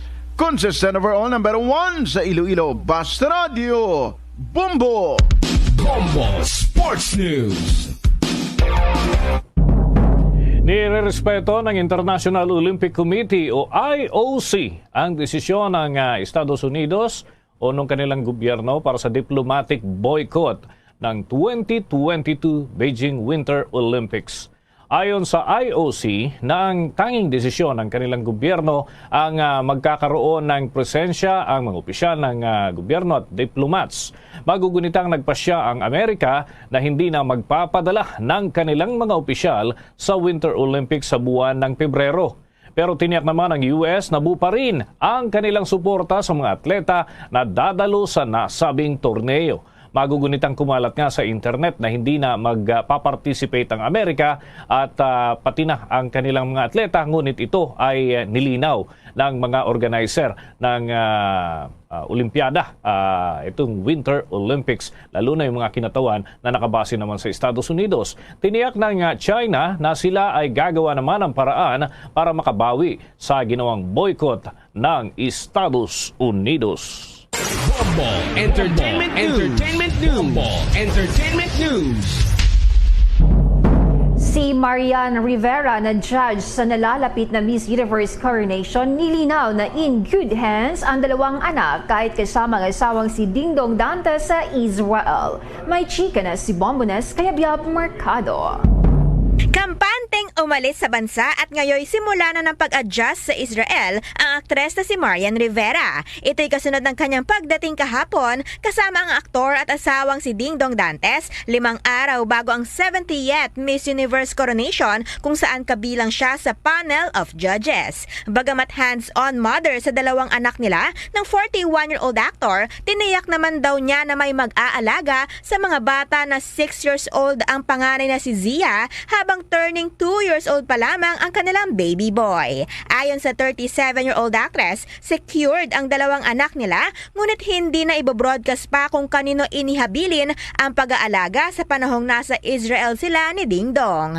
Nabatid na ito ang unang beses na napalayo si Marian sa mga anak at unang biyahe rin niya sa labas ng bansa buhat na magkaroon ng COVID pandemic. Una nang nilinaw ni Rivera sa kanyang mga kritiko na magpapakatotoo lang siya sa sarili kung saan kikilos at magsasalita siya sa kung ano ang nararamdaman niya para sa big day ng Miss Universe candidates. Kahilera na nito ang mga Filipino celebrities tulad ni Kule Desma, Lea Salonga at Pia Wurtzbach na naging judge na rin ng Miss Universe. Pambato ng Pilipinas ay ang 26-year-old full-blooded Pinay na si Beatrice Luigi Gomez ng Cebu at tatangkain itong masungkit ang pang-5 Miss Universe crown para sa bansa. Noong nakarang taon, nagtapos sa top 21 ang half-Indian mula Iloilo na si Rabia Mateo. Yan ang latest chika. Ito si Bonbon Nes, kaya Biab Mercado nag-uulat para sa pambansang radyo ng Pilipinas, Basta Radio, Bombo! Samantala, Pinay caregiver sa Malta pasok na sa 6th chair challenge ng X Factor Malta. May pag-ulat naman ng Bombo Radio Kawayan. Magandang karanasan para sa isang Pinay caregiver na makausad sa X Factor sa bansang Malta. Sa naging panayam ng Bombo Radyo Kawayan kay Justin Kate Pasis, Pinay caregiver na tubong Batangas, sinabi niya na nagpapasalamat siya sa mga Pilipino sa Malta, sa Pilipinas at sa iba pang bansa na naniniwala at sumusuporta sa kanyang kakayahan. Sinabi niya na 3 taon na siyang hindi nakauwi sa kanyang pamilya sa Batangas dahil sa COVID-19 pandemic. Malungkot ito anya, ngunit kailangan niya magtiis para sa kanyang pamilya. Hindi mahilig sumali sa ganitong kompetisyon dahil mahiyain, ngunit may humimok sa kanya na subukan niya at hindi inaasahan ang magandang resulta kaya labis siyang natutuwa. Nakapasok siya sa 6th chair challenge at susunod na ang House Judges. Naging inspirasyon niya ang mga Pinoy na sumasali sa X Factor dahil magagaling sila. Pinaghahandaan niya ang susunod na yugto ng X Factor Mali dahil pagkatapos ng House Judges ay live shows na at magkakaroon na ng elimination. Ganito ang bahagi ng pahayag ng Pinay caregiver at singer na si Justin Kate Pasis. malaking karangalan din ang binigay sa akin ng X Factor Malta na pakita na bilang isang maaawit po. Tingkad po and nakapasok po tayo sa 6-share challenge po. And ang sunod po natin dyan is yung House Judges na po. Para sa Bombo Network News, Bombo Pinky Estolas nagulat para sa Pambansang Radyo ng Pilipinas at consistent overall number 1 radio station sa Isabela. Basta Radyo, Bombo! Bombo Foreign Exchange Update. Para ho sa mga nag-aabang sa palitan ng piso kontra sa foreign currencies na itala ang 50 pesos and 37 centavos katumbas ho yan ng isang US dollar. Ang Singaporean dollar naman ngayon ay 36 pesos 80 centavos. Hong Kong dollar, 6 pesos 45 centavos ang katumbas. Ang euro ho ngayon ay nasa 56 pesos and 85 centavos yung kanilang ang katumbas ho nitong halaga. Ang Saudi Arabian Rial naman ay merong katumbas na 13 pesos and 42 centavos dito ho sa Pilipinas. Yan ho ay batay sa data ng Bangko Sentral ng Pilipinas. The Bombo Foreign Exchange Rate Update is brought to you by Queen City Development Bank. Bago tayo magtapos, ang Bombo Radio Philippines po ay nag-aanyaya sa lahat para sa sama-samang panalangin. Narito ang Horacio Impirata. Merciful and compassionate Father, we come to you in our need to seek your protection against the COVID-19 virus that has disturbed and even claimed lives. We ask you now to look upon us with love and by your healing hand. Dispel the fear and sickness and death. Restore our hope and strengthen our faith. We pray that you guide the people tasked to find cures for this disease and to stem its transmission. We thank you for the vaccines developed made possible by your guiding hands. Bless our efforts to use these vaccines to end the pandemic in our country. We pray for our health workers that they may minister to the sick with competence and compassion. Grant them health in mind and body, strength in their commitment, protection from the disease. We pray for those afflicted. May they be restored to health. Protect those who care for them. Grant eternal rest to those who have died. Give us a grace in these trying times to work for the good of all and to help those in need. May our concern and compassion for each other see us through this crisis and lead us to conversion and holiness. Grant all these through our Lord Jesus Christ, your Son, who lives and reigns with you in the unity of the Holy Spirit, God, forever and ever. Amen. Luzon, Visayas at Mindanao, yan ang kalipunan ng ating mga balita sa pangumagang edisyon ng Bombo Network News. Ngayon ho ay piyesta opisyal sapagkat sa mga Katoliko ay ito ho ay kapiestahan ng Immaculada Concepcion. Balikan natin ang ilan sa ating mga headlines. Sa ating international news, US President Joe Biden mahigpit na binalaan si Putin sakaling lusubin ng Russia ang Ukraine. Pagdalo ni Pangulong Rodrigo Duterte sa Summit for Democracy na inorganisa ni US President Joe Biden, inaabangan. Desisyon naman sa mga petisyong kumukwestiyon sa legalidad ng Anti-Terror Act, inaabangan na matapos talakay ng Supreme Court ang bangsasyon kahapon. Mahigit 20 highly urbanized cities, nabot na ang herd immunity laban sa COVID-19. Halos 200 pamilya naman na apektado sa malaking sunog sa Pasay City at Maynila. Mahigit 20 katao arestado, kabilang ang vice alkalde at ilan pang mga lokal na opisyal doon sa lalawigan ng Bohol dahil sa sabong. At sa ating balitang palakasan, International Olympic Committee nirerespeto ang desisyon ng Amerika na diplomatic boycott sa Beijing Winter Olympics.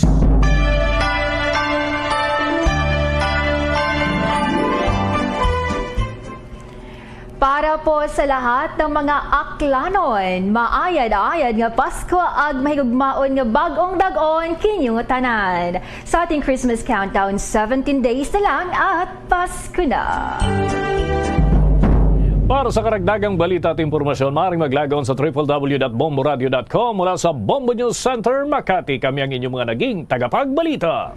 Ako si Bombo Jane Buna. Ako naman si Bombo Dennis Hamito para sa Pambansang Radyo ng Pilipinas, Basta Radio Bombo! At sumainyo ang kalipunan ng maiinit at pangunahing mga balita sa Bombo Network News. Hatid sa inyo ng Pambansang Radyo ng Pilipinas, Bombo Radio Philippines. Pa Radio Bombo!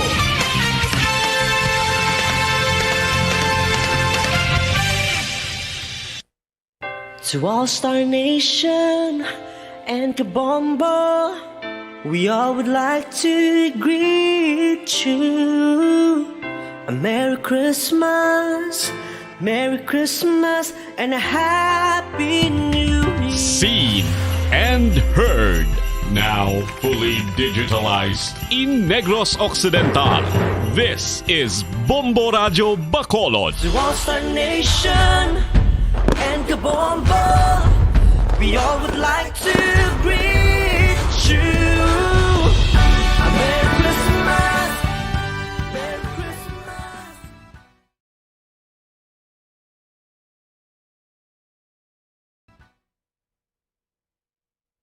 Bombo Radio Bacolod. Number 1! Basta Radio Bombo! Philippine Standard Time, 3 minutos ang nakaligad sa takna ng alas 8 sa aga. Welcome diri sa pagpangalaga isang bombohanay big time adlaw sang Miyerkules pet sa 8 sa bulan sang Disyembre sa mga tiga 2021. Ikaduhang adlaw sang Miyerkules sa katapusan ng bulan sa mga year 2021. Isa ka special na working day diri sa Pilipinas sa bangod sa Feast of the Immaculate Conception of Mary. 17 Dias na lang ang nabilin antes ang adlaw sang Pasko. Ginabi-abit ang ato ng mga suking mga taga-palamati diri sa maya syudad sang Bacolod, probinsya sang Negros Occidental, sa bilog ng Negros Island, sa bilog man ng Western Visayas. Sa nga mga bahin sang kalibutan nga nakatutok na pinaagi sa Facebook Live kag sa YouTube account sang Bombo Radio Bacolod. Welcome diri sa pagpangalagad sang bombohanay big time. Subong aga mangin kaupod ang inyong alagad si Bombo Erdin Bayonita. Upda na kita hasta San Nueva Media ang atak na subong aga. Sa pagdulong sa inyo sa mga balita lokal, mga balita nasyonal, mga balita sa luwas sa pungsod sa bangman, mga balita sa batagas sa hinampang, kag balita sa artista. Karon sa mga balita sa bangman, mga tubig ko nga maging sentro sa aton nga talakayan na subong aga sa mga balita nasyonal. Si President Rodrigo Duterte magatambong buwas sa Maya Summit for Democracy kasunod sa pagbaton niya sa invitation ni President Joe Biden. Kaya nagliga dato ginibitara naman sa US President ang Thailand nga mo ni or ang Taiwan nga makatambong man diri sa sining pagsinapol kaya sa sining tensyon sa tunga nila kag sang China. Sa ining Democracy for Summit na schedule Disyembre 9 tubdob 10. Sa iba na pang mga balita nasyonal, ginalauman nato na naman ang oras sa naman ang adlaw. Base naman na subong kay Fiesta Oficial Banwa ang pagwa na sang Korte Suprema sang desisyon na angot diri sa mga petisyon may kang tanan sa anti-terror law. Kanamo na bisang mga grounds sa ginagamit ang mga petitioners parang lantawon ang constitutionality sang Anti-Terrorism Act of 2020 na ginapirmahan ni President Rodrigo Duterte. Sa iban na pang mga balita nasyonal, Banwa ang aton ng gobyerno magapatigayon na naman kita sang ikaduha na ning batch o kung second leg sang National COVID Vaccination Days Disyembre 15 tubdob 17. Gadalantaw diri sang gobyerno nga maka-administer sang 7 million shots sang COVID vaccine. Mayo ni kay karamo naman sa mga kapungsiran sa bilog na Pilipinas nakalabotan na sang herd immunity batok kadiri sa maya coronavirus. Mayroon na sang 23 ka mga LGUs base diri sa report sang Department of the Interior and Local Government nga nakalabot na sang herd immunity. Bota sa lingon sa 70% sa ilang target eligible population ang nakabaton na sang bakuna. Sa iba na pang mga balita national, ang publiko ginapanawagan dahil sa mga health workers nga hindi dapat magkampante subong nga Christmas season. Apay sa rapa nga nagandubo na ang kaso sa COVID-19 kaya kahapon 356 na gidlamang ka mga bago nga mga kaso ang na-record sa health department. Amo niya nga pinakamanubo nga mga bago nga mga infection sa halin sa Hulyo tuig 2020. Batang panawagan na din sa mga health workers nga hindi lagi kita magpinagusto ilabi na sa pagpatigayon sa mga Christmas party. Ukon na pagtalilipon sa mga mag-ulo po na bidra sa maya trabaho ukon na sa pamilya para nga magasinadya kita subong nga holiday season. Sa mga balita international banwa, sa tunga-tunga sining pamahog sa Omicron variant nagapanawagan ng ato na gobyerno sa mga Pilipino nga na-stranded dito sa may South Africa nga hindi lang gid magkabalaka kundi magkalma lang kaya mayroon na rin man sang pahayag ang World Health Organization nga wala pa man gid sang proof banwa nga ang ining mga bakuna subong ang hindi epektibo bato kadiri sa may Omicron variant. Sa mga balita lokal, mga balita diri sa ato na sa may syudad sang Bacolod, probinsya sang Negros Occidental, mga resource person sa mga nakaupod naton sa mga aga diri sa ato nga palatuntunan. Istorya nato ng ining anti-terror law of 2020 ginapirmahan ni President Rodrigo Duterte kagina question sa mataas or sa pinakamataas nga hukmanan sang Pilipinas sang iyang constitutionality. Maya pila na binadire ka mga rason ang mga petitioners sa banwa ilabi na ang ining pag-question nga ang suspected terrorist ang prisohon ang hindi iya mapasakaan sang kaso sa sulod sang 24 kaadlaw. Kaga siyempre wala man sang freedom of expression ng ato sa mga kauturan kaya mayra lang sang igahatag nga authority ang Anti-Terrorism Council in writing para sa pag-aresto sa sining mga suspected nga mga terrorism suspects. Kahapon na ginapahayag sang spokesperson sang Korte Suprema nga nabutuhan na sang Supreme Court and Bank ang ining petition na banwa and then nagdalauman naton nga ipagwa anuman nga oras ang ilang nga decision. Istoryata na karon with the commander sang 3rd Infantry Spearhead Division sang Philippine Army, Major General Benedict Arevalo via Zoom. Siyempre, updatean naton sining nagluntad ang shooting dira sa may Poroca Riverside, Barangay Banago kagabi. Kung sa din pinatayan ni manicurista nga si Alma de la Cruz, 41 anyos. Dira man sa may sulod sang komputeran sa may Poroca Riverside Zone 2, Barangay Banago. Ginatumod pa sa katon ng mga otoridad kung sa sino ang ining mga sospetsado banwa. Mayroon man nato sa CCTV footage na secure ang Bacolod Police Station 3. Bati balon tagay na karon sa dugang dring investigation sa katon ng mga kapolisan banwa. While pagganito na sulbara ka po na itong natabo balang pagwiget man sa bangkay dira sa may dalan Palanga, Barangay 2, pero kalampirong Barangay 2, ginasunda naman kagabi sining pinatay dira sa may area sang Barangay Banago. Ibalon na karon sa report ni Bombolyan ni Zil Minardo. Siyempre, sa mga adlaw sa special working day diri sa may Pilipinas, base man sa ginapirmahan ng alayin ni President Rodrigo Duterte. Ang ato na sini, especially sa mga Romano Katoliko, ginaselebrar kag ginadumdum sa mga adlaw ang kapiestahan sa Immaculada Concepcion. Maya kang tanan na dira karon may raketa diri sa special feature nga ginapreparar ang Bombo Radyo Bacolod para sa sining ato nga kahiwatan. In fact, pila man ka mga LGUs ang mayara sang kafestahan gidya.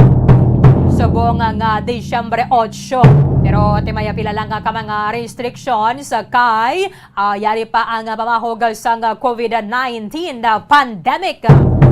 Sige, kagiban pa ang mga impormasyon kag mga balita banwa, kaposible magluntad samtang nga nagapangalagad ang bombo hanay big time. Philippine Standard Time, 12 minutos ang nakaligad sa takna ng alas 8 sa aga. Nakaboto na ang mga justices naton sa may Korte Suprema sa constitutionality ng Anti-Terrorism Act sa ginapatigayon ng anbang kasasyon sa pinakamataas nga hukmanan sa Pilipinas. As confirmed kahapon by Supreme Court spokesperson Brian Keith Holsaca. Pero ginpahayagan niya man nga kinahanglan na pa i-confirm na kag itali ang boto sa nga tagsa ka mga justice para nga masiguro ang correct resolution sa Supreme Court. Siling niya dari, this is to confirm that the court anbank deliberated and voted on the Anti-Terrorism Act case today, December 7. However, considering that there were numerous issues resolved in the case, as well as the fact that each justice had to vote on each issue, there is a need to accurately confirm and tally the vote of each justice in order to ensure the correct resolution of the court per issue. Ginapasalig man na din sang tagmamaba sang Korte Suprema sa publiko nga ang higher court maghahatag sang accurate summary sang desisyon sa mas madali nga panahon. Kaya pila naman na kabulan na humalin sang mayara sang pag-file sang mga petitioners sang petition dito sa may Korte Suprema. Kung madumduman na to naging pirmahan ni President Rodrigo Duterte ang anti-terror measures sang Hulyo 2020 sa tunga-tunga sang COVID-19 na pandemic nga maning isa sa mga rason naman nga nagtuluhawag ang ining mga kritisismo kaga sa mga sentimiento nga sa piyakal sang COVID pandemic. Tiamo ni ang ginatagan sang pagtamod ni President Rodrigo Duterte. Kabugusan na banwang 37 ka mga petisyon ang gin-file sa may Korte Suprema. And ini ang ginakabig one of the most challenged laws in Philippine history. Ang piladiri ka mga petitioners ang nagpaandam bato kadri sa pagpatuman sang 24 dias nga warrantless detention period para sa mga suspected nga mga terorista kag alleged authority of the Anti-Terrorism Council to authorize in writing the arrest of terrorism suspects. Pero tigay na panindugan man sang ato na siyempre nga mga opisyales sang tinalikdan pa nga mga binulan nga mayara sang safeguards dira sa may layi para nga mapunggan ang ini nga mga pagpang-abuso. Gin-repeal abis ni Banwa ang Human Security Act of 2007 para nga at least bisan na paano mayara sang pag-address gidala sufisyente sa may terrorism kay ang iban na sini especially mga foreign nga mga turista bala indigid mo na siling kabugat sang ilang pina kung na diri sila makapatigayon sang terrorism and ang mga acts of terrorism labi sini nga na-define diri sa may ining anti-terror law of 2020 nga ginapirmahan ni President Rodrigo Duterte. Ginakalipay na ito mga kaupad sa mga aga ang commanders ng 3rd Infantry Spirit Division sa Philippine Army, Major General Benedict Arevalo via Zoom. Live po tayo Major General Arevalo sa Bombo Radio Bacolod. Kasama po ninyo si Bombo Erdin. Magandang umaga po.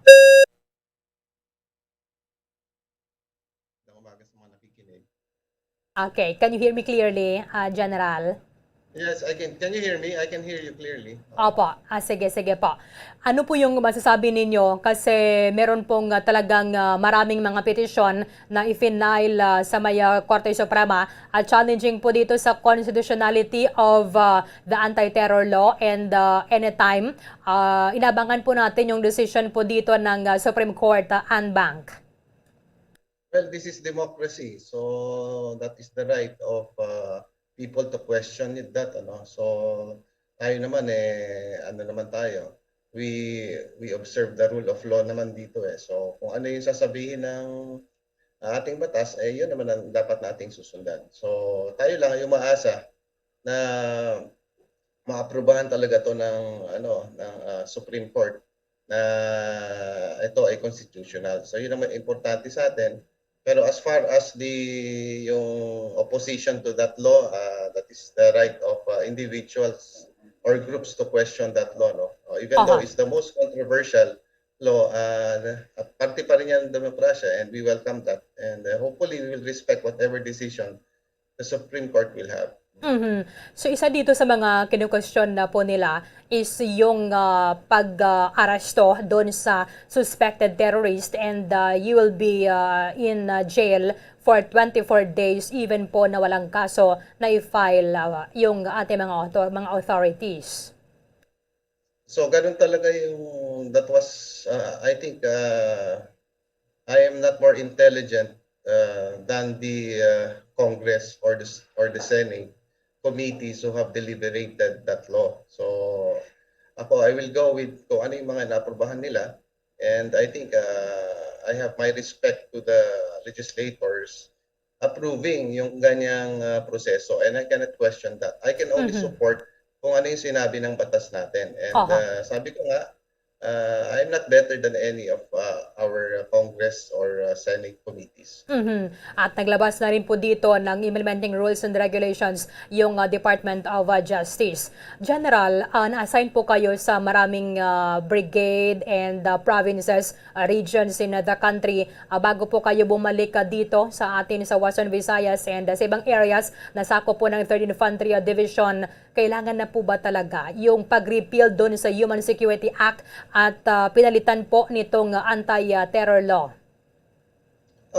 We are overdue, di ba? Kahit after the September 11, 2001 happenings doon sa US, talaga naghigpit naman ang buong mundo. Hindi lang naman tayo naghihigpit.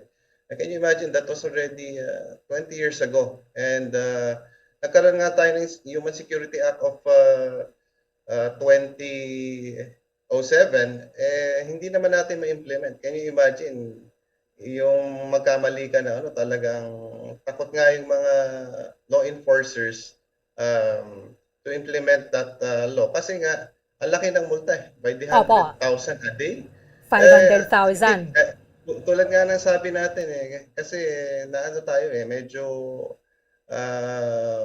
mas napaboran dito yung mga terorista rather than those who are law-abiding citizens. So kaya nga na-repeal yan with itong Anti-Terrorism Act of 2020. Nakita naman yung flaw doon kaya nga tinatama ngayon. So whether this will be constitutional or not, sabi ko nga, it's up to the Supreme Court.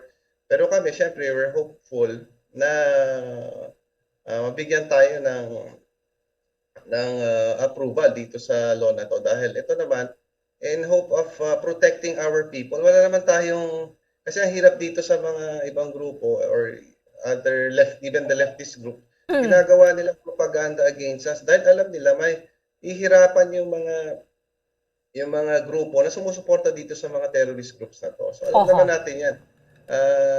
We know that our government is infiltrated by the supporters of the leftists or of the CPP-NP. Alam naman natin yan Sila na lang naman ang nagdi-deny at sila na lang naman ang ayaw umamin. Pero alam ng taong bayan na nakapasok na talaga sa gobyerno ang galamay ng CPP-NPA. At alam naman natin, ang CPP-NPA is a terrorist organization. So ayaw nila na matigil o masuplong yung kanilang mga ginagawang mali laban sa ating gobyerno. Kasi ang hirap sa sinasabi nila, ang daming human rights violation ng AFP, ng PNP. But look at the record of the AFP since Duterte sat as the president. Bigyan nyo nga kami ng human rights violation or yung talagang nasintensyahan tayo or nakasuhan. It's almost nil. Hindi to yung 70s na sinasabi nila na ang military maraming pag-aabuso. Ngayon talagang halos wala akong matandaan. As far as I'm concerned, here in 3rd Division, wala. In the general headquarters, wala rin ako matandaan Kaya yung sinasabi nila is all lies.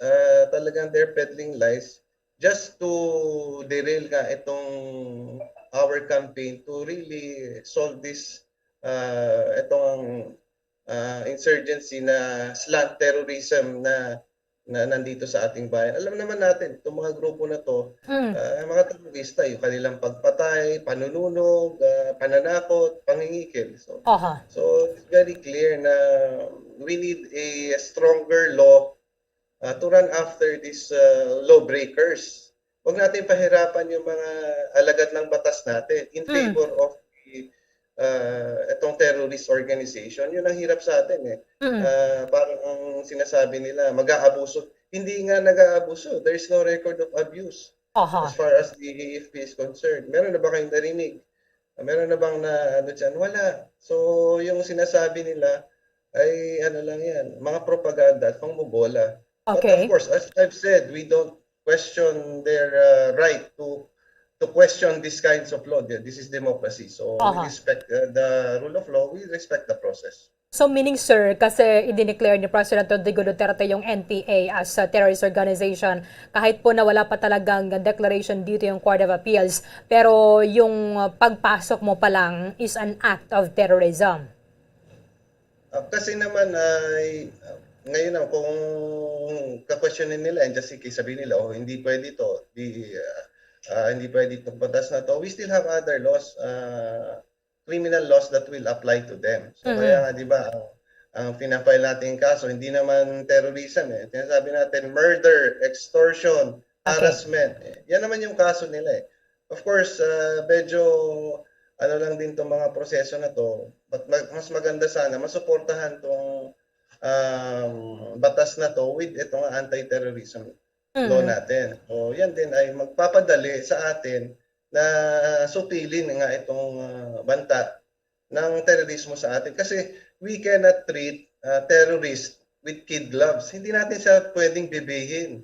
So kung gusto nila magpa-baby, wag dito. Kasi makikita natin dyan, terrorism is an international phenomenon yan. So kung tayo mahina yung ating mga proseso, mahina yung ating mga batas, talagang we are encouraging hindi lang yung local terrorists natin, but international terrorists to be here in the country. So yun ang kailangan maintindihan natin. This is a protection of our people and our society and our way of life. Huwag natin titingnan to with negativity na, of course, yung iba talaga hindi natin maiwasan. Pero sabi ko, ano bang hangad nito? Ano bang hangad ng batas na to?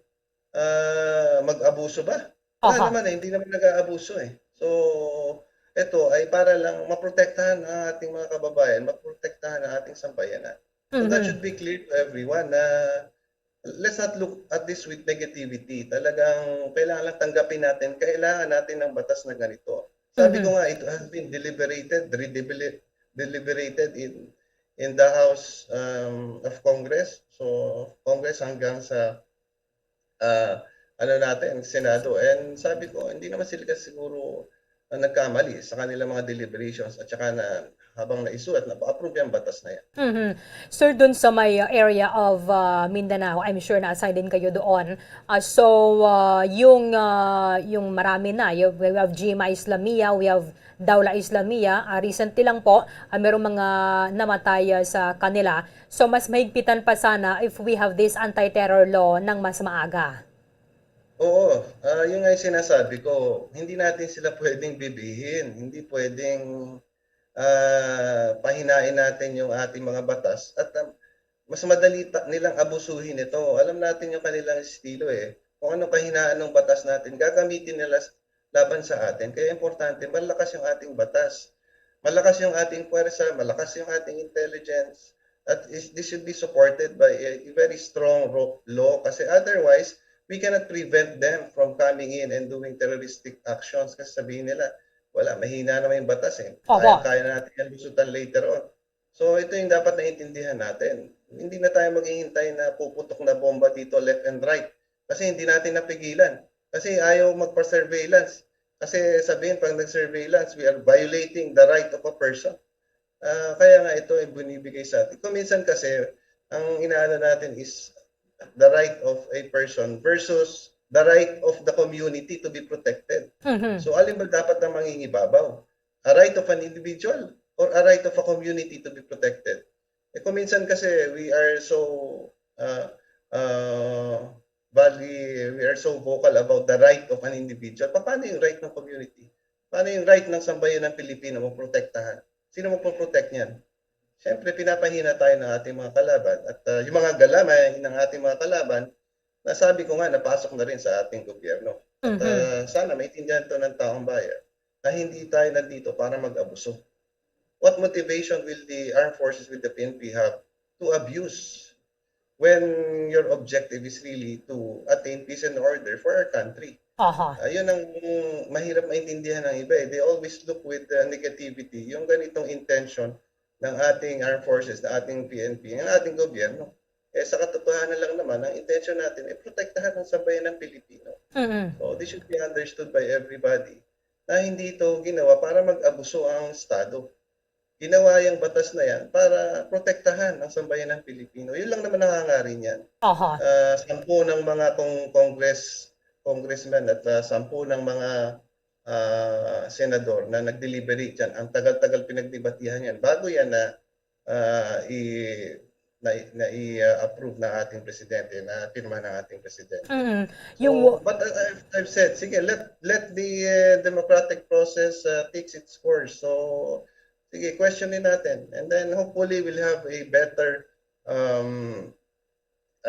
output or a better law that will come out of this. Kasi pwede naman yan na it can be declared constitutional, it can be declared partly constitutional, but I do not think it will be declared wholly as unconstitutional dahil hindi naman nga, sabi ko, hindi naman siguro mahihina ang isip ng ating mga congressmen at ating mga senador bago nila yan approve sa ating presidente. Yung isa lang po, pa rin ako sa ating kongreso na yung prosesong kanilang dinaan. Ang tagal niyang pinag-usapan. So many deliberations, so many debates. And then, bago yan naging batas, yan ata yung pinaka-controversial, pinakamatagal din na pinagdebatihan doon sa ating kongreso. Yung isa lang po dito, sir, kasi sa worries ng mga petitioners at sa kaning iba pa mga Pilipino ay yung nire-red tag tapos wala na pong freedom of expression. Kahit po daw yung activism ay minsan natatag as parang bahagi na po ng pagpaplano or ukol din po dito sa terrorism. Ano po yung masasabi ninyo doon, I think General? it's clear, no? Activism is not terrorism. But supporting terrorism is not activism. So kailangan ma-distinguish natin yun eh. Ito yung mga dahil, and I think the law, may distinction dyan yung ating batas. We understand dyan yung activism. Pero yung supporting terrorism, iba yun. So, wag tayong malilito kasi linilito nila yung taong bayan eh. Mag-rally ka, okay, walang problema. Sumigaw ka dyan na kung ano-ano, okay. Basta yung mga sinisigaw mo hindi nakaka-violate ng ating batas. Wala namang problema yan eh. Ang problema dyan kasi, kung pinagpaplanuin, pabaksakin ng ating gobyerno at kayo ay sumusuporta sa mga grupo na to with material, di ba? With material support. Sinabi na nga na terrorist organization ng CPP-NPA, magbibigay pa kayo ng pera doon, di ba? So this is in violation nga na itong ating batas. Pero sabi ko nga, we encourage yung dissent from the opinions of even the opinion of the majority. Okay yan, that's part of democracy. They can have a dissent. Wala namang problema dyan. Hindi yun ang kina-question. Ang kina-question dyan, yung pagsuporta ng mga grupo, materially, dito sa mga terrorist organization, specifically itong CPP-NPA, itong ating mga local terrorist groups dyan sa Mindanao. So, ito ang pinoprotektahan natin. Yung sinasabi nilang red tagging, gawa-gawa nila yan. There is no crime as red tagging. It is the same as saying pagka tinawag kaming pasista. You're blue tagging us. Di ba? Nagagalit ba kami? Sasampahan ba namin kayo ng kaso na you are blue tagging us? Sabi mo, is red tagging. Gawa-gawa lang nila yan eh. So, hindi totoo yan. Ayaw nilang ma-identify sa mga terrorist group. Pero, alam naman natin yung mga grupo na yan ay sumusuporta. At nililin lang tayo sa ating sa pang-araw-araw natin na gawain dito. So, huwag na tayo maglokohan yan. They're trying to deter us from exposing them. So, sinasabi nila, red tagging. Sabi na nga ng Nika ating director Nika, sabi niya, hindi to red tagging. This is truth tagging. We are just telling the truth. So, yan ang katotohanan dyan. May mga grupo, organisasyon, meron tayong mga congressmen na talagang indirectly or directly supporting the CPP, NPA, NDF. So, that's very clear. Paulit-ulit naman ang sinasabi yan eh. Hindi naman na yan bago sa atin. So, yun lang sabi ko nga, we should understand, we respect activism. But we should be able to distinguish that from supporting terrorism. Ibang bagay yan. Okay, ibang bagay. Klaro naman po kasi dito, sir, sa acts not considered a terrorism sa implementing rules and regulations na yung protest, dissent, and advocacy are not acts of terrorism. Yung New People's Army po ay mahigit 50 years na yung kanilang existence. Paano po makakatulong para sa inyo yung anti-terror law? Malaking matutulong nito, no? In terms of, kasi we have to convince people na talaga ito, terrorism yan eh. And they cannot support that. Kaya kung yung batas natin hindi klaro dyan, so we are encouraging people to support a terrorist organization as the CPP-NPA. Because we cannot just file cases, yung mga puro criminal cases lang. So ang hirap kasi niyan kung patutunayan natin sa korte na ikaw sumusuporta ka sa anong crime doon. Parang walang crime eh, parang humihina, hindi naman sa walang crime, humihina. Kaya lang kasi kung may anti-terrorism law ka, yun nga sabi ko, yung deterrence, we deter people from supporting terrorism. Kasi kung wala nga tayong batas na ganyan, may encourage nga yung iba. Sabi, madali naman tumulong dyan. Okay lang, hindi naman tayo makukulong dyan. Wala naman tayong kaso dyan. So we encourage people to support or to do terrorism kung ganyan. So, yan ang importante sa atin. At magiging malaking deterrence din sa recruitment nila. Kasi nga kung may batas tayo, that will help us prevent recruitment to these CPP, NPA organizations. Even yung local terrorist groups natin sa Mindanao. Especially so, malaki ang tulong yan. Malaki. Malaki. Sabi ko, it's for the peace and order of our country. Hindi yan para padaliin lang yung trabaho ng military police. Hindi yan. Ang mabebenepisyo dito, when we are protected, our country, yung mga anak natin, yung ating mga kamag-anak, yung mahal natin sa buhay, pinoprotektahan natin. Ngayon, kung papaluwagin natin yan, one of these days, we do not know if we will be victims of this terrorist organization or terrorist group. Yun ang isipin natin, pinoprotektahan natin ang anak natin, magiging anak natin. So kung yung mga hindi natin, ayaw niyong protektahan yung mga mahal natin sa buhay, huwag niyong idama yung mahal namin sa buhay, di ba? We want to protect our loved ones, and if they are not concerned of their loved ones, protecting their loved ones, huwag nila tayong idadamay yung gusto magpaprotekta sa ating batas. Wala naman po sigurong katatakutan dito, sir, pag hindi ka po sumusuporta o di kaya hindi ka terorista. Oo, totoo yan. Ang hirap sa kanila, they are bordering, ginagamitan kasi nila tayo ng technicalities. And then, kaya tinitira natin yung batas. Because alam nila, na if they are not aware that they are supporting this terrorist organization, they are bordering, di ba? Supporting at the minimum. Talagang technicalities, ginagamitan nila tayo. Ito yung tinatawag na dual tactics. Ang sinasabi natin, CPP-NPA is using dual tactics. Ang dual tactics yan, gamitin ang batas laban sa alagad ng batas. So, binabalik nila yung batas sa atin. Yung mga butas ng batas, yun ang gagamitin nila laban sa atin. Kaya yan ang gusto nilang gawin muli sa anti-terrorism law. Butasan uli yan para magagamit nila yan against us. So, this is the dual tactics eh. Yung duplicity ng CPP-NPA. Akala nyo talagang ganun lang yung kanilang intention. But ang intention talaga dyan, yung mga sumusuporta sa kanilang grupo, ay butasan ng ating batas para mahirapan tayo supuin itong mga armadong grupo na to at ang mga sumusuporta sa kanila.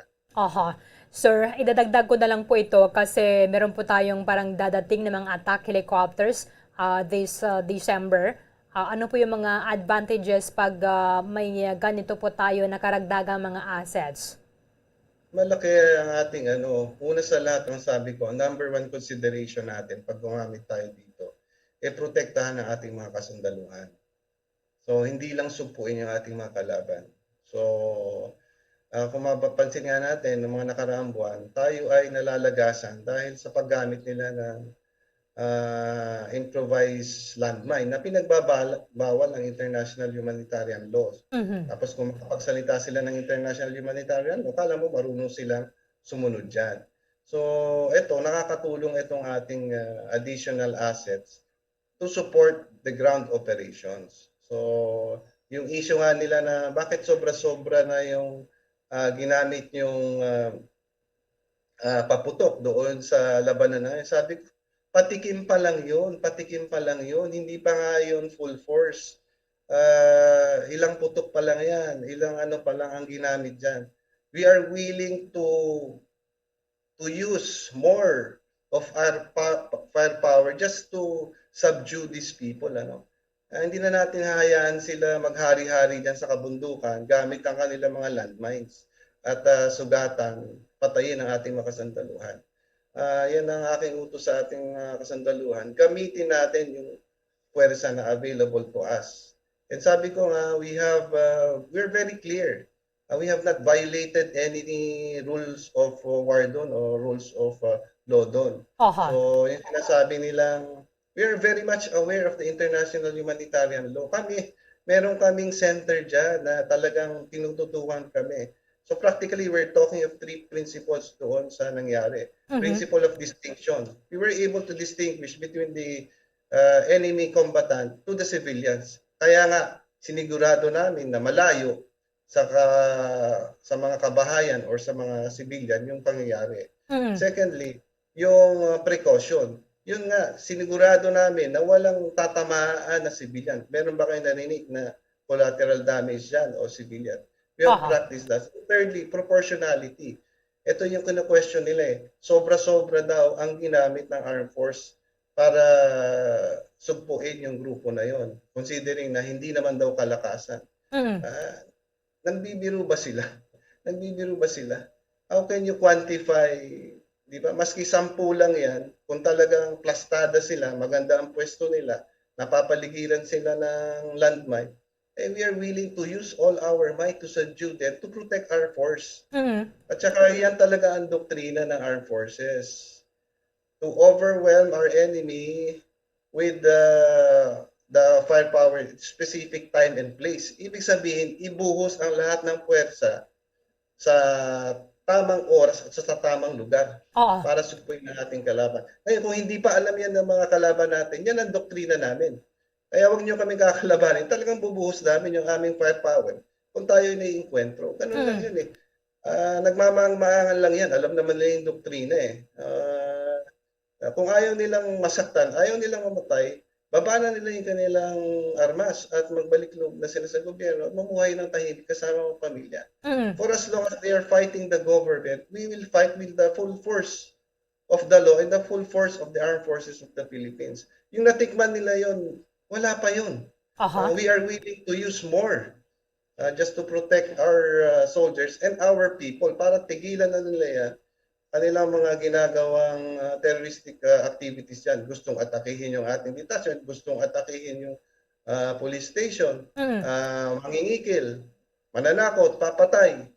So, yun ang natin dyan. Kaya, ang masasabi ko lang, ito ay propaganda na naman. Nagtataka nga ako bakit itong mga grupo na ito nagsasalita para sa NPA. Bakit nga ba? Bakit sila nagsasalita? Bakit hindi na lang NPA nagsalita? Bakit sila ang kailangan maging spokespersons ng CPP-NPA? Definitely because we know they are supporting above ground.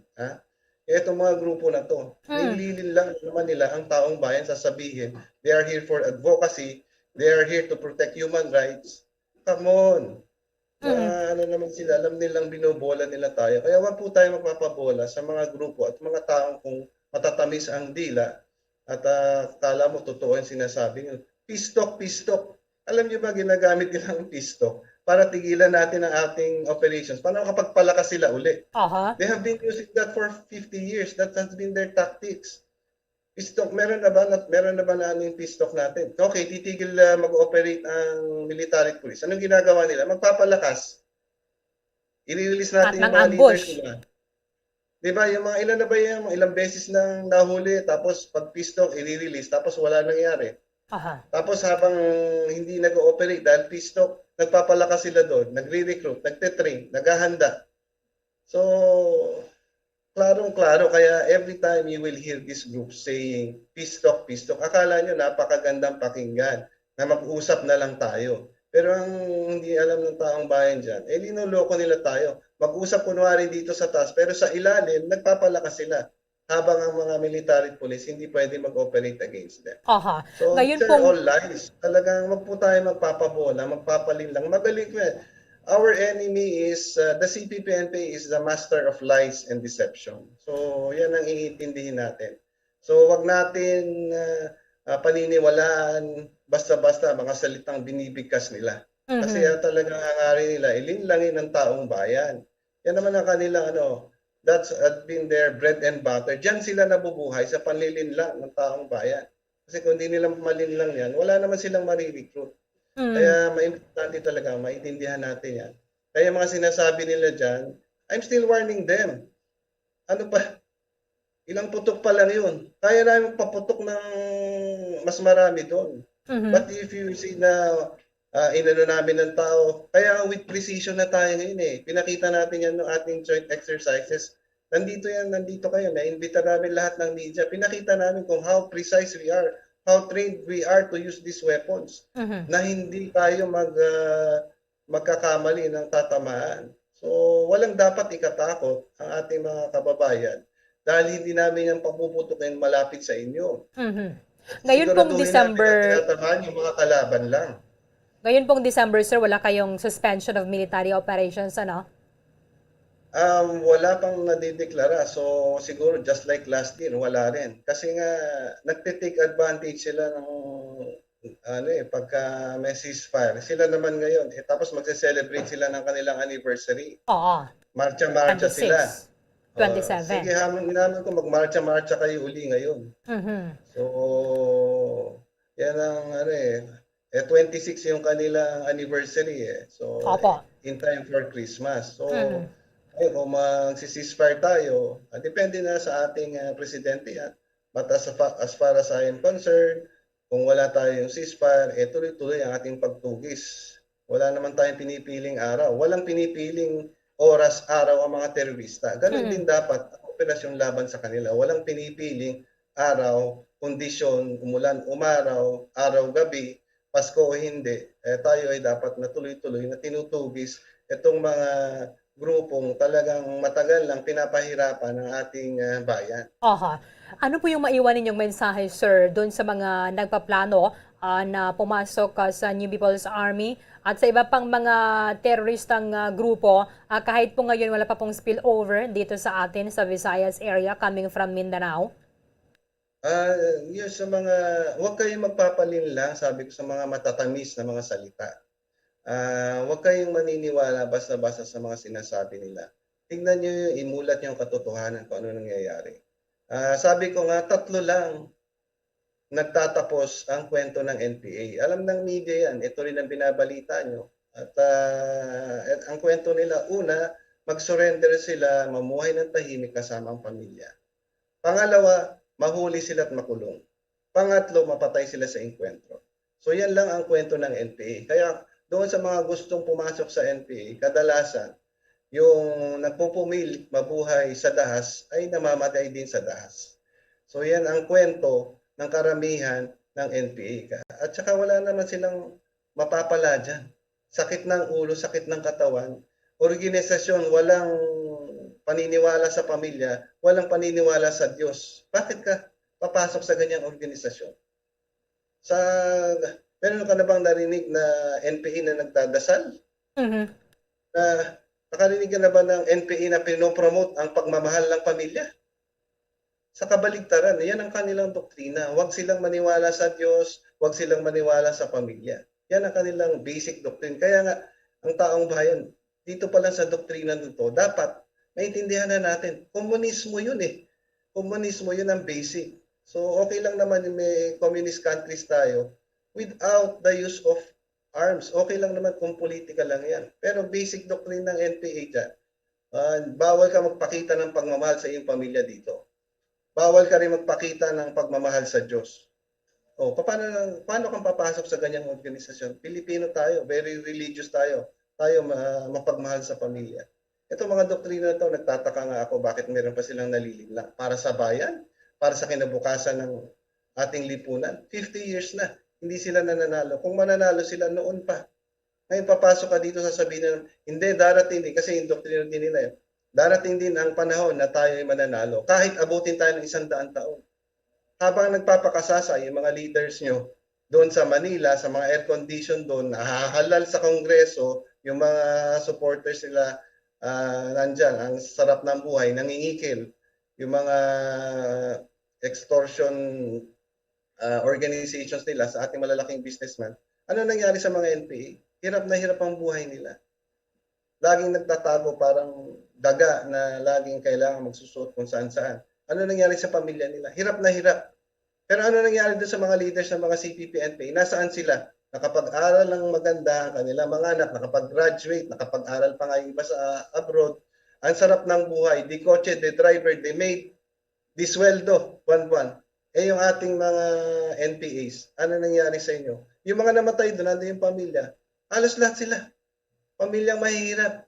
Ni halos walang pangtustos doon sa mga sa punerarya. So yun ang sinasabi natin na talagang malaking pangbobola ito. Malaking paglilinlang na dapat na hindi na natin pinaniniwala. Kaya yan ang aking babala at abiso dito sa mga gustong sumali sa NPA. Walang kahihinatnan ng inyong buhay pag pumasok kayo sa organisasyong ganyan. With this, maraming salamat po iyo sa oras po ninyo dito sa amin sa Bombo Radio Bacolod. Antabayanan po natin, sir, anytime itong desisyon ng Korte Suprema. Thank you so much for joining us, Major General Benedict Arevalo, sir. Good morning po. Maraming salamat din. Magandang umaga sa lahat. Maraming salamat kay Major General Benedict Arevalo, ang commander sa 3rd Infantry Spearhead Division sa Philippine Army. Kaya mayo man ganing mayraman sang mga nagakwastiyon diri sa may constitutionality sang ining anti-terror law of 2020. At least mayra sang desisyon nga gadagdag ang Korte Suprema diri nato na matumod kon bala this is constitutional or unconstitutional. Base kung mayroon manandara sang provision ng IGA rule bala or maga-rule ang Korte Suprema sa may provision sang isang siningal layi nga this is unconstitutional. Kaya sa aton ng mga kauturan para na base sa mga madakpa na balang mga suspetsado sa pagpatay, suspetsado sa hold up, suspetsado sa kanuman nga krimen, mayroon na sang reglementary period of detention para sa ila. Once nga hindi na sila makasuhan sa sulod sang 12 oras, 16 oras, sa pila na oras, 32 hours, dapat nga ina siya ang mapahiluwayo kan mapagwa sang mga kapolisan kaya sila ang mabalikan sang arbitrary detention. Kag ipaagi na lang sa regular filing ang pagpasaka sang kaso bato kadri sa sining suspect. Pero nakabutang diri sa may anti-terror law nga mayara sang gahom ang aton nga mga otoridad sa approval kag sa authority kag nahatag sang Anti-Terrorism Council o kon ATC nga arestohon ang suspected terrorist kag sila ang mapriso sa sulod sang 24 dias warrantless detention period ini bisan way kapayan nakasuhan. So amo ni ang ginapanindugan sa mga petitioners that this is unconstitutional. Because nakabutang sa nasiling na naton nga ang ining suspect kung hindi siya makasuhan within the reglementary period dapat siyang hilwayon. Pero diri sa may anti-terrorism law of 2020, mayra pa na ganis sang kaysa Human Security Act banwa, mayra na sang mabugat ang pina para sa aton nga mga kapolisan kag para sa mga armed forces of the Philippines members. That is why ang nagakuan man na sila, nagapangalang-alang nga bala nga i-detain mo ang ining suspected terrorist kay tama kadako sang multa kada adlaw tunga sa milyon. Pila man lang ang sweldo nila, gustuhan mo na lang ibayad sa may multa. So why na patuman na gida sang husto ang ining Human Security Act na gina-repeal sang anti-terror law of 2020. Sa liwata, balikan naton ang mga acts of terrorism, the elements of crime of terrorism base diri sa implementing rules and regulations sang anti-terror law. Engagement in any of the following acts regardless of the stage of execution. Acts intended to cause death or serious bodily injury to any person or to endanger a person's life. Acts intended to cause extensive damage or destruction to a government or public facility, public place, or private property. Pero nabi sa mga nagapang-bomba, bala. Acts intended to cause extensive interference with the damage or destruction to critical infrastructure, developing, manufacturing, possessing, acquiring, transporting, supplying, or using weapons or explosives intended to cause a disproportionate amount of damage or of biological, nuclear, radiological, or chemical weapons, and releasing of dangerous substances or causing fire, floods, or explosion. Pero amo ni nga gina-clear ni Major General Benny Caraballo, nagiban na pang mga opisyal man sang Armed Forces of the Philippines kaya mo ni ang kangawa nga basi gamito ni for red tagging para sa pag-arasto to kapag tawagan sa mga komunista ka na kung terorista ka kung ikaw nagupod diri sa mga hublag protesta. Sa Rule 4.4 sang implementing rules and regulations, ang mga acts nga wala gina-considerar bilang act of terrorism amo ni ang mga masunod: advocacy, protest, dissent, stoppage of work, industrial or mass action, creative, artistic, and cultural expressions, and other similar exercises of civil and political rights. Kung nagpoda ka man daya sa mga grupo nga nag-marcha sa may kadalanan, hindi inaya wala ina gina-konsiderar nga act of terrorism o kung ikaw nagbabutyag sa imong sentimiento batok sa gobyerno, that is not an act considered terrorism banwa base diri sa may layi. Pero kung ikaw na dira nagasulod sa mga terorista nga niyang grupo, ipa-clear kita na to sa bahin sa New People's Army because it is only President Rodrigo Duterte nga nagdeklarar nga sila ang terrorist organization, but ang Court of Appeals officially way pa na sila nagdeklarar nga terorista na nga grupo ang New People's Army. Pero sa aton man lang kung way ka man lang dira plano nga magsulod kung maghimo sang mga acts of terrorism, tibay ka man sang dapat yang kahangawan. Kay amo ning isa sa ginaulat-ulat sa aton nga mga otoridad, at least bisan na paano mas mabugat ang pina, bato ka diri sa sining mga suspetsado o kon sa mga nadakpan nga nag-committer sang terorismo pero sino mga ginaobran nila bla sa may Mindanao. Nga kanabo na to sa mga nagkalamatay pagkatapos nga mayara sa mga nagpangbomba o kon mayara sa mga nagpalupok sang iba na gani nagapatigayo nagayda sang suicide bombing. Sulod ka sa mga grupo ano ginabi ang kayuhan nga makuha ni Moderaman sa bahin sa New People's Army. Abo man isa sa mga ginapanawagan sa ato na gobyerno ato ng mga tropa nga kung pwede pa man lang tayo magabalik ka na sa maya sabak sa gobyerno kung dara ka dara sa maya kabukiran na hindi ka maka-enjoy sa imong kabuhi. Kita nga mga Pilipino, kita man lang nga nagapatyanay ang mga bala, mga armas sa ginabakal sa ato na gobyerno, para sa tropa naton na ginagamit man batok sa parehuman nga Pilipino. Bantayan na nato na kay ang Korte Suprema lang gid na makatumod kung bala ining anti-terror law is constitutional o kung that is unconstitutional. 5 minutos sa nabilin antay sang Lasan Waver sa aga, yari na ang kanton sa isa sa mga taga-daog sa 1-2 panalo part 20 promo ng Bombo Radio 1 Star FM. Nagabato na sa nga premyo 500 pesos nga cash kag 650 pesos nga balor sang grocery goods nga nabutang sa balde sang Orocan. Direkta sa Studio B, Bombo Lianizil Minardo. Kamin! Yes, sa Baborden Live kita diri subong sa Studio B, kaupod si Ma'am Rosemary Martir sang Barangay Pahanukoy. Ma'am, maayong aga, kamusta? Okay lang, may aga man.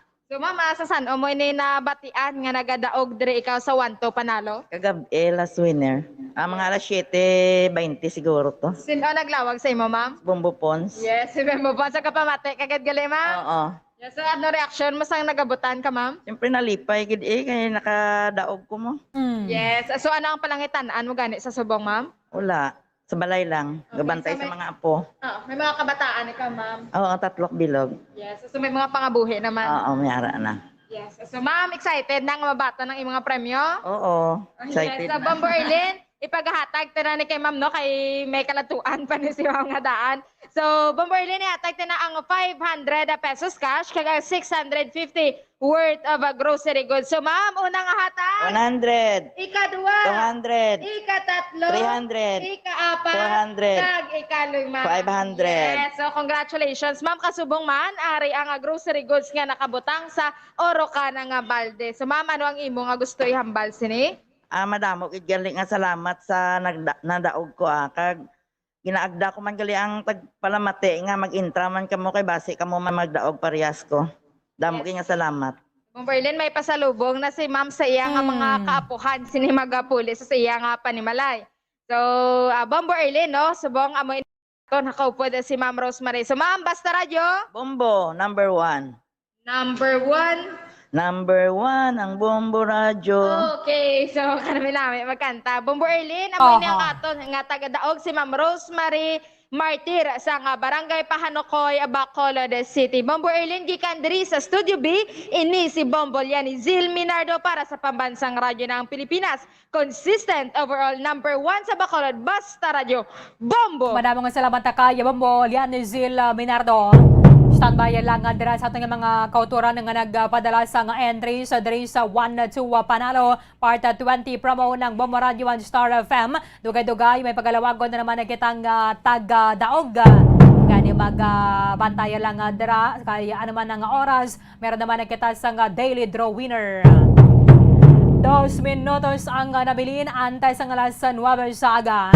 Pagabalikan nato ng atong special feature, may kangtanan sa Feast of the Immaculate Conception of Mary, kag-report ni Bombo Lianizil Minardo. Sa pagbalik sa Momohanay Big Time.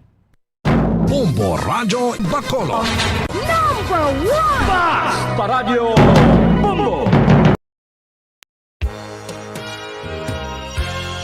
Yari na ang isa sa nakapabaylo kag nakabaton sang brand new radio set with AM and FM band. Kag cash, nagikan sa Bombo Radio Bacolod. Ako si Rowena Agravio, taga Istom 6, Mansilingan. Kagdala ko subong nga akon nga radyo nahalin sa DYHB. Agin bayluhan ko ini kay tungod sa ini nalansang lang sa isa ka istasyon. Halin ini sa RMN. Hindi ko kontento nga isa-isa lang ka istasyon ang akong pamatian besides lang ang iya nga signal sa amon nga place nga kalaway gid nagasagrak. So amo na indo hindi gid la convenient para sa amon sa makapamati sa amon nga istasyon nga isa-isa lang dala ka istasyon. Kag subong nabayluhan ko na ini sa isa ka bag-o nga radyo nga hatag sang Bombo Radio, bag-o nga radyo nga wala na lansang sa isa ka istasyon upod sang 3,000 pesos kwarta nga ginhatag Manila. Madamo nga salamat Bombo Radio. Number 1, ang 3,000 pesos pagagamiton ko nga dugang kapital sa akon nga sari-sari store kag ang iba ni pang grocery ko. Dako gid nga bulig para sa akon kag sa akon nga pamilya. Madamo gid nga salamat Bombo Radio. Basta radyo, Bombo, number 1. Ngano ikaw ulihi nga nag-ilis ang sponge nga ginagamit mo sa paghugas sa mga kitchen utensils? Ang kitchen sponge mga kabombo, ang mas mahigko pa sa toilet. In fact, ginpahayag sang microbiologists nga ang mga butang nga ginagamit naton sa pagtino sa mga dishes ang pinakahigko nga bagay sa balay. Sa isa ka pagtuon nga na-publish sa journal nga Scientific Reports, ang spongy bacterial colonies ang mas delikado sa aton ikaayong lawas. Bangod sini, ginarekomendar sa mga researchers nga dapat islan ang sponge kada simana. Ang kitchen ang lugar sa aton balay kung sa diin nagasugod ang mga new bacteria. Bangod sa human traffic kag food preparation. Bangod ang sponge ang masami nga warm, mabasa kag matrace ang old food. Ini ang ideal nga breeding ground para sa bacteria. Suno sa pagtuon, maayong idea nga tinluan ang sponge kada tapos gamit. Apang ginasuggest sa mga researchers nga regular nga islan ang kitchen sponge. Ang kitchen ang lugar sa aton balay kung sa diin nagasugod ang mga new bacteria. Bangod sa human traffic kag food preparation. Bangod ang sponge ang masami nga warm, mabasa, kag may trace ang old food. Ini ang ideal nga breeding ground sa para sa bacteria. Suno sa pagtuon, maayo nga ideya nga tinluan ang sponge kada tapos gamit. Apang ginasuggest sa mga researchers nga regular nga islan ang kitchen sponge.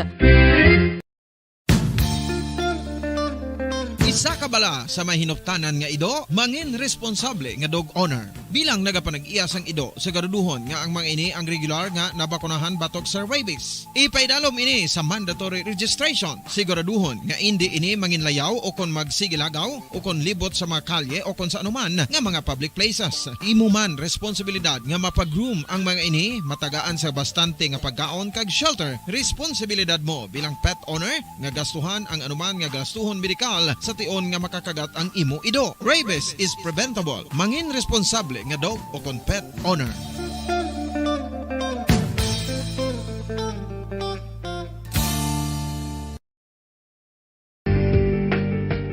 Kinahanglan mo bala nga mag-recharge? Hindi mo na kinahanglan nga magsalig pa sa caffeine. Bangod, ang pag-power nap ang makapaboost sang memorya, cognitive skills, creativity, kag energy level. Ang power nap o kon cat nap ang pagtulog sang malipot nga oras kag may tinutuyo nga i-revitalize ang isa ka persona. Masami ini nga nagadugay sang 15 to 20 ka minutos ginahimo kun udto o kun hapon. Santo sa pagtuon, mas mangin alerto ang isa ka persona kung maka-power nap ini. Nagapabuhin man ini sang stress kag nagapa-improve sang cognitive functioning. Isa ini kapamaagi agud nga ma-refresh ang utok sang tawo kung ginakapoy. Magluwas diri, nagapanubo man ini sa risgo sang heart disease. Mga kabombo, subong nga holiday season, madamo gid ang pagkaon apang ano bala ang dapat himuon kung may matabo sang suspected foodborne illnesses. Kung may matabo nga suspected foodborne illnesses, dapat i-preserve ang mga ebidensya. Kung may bahin sang suspected food nga nabilin, taguon ini. Putson sang maayo kag ibutang sa freezer. Magpabulong sa gilayon. Kung ang sintomas nagapadayon o kung nagalala, gilayon nga magkadto sa doktor agud magpakonsulta. Hindi man magkalipat nga i-report ang insidente sa local health department.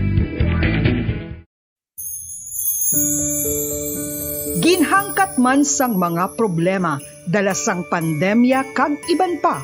Kita padayon nga magatindog, magabato sa anuman nga unos.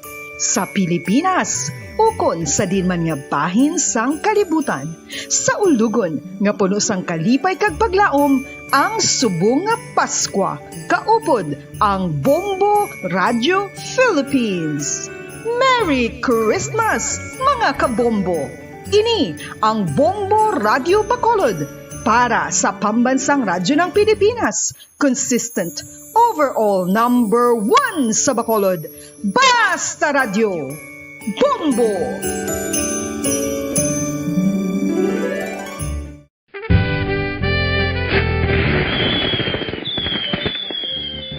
Paano ang mangin safe batok sa mga palupok? Delikado ang paggamit sang palupok. Tanan nga klase sang palupok ang ginadumilian sa mga bata. Magpalayo sa mga taho o kun lugar nga may nagapalupok. Hindi magpulot sa mga wala naglupok nga mga palupok. Ini tuman kadelikado. Magpabulong gilayon kung ikaw ang nalukpan. Mga pahanumdum nagikan sa Bombo Radio Philippines. Basta Radio. Bombo! 1, 2, Panalo Part 1 sa Bombo Radio at Star FM. Ito ang isa sa mananalo ng daily prizes. Ako si Alma de Guzman sang Sunwan, Barangay Mambulak, Silay City. Ako nagdaog sang 500 pesos cash, kag balor nga 650 nga groceries. Ako nagapasalamat gid una sa tanan sa aton mahal nga Dios nga ginbugayan sang sini nga grasya paagi sa Bombo Radio kag sa Star FM. Kag ining akon nga nadag-an ang kwarta idugang ko sa kinanglanon sa amon panimalay kag subong man sa bulong sa akon nga bana na stroke na siya.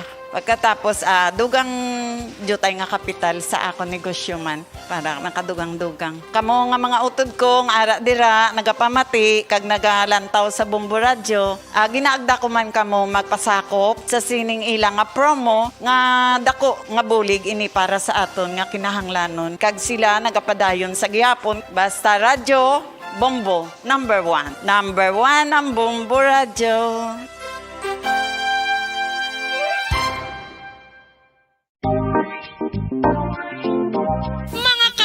Nakahibalo-bala ka mo nga halos maghampak na sa 3 million ang natapikan sang COVID-19 sa Pilipinas. Mataas sa gihapon ang active cases sa bugos nga pungsod kag halos 50 mil na ang mga nagtaliwan bangod sa sini nga virus. Hindi magkumpiyansa, depensahi ang kaugalingon kag ang imo mahal sa kabuhi. Magpabakuna na batok sa COVID-19. Pahanumdom nagikan sa Bombo Radio Bacolod. Basta Radyo Bombo!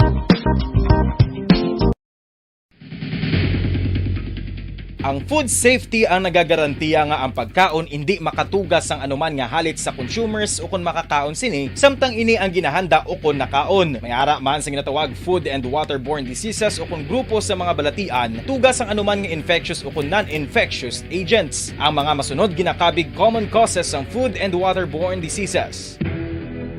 Unsafe nga ginahalinan sa ginainom nga tubig, improper disposal of human waste, unhygienic practices, unsafe food handling and preparation practices. Mga pamaagi para mangin matinlo kag safe ang aton mga pagkaon. Ipabilin nga matinlo ang palibot. Isiparar ang hilaw sa naluto na nga mga pagkaon. Lutuon sang maayo ang mga pagkaon nga dapat lutuon. Taguon ang mga pagkaon sa safe nga temperature. Depende sa kinahanglan sang klase sang pagkaon. Maggamit sang safe nga tubig kag raw materials.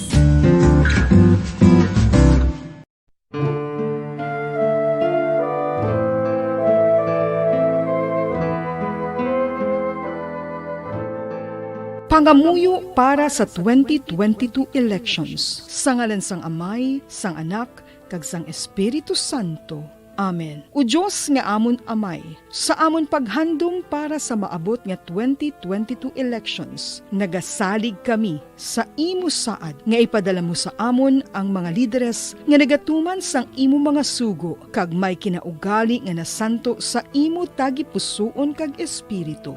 Ginoong Jesus, hatagi sang inspirasyon ang tanan nga nagahandom nga magpungko sa pwesto, agud sila mangin lider kag alagad nga magabutang sang kaayuhan sang kadaman, ilabi na ang mga kubos, mga maluya kag mga ginapigos, labaw sang sa ila personal nga interes. Tagdumala nga alagad nga nagahandom sa matudtod nga pag-alagad kag indi nga sila ang pag-aalagaran. Tagdumala nga alagad nga may integridad kag kaluoy para sa tanan. Ubalaan nga Espiritu Santo, sanagi ang amon mga huna-huna kag kasing-kasing, agud amon makita sang maathag ang mga kinahanglanon sang amon katawhan, ang mga promesa sang mga kandidato, kag ang ila ikasarang sa pagtuman sini tanan. Nga kami magpili sang husto nga lider, nga matuod nga magadumala kag mag-alagad, lider nga nagatuman sang imo sugo kag may kinaugali nga nasanto sa imo tagipusoon kag espiritu, lider nga magahiusa kag magagiya sa amon sa pagpatigayon sang kayuhan sang tanan kag para sa imo bug-os nga kahimayaan. Amay, Anak, kag Espiritu Santo, ikaw ang Diyos sang kabuhi kag paghigugma. Ang Ginoo sang tanan nga panahon, mag-upod ka unta sa amon sa siningtion nga nagahanda kami para sa palabuton nga eleksyon. Amen. Sa ngalan sang Amay, sang Anak, kag sang Espiritu Santo. Amen.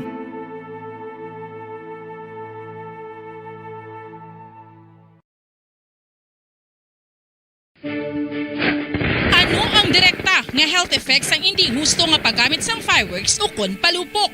Una, blast or burns without amputation. Ikaduha, blast or burns with amputation o kon ang pagkautod sa bahin sang lawas nga nalukpan. Ikatatlo, pagkapila sa mga mata nga posible mahulog sa pagkabulag. Ikaapat, tetanus. Ikalima, pagkamatay. Gani, likawan ang paggamit sang palupok ilabi na subong nga holiday season.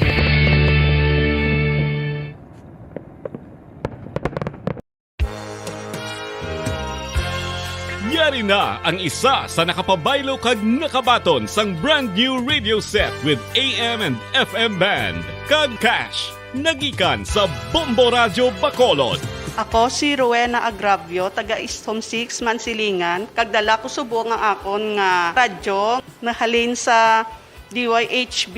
Agin bayluhan ko ini kay tungod sa ini nalansang lang sa isa ka istasyon. Halin ini sa RMN. Hindi ko kontento nga isa-isa lang ka istasyon ang akong pamatian besides lang ang iya nga signal sa amon nga place nga Kalaway gid nagasagrak. So amo na indo hindi gid la convenient para sa amon sa makapamati sa amon nga istasyon nga isa-isa lang dala ka istasyon. Kag subong nabayluhan ko na ini sang isa ka bag-o nga radyo nga hatag sang Bombo Radio, bag-o nga radyo nga wala na lansang sa isa ka istasyon upod sang 3,000 pesos kwarta nga ginhatag Manila. Madamo nga salamat Bombo Radio. Number 1, ang 3,000 pesos pagagamiton ko nga dugang kapital sa akon nga sari-sari store kag ang iba ni pang grocery ko. Dako gid nga bulig para sa akon kag sa akon nga pamilya. Madamo gid nga salamat Bombo Radio. Basta radyo, Bombo, number 1.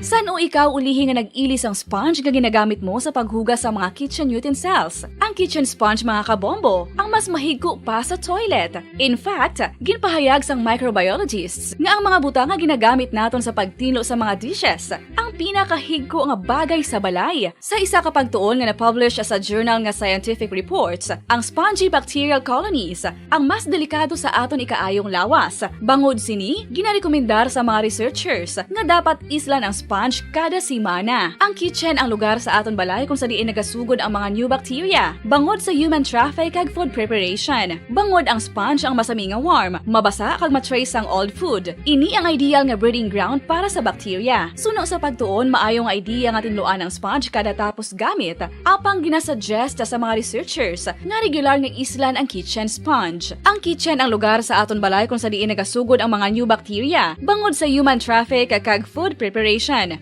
Bangod ang sponge ang masami nga warm, mabasa, kag may trace ang old food. Ini ang ideal nga breeding ground sa para sa bacteria. Suno sa pagtuon, maayo nga idea nga tinluan ang sponge kada tapos gamit, apang ginasuggest sa mga researchers nga regular nga islan ang kitchen sponge.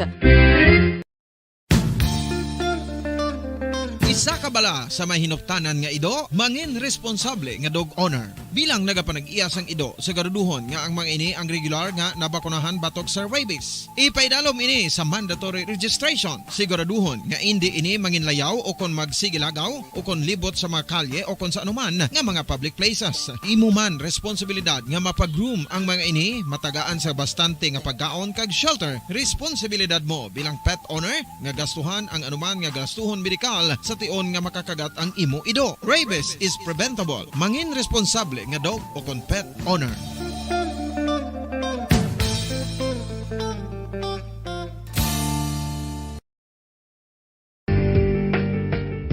Kinahanglan mo bala nga mag-recharge? Hindi mo na kinahanglan nga magsalig pa sa caffeine. Bangod ang pag-power nap ang makapaboost sang memorya, cognitive skills, creativity, kag energy level. Ang power nap o kun cat nap ang pagtulog sang malipot nga oras kag may tinutuyo nga i-revitalize ang isa ka persona. Masami ini nga nagadugay sang 15 tubtob 20 ka minutos ginahimo kun udto o kun hapon. Santo sa pagtuon, mas mangin alerto ang isa ka persona kung maka-power nap ini. Nagapabuhin man ini sang stress kag nagapa-improve sang cognitive functioning. Isa ini kapamaagi agud nga ma-refresh ang utok sang tawo kung ginakapoy. Magluwas diri, nagapanubo man ini sa risgo sang heart disease. Mga kabombo, subong nga holiday season, madamo gid ang pagkaon apang ano bala ang dapat himuon kung may matabo sang suspected foodborne illnesses. Kung may matabo nga suspected foodborne illnesses, dapat i-preserve ang mga ebidensya. Kung may bahin sang suspected food nga nabilin, taguon ini. Putson sang maayo kag ibutang sa freezer. Magpabulong sa gilayon. Kung ang sintomas nagapadayon o kung nagalala, gilayon nga magkadto sa doktor agud magpakonsulta. Hindi man magkalipat nga i-report ang insidente sa local health department. Ginhangkat man sang mga problema dala sang pandemya kag iban pa. Kita padayon nga magatindog, magabato sa anuman nga unos sa Pilipinas ukon sa dinman nga bahin sang kalibutan. Sa ulugon nga puno sang kalipay kag paglaom ang subong nga Paskwa. Kaupod ang Bombo Radio Philippines. Merry Christmas mga kabombo! Ini ang Bombo Radio Bacolod para sa pambansang radyo ng Pilipinas. Consistent, overall number 1 sa Bacolod. Basta Radio! Bombo!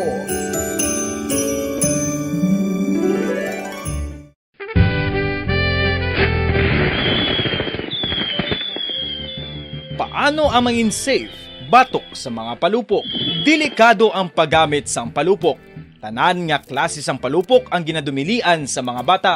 Magpalayo sa mga taho o kung lugar nga may nagapalupok. Hindi magpulot sa mga wala naglupok nga mga palupok. Ini tuman kadelikado. Magpabulong gilayon kung ikaw ang nalukpan. Mga pahanumdum nagikan sa Bombo Radio Philippines. Ba! To all Star Nation and Kabombo, we all would like to greet you.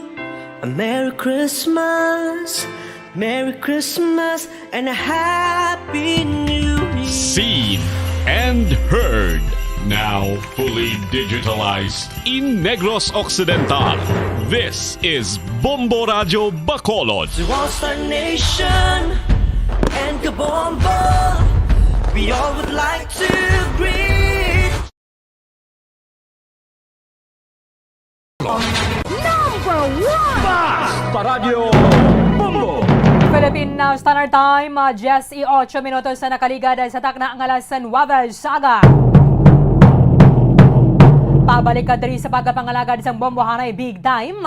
Atensyon sa mga nagahulog sa entries sa 1-2 Panalo Part 20 promo ng Bombo Radio and Star FM.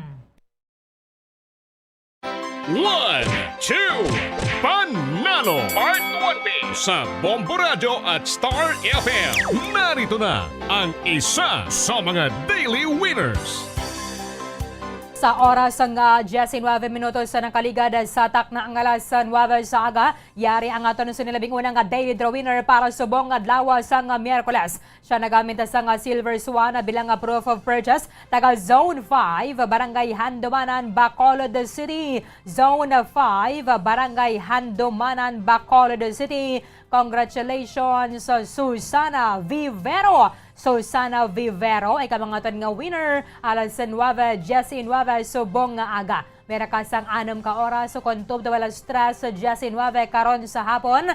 Sa pag-claim sang imong nga premyo diri sa istasyon sa Bombo Radio, magadala sang 2 ka valid identification card with a picture. Ipa-photocopy mo na nga daan pero dalon mo diri sa studio ang original nga valid IDs. Susana Vivero sang Zone 5, Barangay Handamanan. Congratulations! Sige, 20 minutos na nakaligad sa takna ng alas 9 sa agan.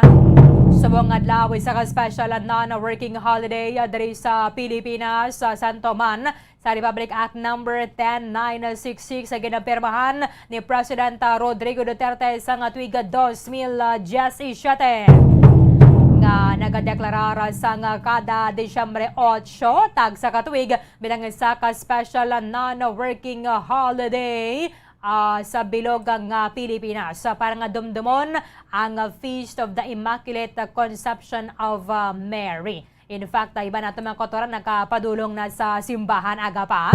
Ilabi na sa mga Romano Katoliko. So, nalakipan na niya sa mga holiday subong ng 2021 naging pagwa na galigad pa nga tuig sa palasyo sa Malacanang sa mga empleyado nga magaka-report sa trabaho subong adlaw ang entitled sa 30% nga overtime pay. In connection sa Feast of the Immaculate Conception subong Disyembre 8, yari ang special feature na ginipreparar sa Bombo Radio Bacolod.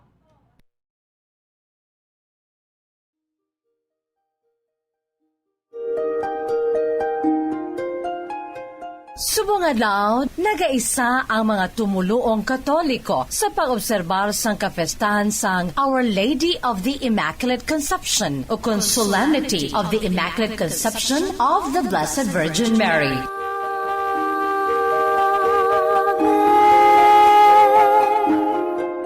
Ang Feast of the Immaculate Conception ginaselebrar ini sa bugos nga kalibutan sa mga tumuluo sa tagsa petsa 8 sa Desyembre kada tuig. Kakunisipon, ini ang siyam kabulan antes sang kafestahan sa Nativity of Mary o kung ang pagkabunag diri sa kalibutan ni Maria pinaagi sa imong ginikanan nga Sunday Saint Anne kag Saint Joachim. Sa Catholic Church, mayara mga ginatawag Holy Days of Obligation na sunod sa nasad sa Code of Canon Law sa section number 1247. Diri nagasiling nga sa tagsa ka Domingo, kaiban pa nga mga Holy Days of Obligation, nagakadapat ukon obligado ang mga tumuluo nga magpakigbahin ka magtambong sa misa. Kalikip na diri ang paglikaw ukon hindi paghimo sang malain nga mabagay ukon mga buluhaton nga makasablag sa pagsimba sa Dios sa amo nga balaan nga adlaw.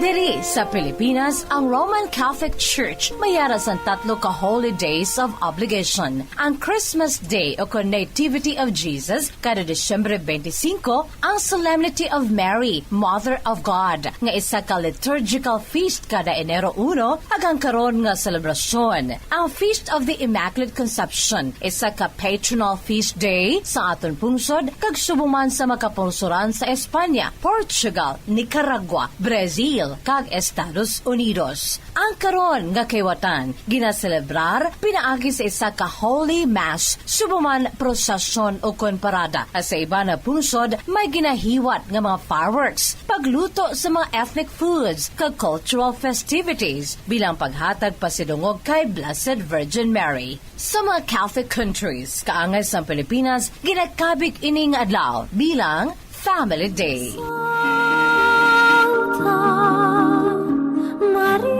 Base sa Maragta, si Pope Pius IX, ang longest reigning elected Pope sa Maragtasang Catholic Church, amo nagsugod sa selebrasyon sa iya ginproklamar ini sa tong December 8, 1854. Sa amo nga dogma, dirigin sa Santo Papa, ang matutod nga meaning sang Immaculate Conception ni Maria. Pope Pius IX affirmed the constant faith of the Church that Mary was conceived free from the stain of original sin. Humalin sang 8th century, kinaselebra na ini sa makasimbahanan sa bugos nga kalibutan tubtob na karon. Si Mary o kon Maria nga isa ka birhen nga tumandok sa syudad sa Nazareth sa riyon sang Galilee sa pungsod Israel ang ginpili bilang mangindutan-on nga iloy sa aton maluluwas nga si Jesus. Sa balaan nga kasulatan sa Ginoo, diri nagasaad ang angot sa kalaslon sadto nga si Maria. Sa Book of Luke Chapter 1, verses 27 kag 35, diri nagasiling, to a virgin pledged to be married to a man named Joseph, a descendant of David? The virgin's name was Mary. The angel answered, "The Holy Spirit will come upon you, and the power of the Most High will overshadow you. So the Holy One to be born will be called the Son of God."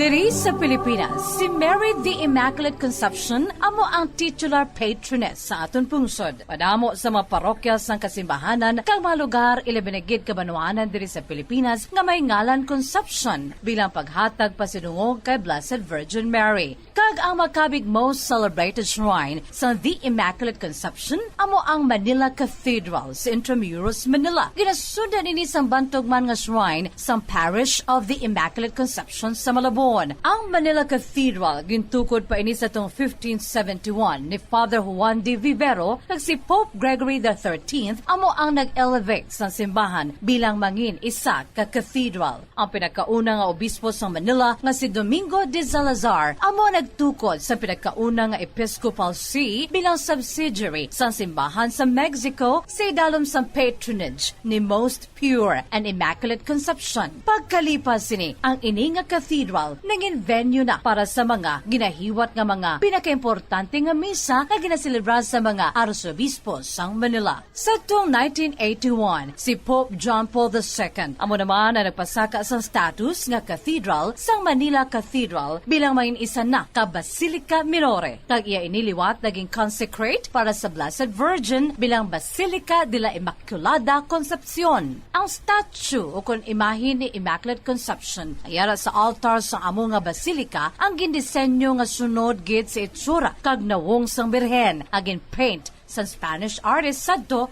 nga si Murillo. Throughout the church, the solemnity of the Immaculate Conception is celebrated on December 8. In most countries, it is the most attended holiday of obligation. Antes pa man sang karon nga adlaw, ang mga Katoliko hindi lamang diri sa Pilipinas kundi sa bugos nga kalibutan nagaobserba sang tradisyon pinaagi sa pagnovena o kun siyam ka adlaw nga pagpangamuyo kag meditation bilang preparasyon sa pag-abot sang sining nga kapestahan ni Birheng Maria. May ginapadigayon nga Triduum Mass, may Grand Marian Procession sa madamo nga mga Marian images. Ang ini nga Grand Procession ginahiwat kada tuig sa sulod na karon sang 20 ka tuig bilang kabahin sang proyekto sang Confradia de la Immaculada Concepcion ag sa Manila Cathedral sa Intramuros.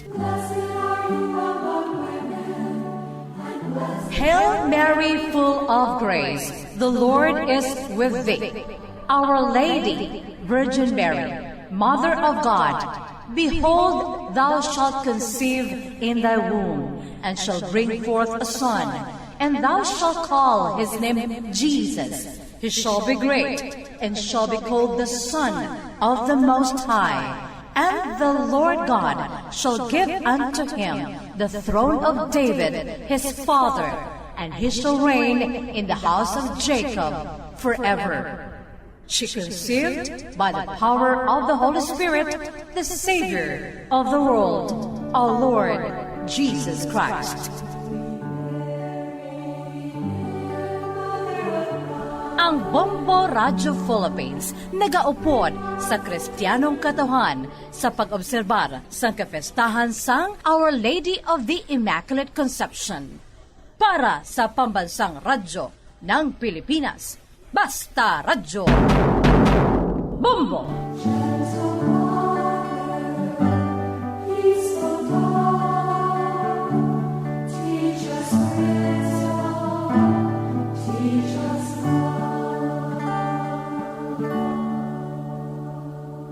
Sige, manamang salamat kay Bombo Jazz de Jesus Madrigal. Ang mga simbahan na siyempre mga misa sa mga adlaw and mga activities sa mga events, but tigin na observe lang diri ang minimum health protocol bangod ban sa may COVID-19 pandemic. Kag bisan na pagani sa may simbang gabi, may pila na diri ka mga paalinto nagligad ang Diocese of Bacolod para sa pagpatigayon nato sa simbang gabi. 30 minutos ang nakaligad sa taknang alas 9 sa aga.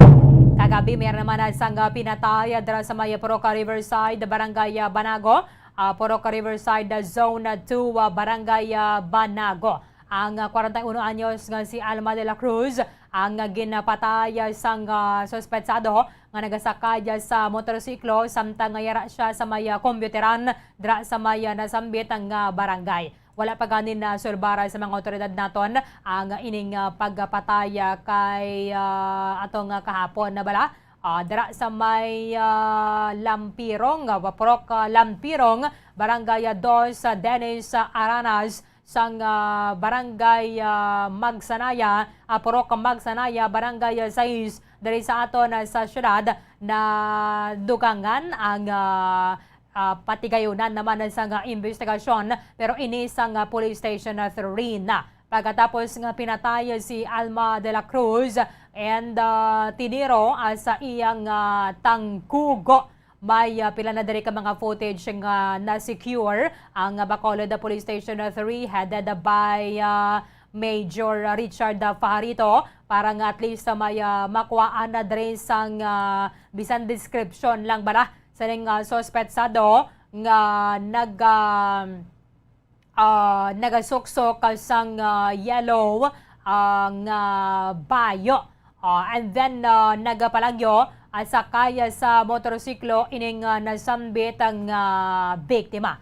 Iti makaluluoy man na kay magagmay pa ni mga kabataan ni Alma de la Cruz kag may yara sang ginalauman ang pamilya at isbisan na paano maago Manila bala ang hustisya sa iyang kamatayon. Karon ano nagagwa diri sa latest investigation sa ngaton nga mga kapolisan na dra sa may Station 3 angot diri sa pagpatay kay Alma de la Cruz. Sa piyakalinya, Bomboliano Zil Minardo sa report. Kamin. Yes, Bombo Erlin, so liwat naton ngaging pakigangutan ang hepe sang Police Station 3 si Police Major Richard Fajarito Bombo Erlin no, regarding sa natabok nga shooting incident kagabi which is Bombo Erlin no, kaluyan nga may ara na record ini ang CCTV footage Bombo Erlin which is nakita gid dito ang nahitabo kagabi. So Bombo Erlin ini ang suspetsado no, nagasuksok ini siya sang aduag nga yellow nga t-shirt kag naka-helmet. So, na ginasuksok na gini mismo ang helmet Bombo Erlin sang pagpasulod niya dito sa may computer shop. So, ang upo sini sang biktima nga si Alma de la Cruz. No, may duway ni siya kaupon nga kabataan nga nagahampang man nga tupad balay niya mo ini ang 5 katuig kag 7 katuig nga kabataan Bombo Erlin. So, laki bayi ini. Sa natabo ni Bombo Erlin ang duwa sini kabata gatalikod lang ini no. Wala gid sila nga sa paglupok sini. Amo na ni nakabalikig sang nagahamyangon. Amo na ni nakita sa nga duha ka kabataan na Bombo Erlin dito sa CCTV footage. Di mayo lang gani Bombo yan. Yes, Bombo Erlin. Oo, mayo lang gani nga why sila nagatubang no? Because tama inaka-traumatic para dali sa mga kabataan.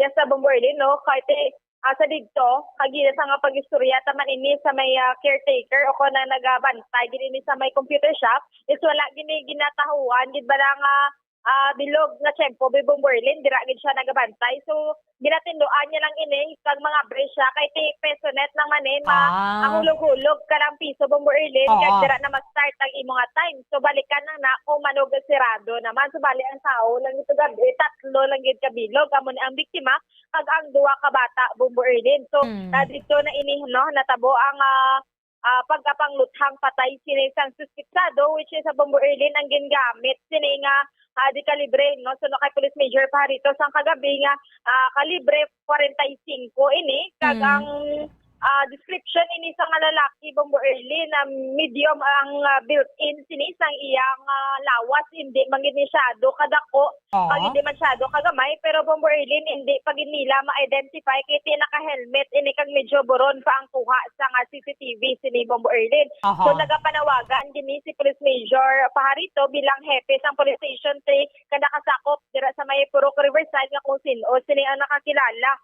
o kung nakakita si misang suspetsado Bombo Erlin makipag-angot lang sa Police Station 3 para mabuligan maninim o kung matagaan hustisya ini ang pagkamatay sa biktima. Kagagindugang niya ini kagina Bombo Erlin nga may nasapwan o kon may nakit-an ini nga recovery dito sa bulsa sang biktima ang soko mayara tutor sa bulsa sa nga biktima sini Bombo Erlin. Ahay. So, may possibility nagagamit man siya sa illegal nga droga. But wala man siya sa ilang drugs list, di ba la? Nasa Bombo Erlin, so wala pa nila na check up agad ini ang background. So nagapangayo pa sa nga gamay nga higayon o kon nilang tiyempo ang hepe dira sa Police Station 3 para idig pag ini ang iyang mga ako may previous cases o kunari pag ini sa drugs watch list sa Bombo Erlin. Ang kabataan niya ni, di ba, 5 and then 7? Yes, para ka Bombo Erlin, ganit ang kagabi, no? Antes ko nang madlagan, ini sila nga panimalay, dito sila sa may highway na sila nagdalagan tungod sa Kakulba, sinisang duwa ka kabataan. Amo gede. Although ang 7 ti makaintindi na gid na iya bala ang pinatay ang siniyang Iloy sama ang 5 ti makuha niya na maintindihan niya na Bombolian but sa kakusog pagid bala sang lupok kay tilapit lang sa ila mo. Yes, correct. Pero ini Bombo Erlin, no, clear naton nga ang duwa sini kabataan is hindi ini bata ni Alma. Okay. So upon niya lang gid ini nagahampang-hampang dira kay ining mga kabataan ba nagasabuy lang man kay dira man naga-star sa tupad sa computer shop Bombo Erlin. Okay, so bali bata lang yan sang taga dira man sa Riverside. Yes, correct ka Bombo Erlin. Okay, sige. Ang footage colored man na Bomolian? Wala naton early na na-checkya pero nakuha ini sa nga kapulisan so kung ma-present na ini nila sa korte Bombo Erlin kung in kaso man gid so base pa lang makapangayo man kita sang kopya sini pero subong as of now Bombo Erlin so hindi pa pwede kay under investigation pa ini ang kaso sa biktima Bombo Erlin. Dapat ang mga kabataan sang day born niya hindi ginapagbabayaan sa mga ginikanan because sa experience sila sang traumatic kabala nga hitabo Bombolian. So dapat ma-intervene man dira ang aton DSWD since nga nakita nila mismo mo. Okay lang gani because why gid nila nakita bala nga pag tiro. O tinano man yang ay ni naton ma-reconcile bala because pinasahi lang ni nga babayi mga ginapatay. Siguro ang una nga madumduman nato natong commercial sex worker dira lampirong man to. Yes. And then ginsundan naman ni Alma. Yes. So ini sa Purok Riverside lang siya galing nga Bombo Erlin kay sakop sa Police Station 3. At dito sa may Bradco Port ayon lapit ya so ya ka Station 2 Bombo Erlin kag ini fatal gid no sa kagabi kay biskan isa lang ini kaigo yan ang kon galing kay sa Tangkugo gid saya mismo ginigo sini Bombo Erlin. Siya gidaya ang target kay tultulan gani nga dira siya sa computeran na Bombolian mo.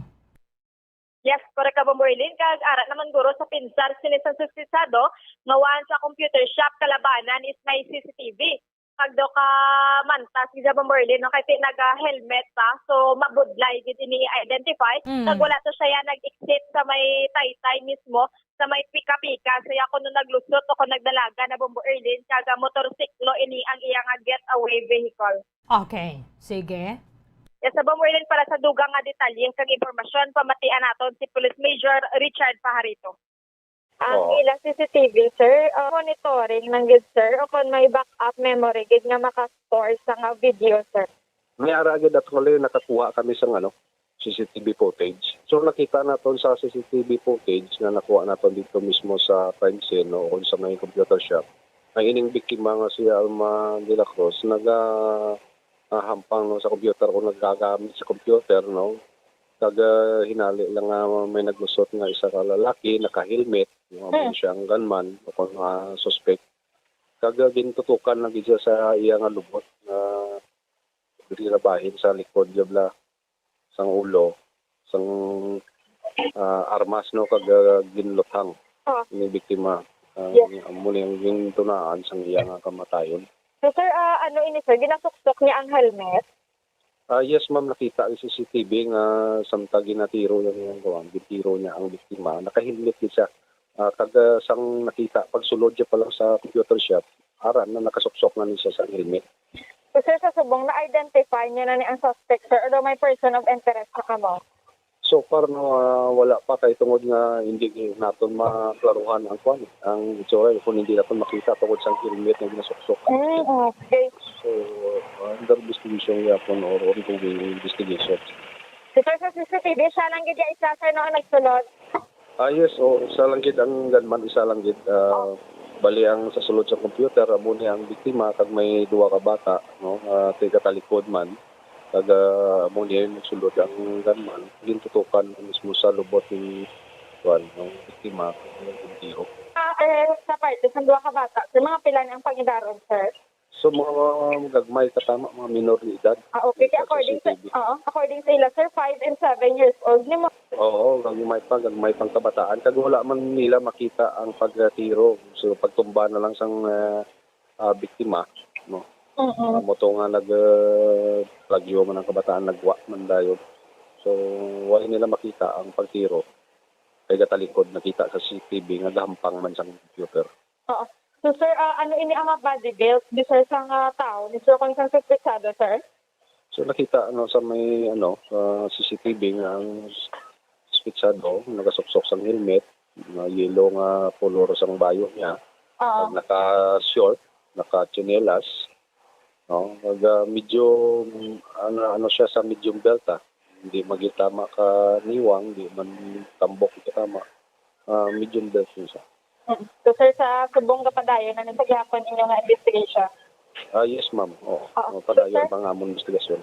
Yes sir. Panawagan namon bilang hipis ang Police Station 3 sa may area sa Banago, gabi sa may Purok Riverside Zone 2, base kung may nakakilala kung sino ang may kaymoan sa pagpatay sa kay Alma de la Cruz, palihog lang angot sa aton nga opisina o kung sa hepe sa Police Station 3 para nga ma-identify nato na suspetsado kag mahatagan man sa nakakaigo nga justisya ang biktima.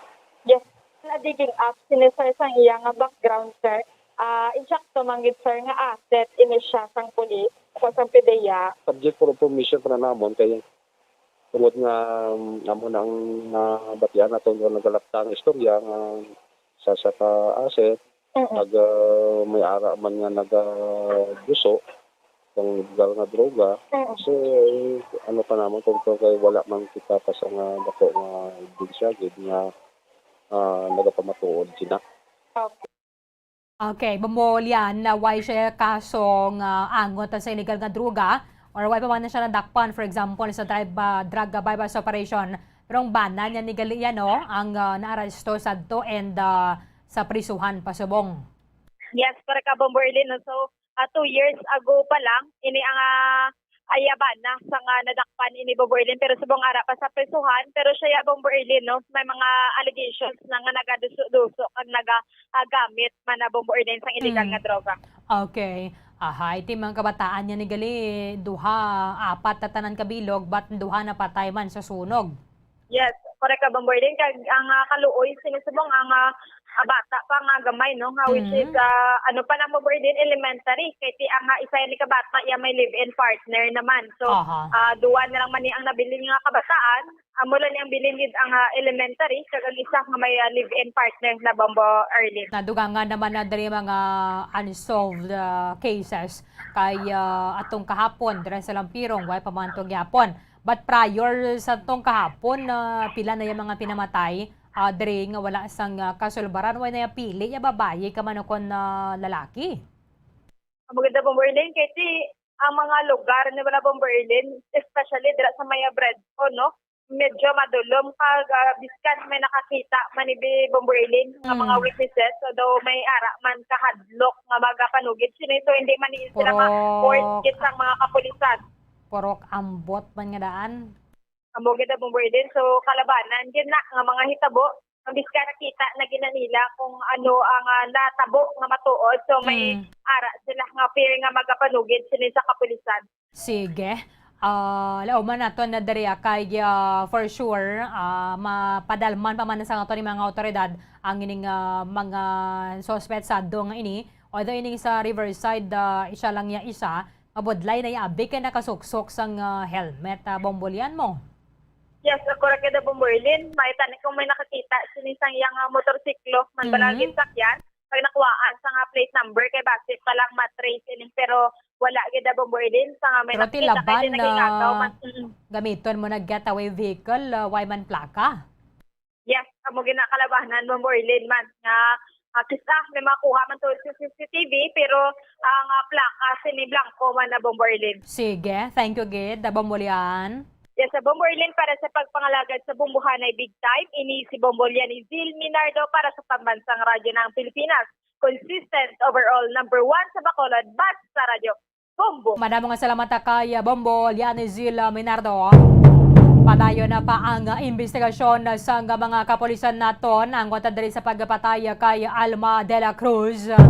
Dira sa maya sulod sang PisoNet nga komputeran na bala sa maya Proca Riverside Zone 2 Barangay Banago kagabi ginapalapitan sang suspetsado ginaduot niya gid ang armas sa tangkugo sang sining biktima kag ginapitik. 45 minutos sang nakaligad sa taknang alas 9 sa aga sa mga way ng kaingabot o gali nagligad sa ato ng National COVID Vaccination Days sa Nobyembre 29 hasta Disyembre 1 mayaran na naman sang second leg, second round na sang mass vaccination drive ang ato ng national government syempre sa bulig sang mga local government units. May 7 million na direct target kaya nagligad ito is 9 million ang target pero naglapaw actually kita sa numero sa mga ginabakunahan halin November 29 hasta nagaling Disyembre 3 kaya gina-extend ang COVID vaccination days. So, ang pahayag kahapon sa Department of Health, gina-target naton nga maka-administer na naman sa 7 million na COVID-19 shots kadungan sang ikaduhan ng round sang mass vaccination drive. Ilabi na subong nga tinagtuhaw na naman ang ining Omicron na variant. Ang second round, pati kayo noon sa Disyembre 15 atop to just 7. So, nagligad na to at least 10.2 million ang nabakunahan halin sang November 29 hasta na sa Disyembre 3. So, mayroon naman nakita sang bastante nga kadamuon sang bakuna kay halin sang Marso 1 nga nagasugod na ang ining pag-administer sang COVID vaccine. 91.7 million doses na ang ato nga na-inoculate. Ang first job or first dose is 56.7 million. Amo pa lang ni ang mga nakabaton. Pero ang aton ng numero sang fully vaccinated subong is 38,168,603 or 49.48% sang 77.1 million nga target population. Parang malabot na nato ang herd immunity. So, dali na lang kayo kita kay 54 million ang target ang population nga mabakunahan na hasta sa katapusan sa tuig 2021. Kaya gusto nato na makabalik na sa normal ang aton nga pagpangabuhi. Kabaya pang ilakip man nato na sa aton nga mga prayers and ginakwa na ba lang, ginalauman naton ang why na sang another variant nga magtuhaw no? Kaya may mga restrictions sa ganan nga ginapatuman na gilayon ang aton nga mga otoridad, ang mga naglain-lain nga mga kapungsuran kung mayara sang panibag-o na naman nga variant. At least bisan na paano naganubo na giman ang aton nga kaso sang COVID-19 kahapon na 356 na lang ang bago nga mga kaso nga na-report kag na-record nationwide bangod sa sining COVID. So kabay pang makabuligid ang ining vaccination sa paglabotan na naton sang ining punto bala kag adlaw nga makabalik na sa normal. Although magsunod lagi kita gapon sa mga minimum health protocol adra sa may ining mall sa reclamation na area, so sa nagaginotok sa buong no kagadinabo ng mga tao nga mga nagasulolod. Pero tiniman nato na basa sa mga kauturan nato na nahidlaw na gid kita. O nahidlaw na magpa-mall, nahidlaw na mag-shopping. O dating iba na dra medyo window kwan lang kita danay shopping Kung alang-alang pa ang budget, o iba na as early as kahapon nakabato na sa mga 13th month pay. Ang iba na subong, ang iban buwas, ang iban sa masunod nga semana. But sa mga employers at ginatagan ni sila sang tubtubagid lamang Disyembre 24 sa paghatag sang 13th month pay. So sa mga way pa dara nakapabakuna, mas madamo pag yung mga target kag mabato na mga walk-in sa mga vaccination centers because meron naman nakita sa second leg sang National COVID Vaccination Days. 9 minutos ang nabilin antes sa alas 10 sa aga. Ginaremind naton na si Mama Susana Vivero sang Zone 5 Barangay Handumanan. Ikaw ang aton nga winner alas 9, Jessie 9 subong nga aga. Sa meraka sang tubdob alas 3. Jessie 9 karon sa hapon sa pag-claim sa mga premyo diri sa istasyon sang Bombo Radio. Kulabos na ang aton nga tiyampo diri sa babangalagad sa Bombohanay Big Time. Iban nga mga impormasyon ka mga balita bantayan na ninyo sa Bombohanay Saudo. Delegate lamang sa matutod nga numero 1. Jessie Shata Diaz na lang gid banwa ang nabilin antes ang adlaw sang Paskwa. Kada sigala nga preparado na ng inyong mga pang Noche Buena. Kaya kung na nagailapit na ang Paskwa holiday season, matambat naman nga mga nagasaka ang presyo. That is why ang panumdum sa aton sa Department of Trade and Industry na kung may luliligwad ng budget na mas sa temprano, magbakal ko na mas maayo. Hope na kita buwas sa maman sa gyapon nga oras sa katapusan ng inyong walagad si Bombo Erlin Bayonita para sa Pambansang Radyo ng Pilipinas. Consistent overall number 1 sa Bacolod, Basta Radio. Bombo! Bombo Radio Bacolod. Number 1! Basta Radio